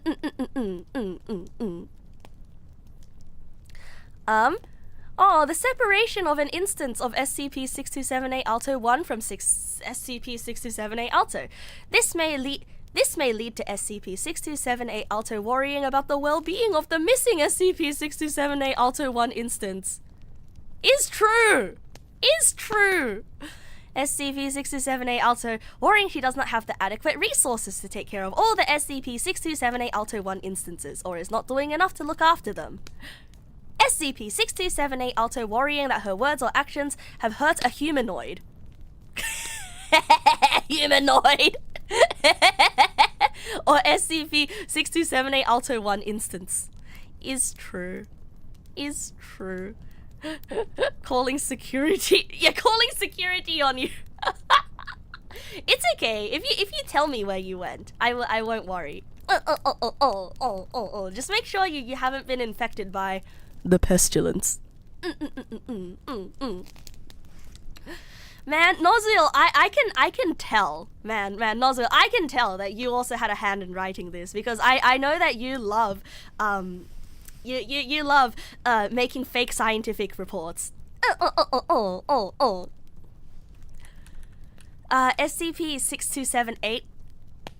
I didn't say 67 this time, right? 6278 Alto 1. SCP-6278 Alto 1 instances initially resemble a small white sphere with a smooth texture. Yeah, like an egg! As instances grow, they will gradually become covered in a faint purple. Other colors have been observed in some species of plants. However, no pattern has been found currently.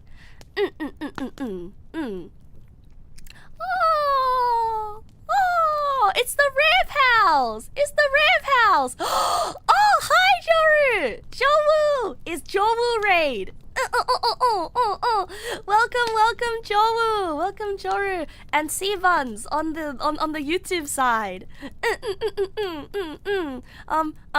Right now we're whoa! And also on the Twitch side, Van Ventures in Raid. Hi, Joru. Welcome. Shout out, Joru. Oh shit, Chrono Trigger. That's a classic. Oh hell yeah, that's a classic. Oh hell yeah, I've run out of words to say, but oh hell yeah, that's a classic. Man, I've been meaning to play Chrono Trigger for like more than 50% of my life, actually. More than 50% of my life, I've been meaning to play Chrono Trigger. And I've never gotten around to Chrono Trigger. Like, you're in the same boat? Yeah. Man, now that you've played Chrono Trigger, I feel inspired. Yeah, I'm gonna put it on my like ever expanding need to play list. Oh man, thank you for the raid though. Welcome, Buns. Welcome. Guys. So I was reading SCP. Very classic SCP stuff for the very first time, and because the Neg Pals, they heard that I didn't really know much about SCP and I only knew it peripherally, and so they curated a list of their favorite SCPs, and I read them today and also earlier this week. And this is a surprise. They wrote me an SCP. They made me an SCP. Look at this. Look at how cool this is, bro. Look at how cool this is. They made me an SCP file and I'm reading it. Bro, and there's so many pages. It's so fucking cool, bros. It's so fucking cool. They're insanely cool. And I'm reading through it now. Oh shit, I scrolled and I lost my spot. They turned me into an SCP. I'm 2678 Alto. I don't know what 2678 is. I mean, it's a gray It's a gray color. It's a color code, I think. It's a hex code, I think. 2678. I 67. Ah fuck. 6278. 6278. I'm not very no, it's not because of the 6-7. It's not because of the 6-7. It's because I don't read numbers well.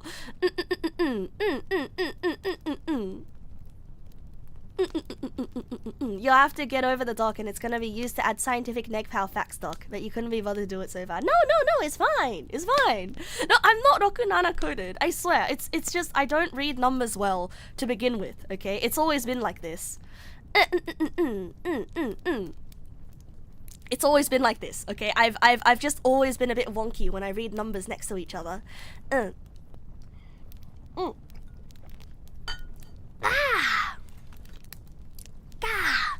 Alrighties. Fuzz. Oh. SCP-6278 Alto 1. SCP-6278 Alto 1 instances initially resemble a small white sphere with a smooth texture. As instances grow, they gradually become covered in a faint purple. Other colors have been observed in some species of plants, however no pattern has been found currently. Purple fuzz, which grows thicker and more pigmented throughout the growth cycle. After a period of approximately 13 days, and lasting a period of approximately 7 days, numerous growths will begin to appear on the surface of SCP-6278 Alto 1 instances. These growths begin to resemble anatomical features of Canis lupus wolves over the span of a week. A tail almost directly opposite of the stem, 4 legs located underneath the tail, 2 ears located directly next to the stem. Aww. Additionally, the flesh and seeds of SCP-6278,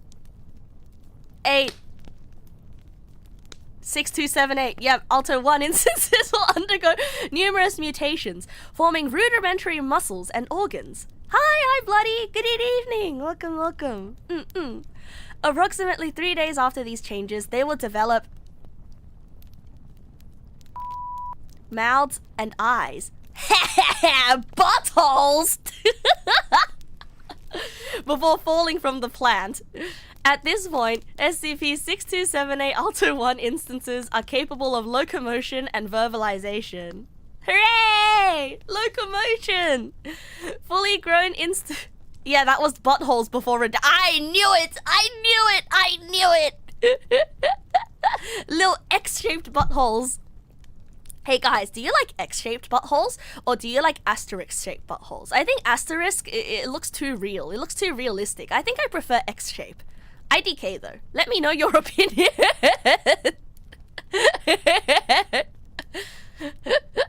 Fully grown instances of SCP-6278-1 typically have intelligence and behavior equivalent to a several-month-old puppy.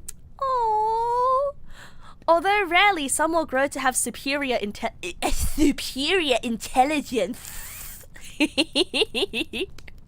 It's a very specific thing to have an opinion on. You'd be surprised. You'd be surprised, like on cartoon animals, okay? It's an aesthetic choice that every artist has to make when they draw cartoon animals. It's a conscious choice that is made as well.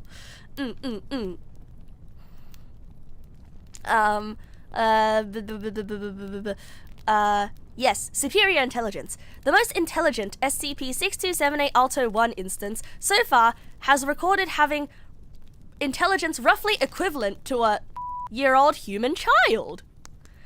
SCP-6278-1 instances play a significant role in keeping SCP-6278 happy and occupied. She is frequently observed playing with them, brushing their fur, cooking meals. Ah, yeah, the SCP universe is not the same as the real universe. And teaching more intelligence instances her favorite hobbies. Ah, SCP-6278. Why are we talking about butts? Because I guessed correctly that one of the redacted texts was buttholes.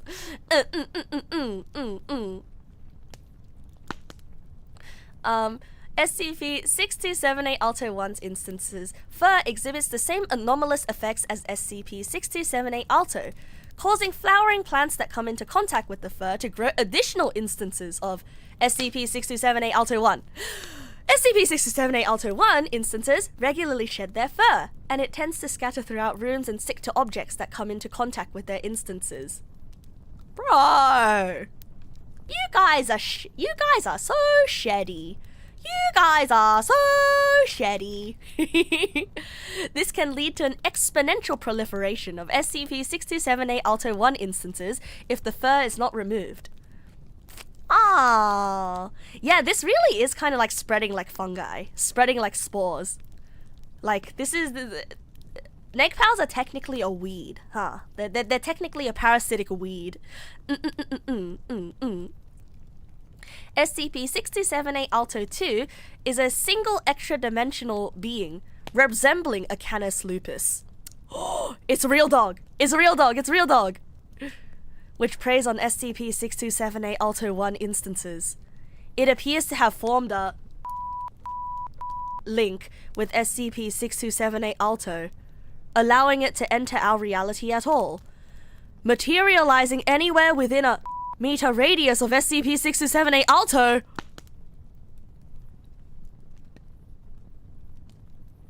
I'm the cause of real dog? Me? Oh! Due to the cross-dimensional nature of travel, SCP-6278-2 can only enter our reality when SCP-6278-'s dimensional shield is weakened. Oh! My stress levels cause real dog to show up? Wait, that's really scary. Wait, that's actually such a good explanation for keeping me happy. Wait. Eyes are blind upon first forming and have observed to take 20 to 30 days to completely adjust. Little blind blurry Neggpal eyes. Wait, you cooked with this one. You absolutely cooked. SCP-6278 Alto 2 is incapable of fully manifesting in our universe, with only a two-dimensional cross-section intersecting our reality, which has 0 width and is thus infinitely sharp. This gives SCP-6278 Alto the ability to pass through or cleave any matter it touches in our dimension. Holy shit. Wait, holy shit, you made Real Talk really scary. Oh shit. It's actually the world's sharpest knife. SCP-6278 Alto 2 exhibits extreme aggression towards instances of SCP-6278 Alto 1, and will terminate all fully grown instances within the area of its manifestation, as well as any entity attempting to prevent this. Holy shit! Sorry, when it uses the word terminate, it's really scary. Oh. If it is unable to find any instances of SCP-6278 Alto 1, it runs around in search of them. It gets more aggressive the longer it goes without finding one, and cleaves all matter it passes through while searching, causing substantial destruction. Oh. Okay. Good night, Minato. Thank you so much for being the deliverer of this, and also for putting together the video at the very start of this as well. Oh, this is so sick, bro. This is so sick. Have a wonderful night. Rest well.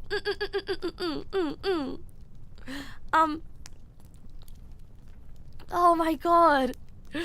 Due to SCP-6278 Alto 2's dimensional presence in our reality and ability to slice through any material with ease, it is extremely difficult and dangerous to contain once manifested. The termination of SCP-6278 Alto 1 instances also causes a significant distress for SCP-6278 Alto. Is true! Is very, very sad, further weakening her dimensional shield and making containment harder. Oh my god. Oh my god. Wait, that actually makes Real Dog really scary. That makes Real Dog really scary because its goal is to eat all the Neg pals, right? But the more it eats, the easier it gets to eat.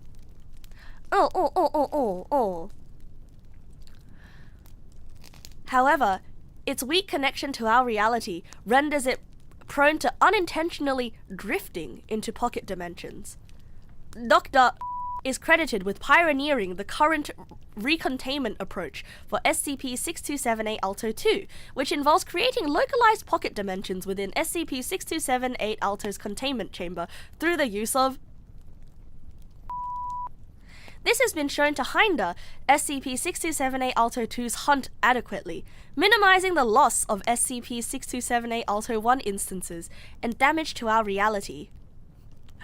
While personnel work with SCP-6278 Alto to increase the strength of her dimensional shield to levels capable of demanifesting SCP-6278 Alto 2. Oh my god, you know what this is? So, have you guys played Insaniquarium? Have you guys played Insaniquarium?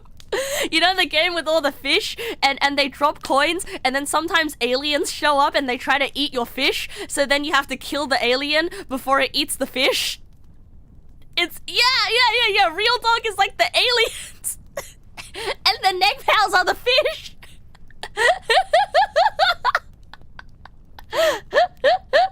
They come from a different dimension to eat your fish. Real Dog comes from a different dimension to eat the Neg pals. It all makes sense. Based on current evidence, it is theorized that, not the reference you were expecting, but you could make this into an Insaniquarium mod so easily. You literally just have to edit the sprite sheets. Based on current evidence, it is theorized that SCP-6278 Alto 2 is sapient, and the origin of most SCP-6278 Alto's abilities. What? Is sapient and the origin of most of my abilities? What? What? Wait! Real Dog is the demon! Is demon within me!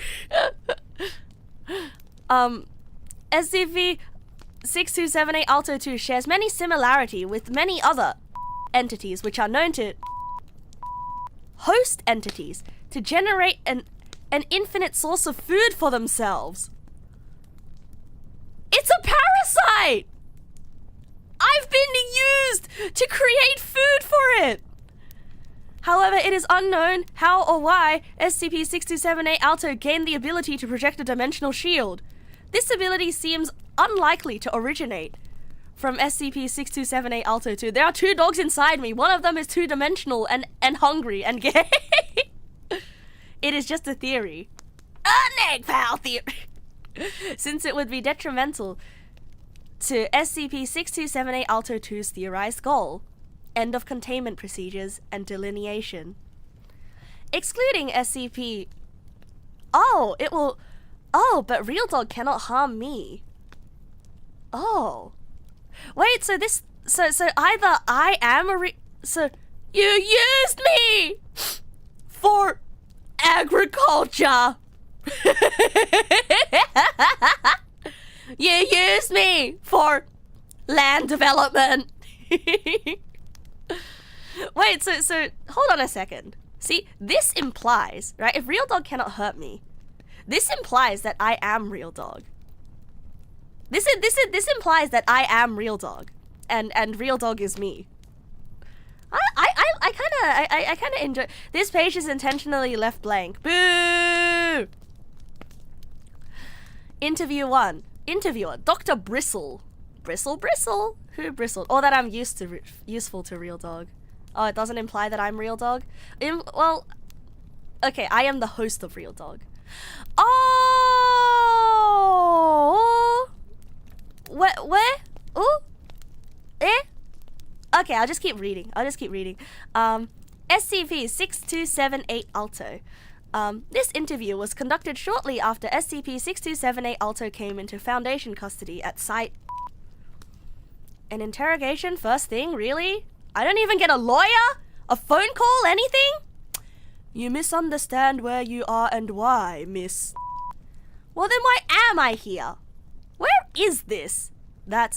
I swear to God, if you're about to tell me that's classified, like this is a movie, you're not entitled to the where.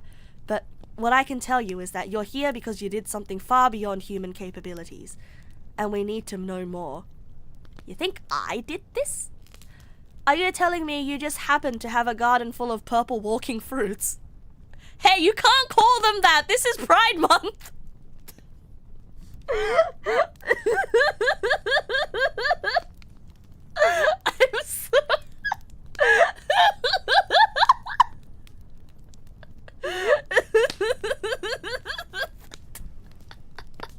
I'm so... I want to say I'm sorry, but I can't manage to get the words out.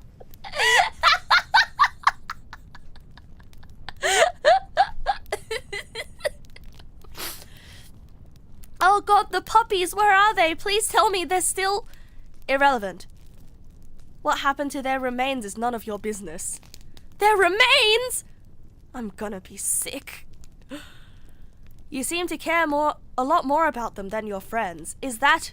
Of course I care about my friends! One of them lost an arm, for fuck's sake! I'm worried sick about her, obviously, but at least she's alive. The puppies, though, they're different. You can't so much as sit on one without... And is that why you lashed out at them? That wasn't me! It was the thing from that night. The wolf. You're expecting me to believe you make a bunch of wolf-shaped anomalies and then this other wolf anomaly isn't also you? Oh, there's two wolves inside you! For goodness sake, why does everyone think I created that thing? It attacked the puppies as well. The guys with big guns you sent to my house, they saw it. Such are the consequences of messing with things you don't understand. Look, miss, there's no point in... Please don't. Don't what? Just don't. At this point, SCP Alto 627 SCP-627 Alto's Hume levels. Hume levels? Humidity levels? Drop drastically and the room begins to shake.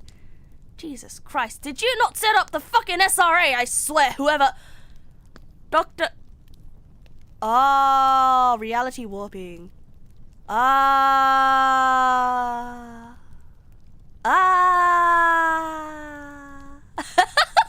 You were having a nice dream and it turned into Ed and Eddie characters explaining SCPs and talking about Insanaquaria.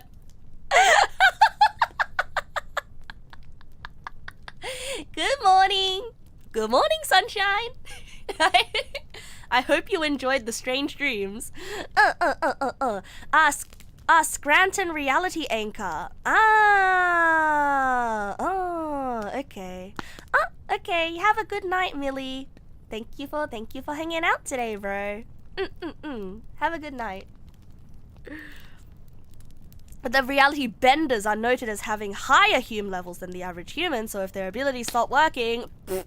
Oh. Jesus Christ, did you not set up the fucking SRA? I swear, whoever... Dr. Bristle is decapitated by a fast-moving purple streak, which begins cutting up the interview room. It takes hours for the Foundation staff to get things under control. SCP-6278 Alto remains in her chair, sobbing for the entire incident. What the fuck, bro? Real Dog is really scary. What the fuck, bro? It's just... It's... Okay, it must be really scary being...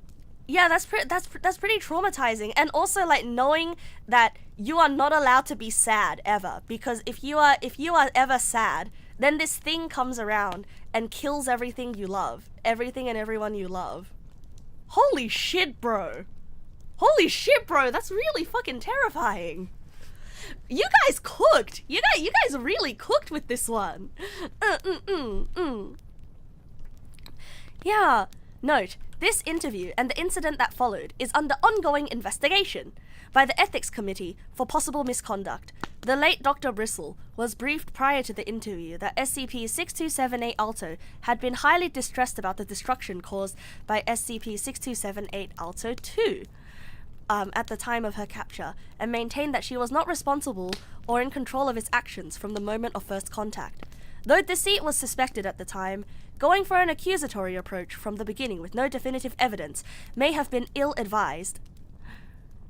Given the observed anxious nature of SCP-6278 Alto and how little we know about her abilities worked at the time, the accusatory approach tends to render already nervous interviewees uncooperative, and in some cases, results in tragedies, such as the unfortunate events of 20... The Foundation remains committed to improving workplace safety, and all staff are reminded to follow the appropriate interview protocols. Dr. Autumn! Autumn, Bristle, are all the doctors named after tree or nature type things? Hi, Greelson! Good evening! Welcome! Oh, Seventh God, thank you for the follow. Even after the strange dreams. Your headcanon, Dr. Bristle either watched too many cop dramas, was a former gawk. Gawk! I'm doing well. I'm reading an SCP, a custom SCP that was made for me by the Neg pals. Given the unfortunate incident that occurred during the first interview with SCP-6278 Alto, all further interviews were put on hold until site staff determined the core properties of SCP-6278 Alto's abilities. Through observation and measurement, and initial special containment procedures were established, SCP-6278 Alto was issued an apology for the accusatory behavior of Dr. Bristle during her first interview, and the traumatic events that followed. She was provided with requisite information on her situation, a full psychiatric evaluation, and access to an on-site therapist. Hooray! Dr. Autumn was specifically selected to conduct the second interview due to his experience, track record, and gentler interview style. Good morning, SCP-6278 Alto. Detective Warrior, thank you for the follow. Welcome, welcome. Do you have to call me that? Just to start the recording, Miss.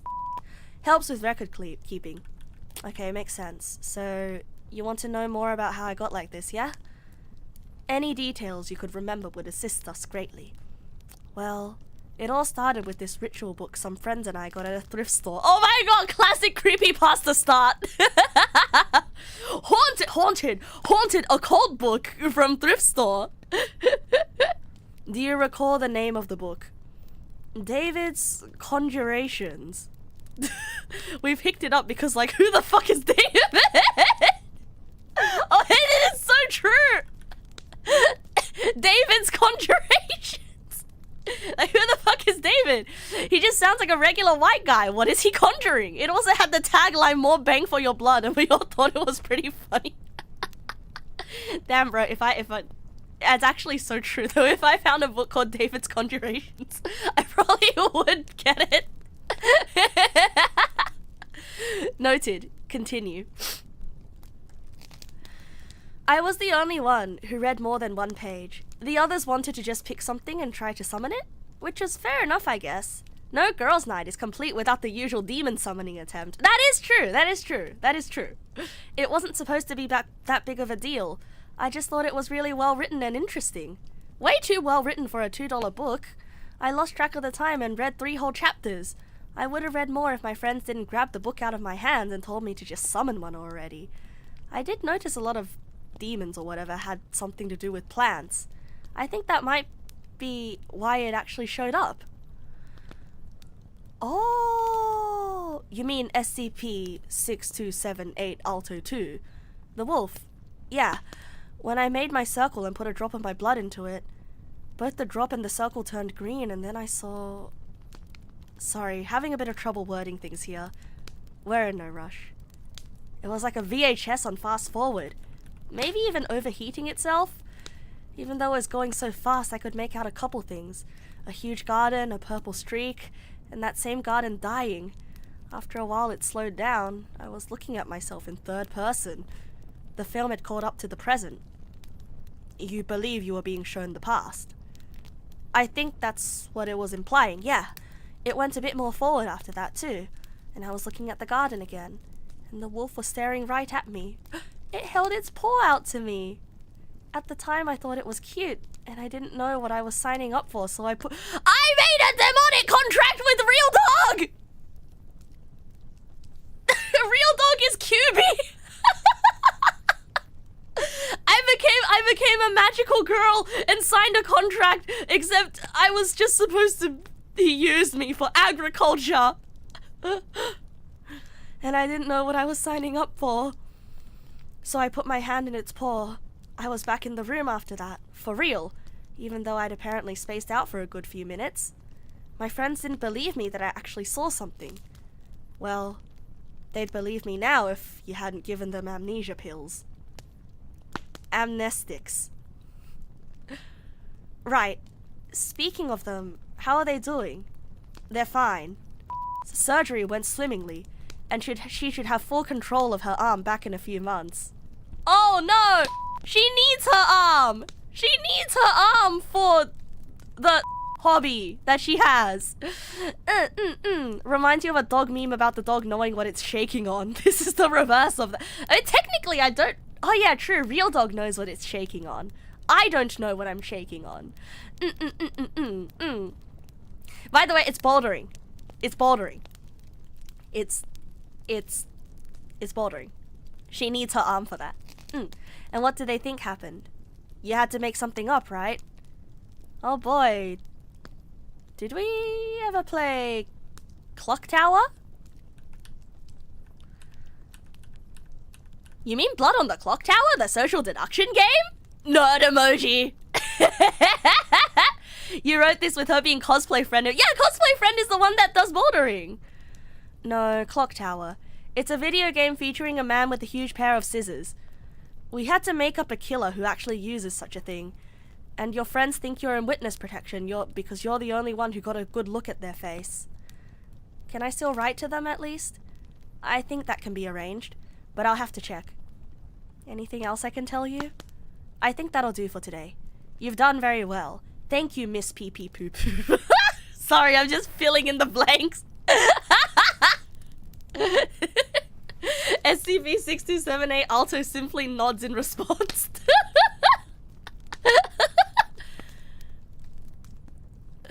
The book was later recovered, and its true title was found to be Davic Conjuration. Ah, man, wasn't David? Boo! Pee pee poo fart. You know, for a second, like if you if you summon Real Dog like that, you know, for a second, I thought that you named Real Dog David. I thought you named him David. Interview number 3. Dr. Autumn, SCP-6278 Alto. The Deva are one of the earliest created factions in SCP lore. They're all blood sacrifice and everything you don't want in a society. They're also noted as having anomalously good horticulture. Thank you. Thank you. Yeah, TY. Me too, Yarin. Thank you.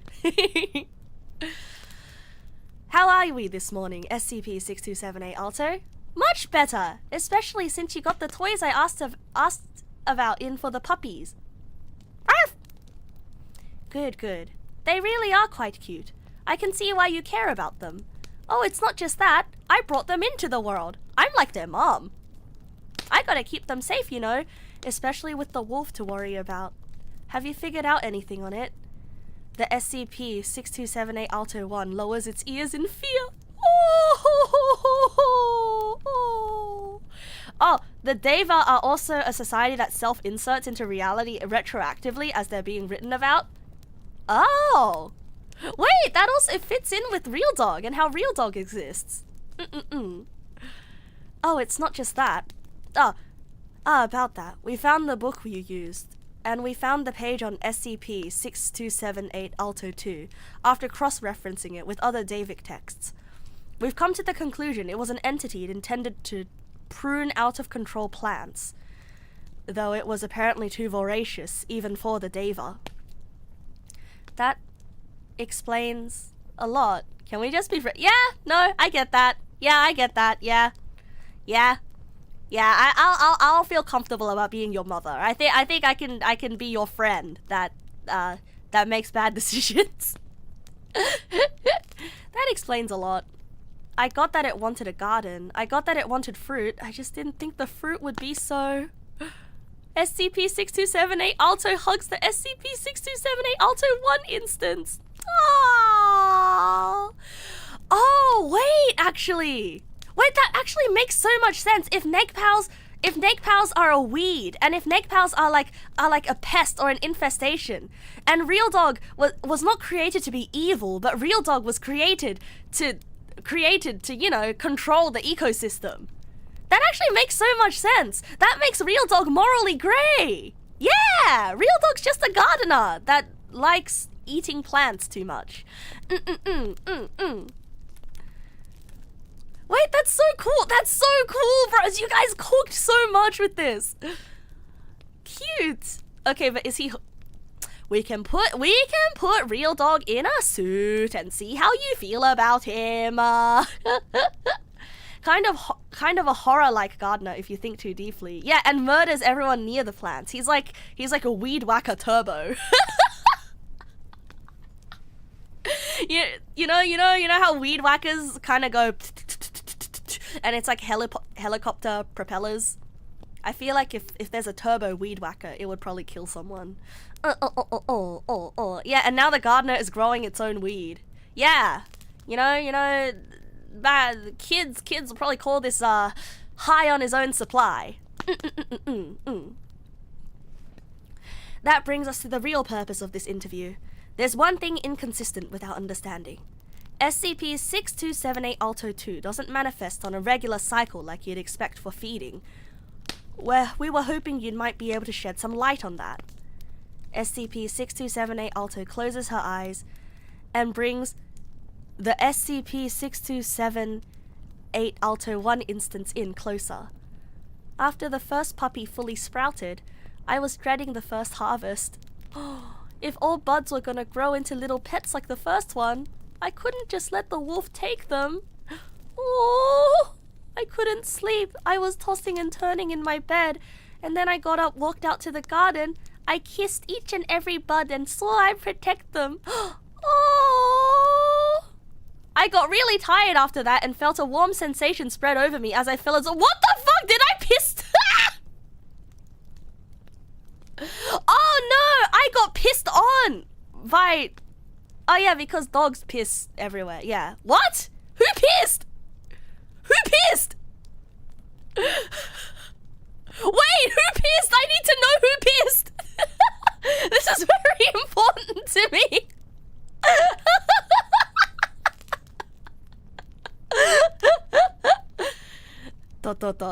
I'm sorry, did you— The sheets were dry in the morning! Oh, nobody pissed. Oh, nobody pissed. Nobody pissed. Oh yeah, the warm sensation was love and care. Oh yeah, that's when nobody pissed. Okay. Okay, just making sure, The piss insinuation was your suggestion. Very nicely done, little toothbrush. Very nicely done. Apologies. I believe you told us something very valuable here, Miss Pee-Pee Poo-Fart. I just have one more question. Yes, Doctor? Can I pet the little guy? Sure. SCP-6278 Alto holds the SCP-6278 Alto 1 instance out, and Dr. Autumn gently ruffles its fur, taking care to avoid the stem. Oh, because the stem is where the brain is. Ah. You know, I'm not decided about whether the stem pisses or if it's the brain. I think the stem is where the brain is. Yeah, the stem holds the brain. Don't pull the stem! End of interviews. This page is intentionally left blank. Credits! Woohoo! Hooray! Credits written by Little Toothbrush, Non-Existent Pumpkin, and Last Triceratops with the help and suggestions from other Neg pals in the community. Hooray!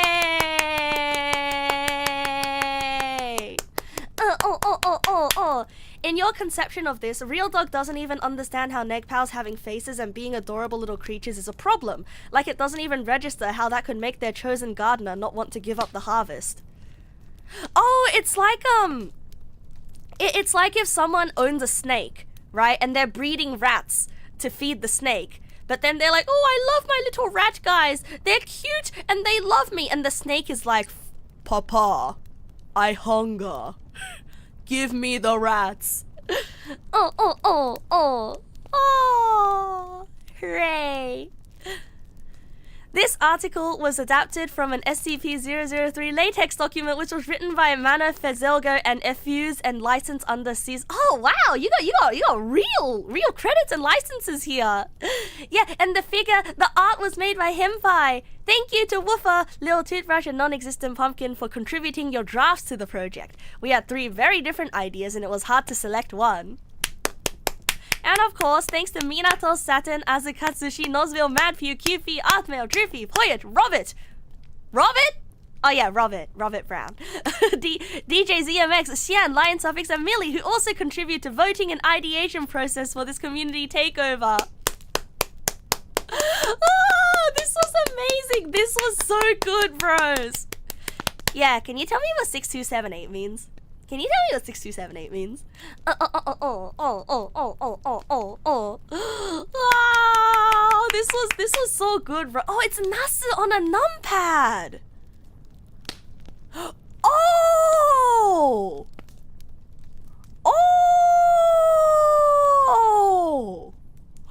that's so clever. Oh, that's so clever. 6278 67.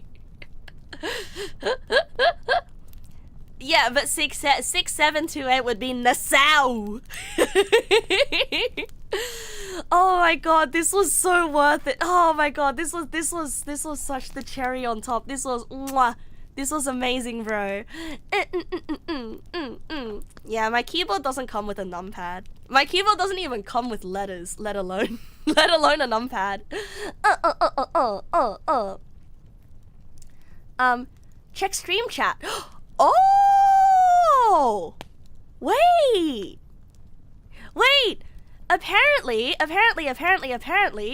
if you input the numbers as a hex code, it shows up as this color.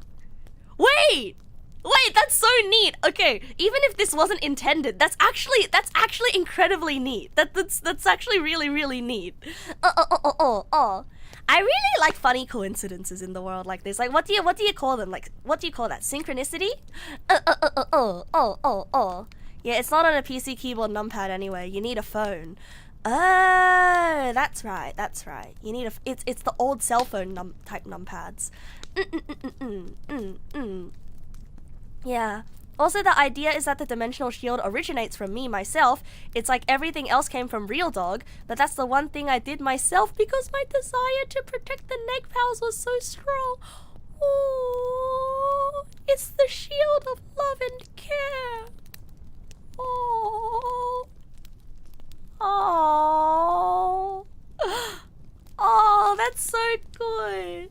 Oh, hooray. You decide to name the MTF after daily boxes, but was told you didn't make sense, so you called them all Euclidean rejects.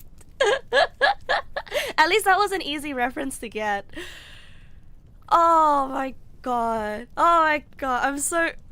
Oh, I need to print this out. I need to put this in a binder. I have to put this in a binder. Together like with the coloring book pages as well. I need to put this all in a binder.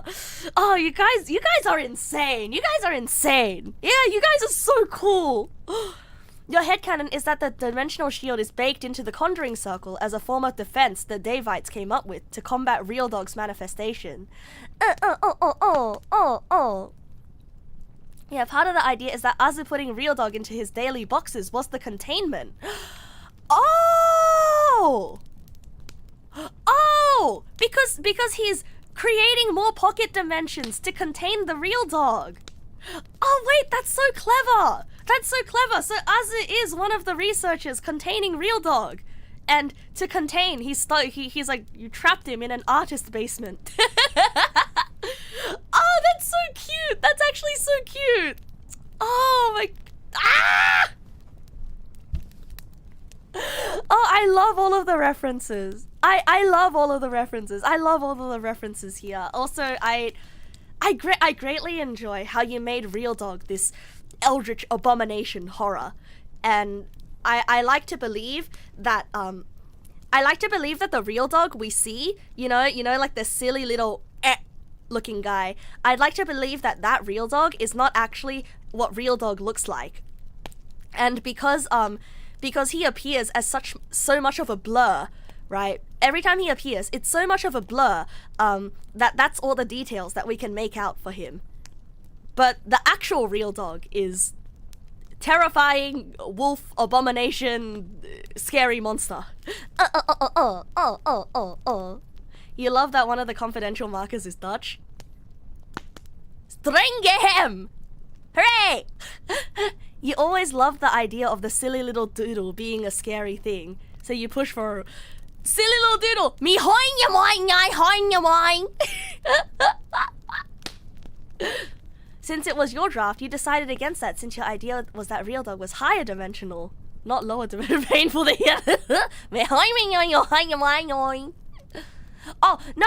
The mihoimi is a reference to Doodle Bob. Dr. Bristle is a toothbrush self-insert, and Dr. Autumn is a pumpkin self-insert. Ah! Oh, I should have known. Oh, that makes so much sense. Oh, fuck, pumpkin. Okay. You could have named him Dr. Gord. I would have gotten the reference.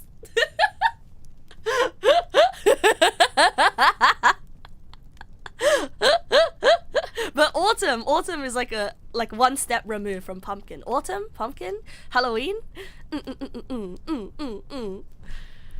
Bros, this was insanely cool. This was 500 begongagillion levels of cool. Oh, you really outdone yourself this time. I have no idea how to express how happy I am with this. Thank you so much for putting this together, bros. Thank you so much. Like, I didn't think that you guys would make Neggpal takeovers this high effort. You know, I didn't think it would be this high effort. I genuinely thought it would literally just be like, hey Neg, today we want you to play this game. Or hey Neg, here's some Reddit stories for you to read. You know? You think it's funny how it turned out that way too, since your idea of the Foundation is leaning towards unethical, but Pumpkins is charitable, that was unintentional. And then they killed you for it. They made you a gawk. A gawk agent. It was Nozio's suggestion to make it with latex, and you volunteered to do the formatting since you had practice with latex from thesis stuff. And it worked out so well! Oh, this is so cool. I already read Reddit in my friend. Yeah, that's true. Yeah, that's true. I would have probably already known the stories that you would send me. Yeah, thank you guys so much for compiling all these stories, these SCP stories, and for writing me one as well, bros. Like, now that I know about SCP, it's time for me to dive into the rabbit hole on my own. Thank you so much for this introduction to SCP, bros. Thank you so much. Oh man, I honestly couldn't have wished for it to be any different. It's amazing to explore all of these classic stories, you know, all these classic stories that a lot of you guys might have already heard, and sort of getting to read them, you know, and being guided all the while by you guys. Oh, thank you, Mighty Boy, for the gift subs. Thank you. Oh, thank you, bro.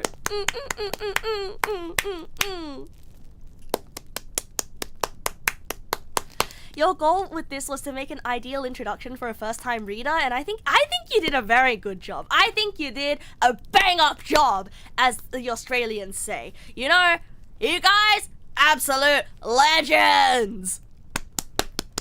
Absolute legends!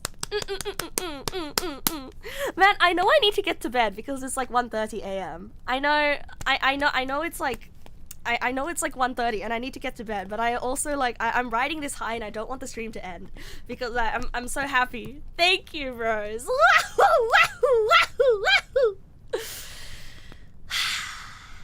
But I do have to go to bed, don't I, bros? We specifically picked a mix of popular and niche ones and made sure you included at least one of each from Safe, Euclid, and Keter. I need sleep. And this is just a foot deep dive into the SCP universe. There are so many other people of interest, tales, and groups in the universe we could go into. Oh,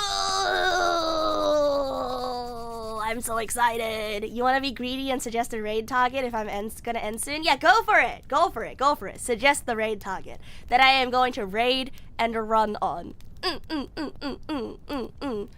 Unrelated to takeover, could I find the time to get back to the month-old message? Fuck, you're right. I mean, I've got nothing to do tomorrow. I might as well make it a day where I go over month-old messages and restaurant. I can't wait to get back to stream again tomorrow. Tomorrow is a Half-Life stream. So I'm excited for that as well. Yeah, Half-Life tomorrow. Hooray! Alright, bros. Let me raid out into Messi, like the soccer player. Good night, bros. I'll see you guys tomorrow. It would be a shame if it got delayed again, but I don't think it will. Because I don't have a driving test tomorrow, and I don't think anyone's gonna yell at me tomorrow. And even if they do, I probably won't cry very hard.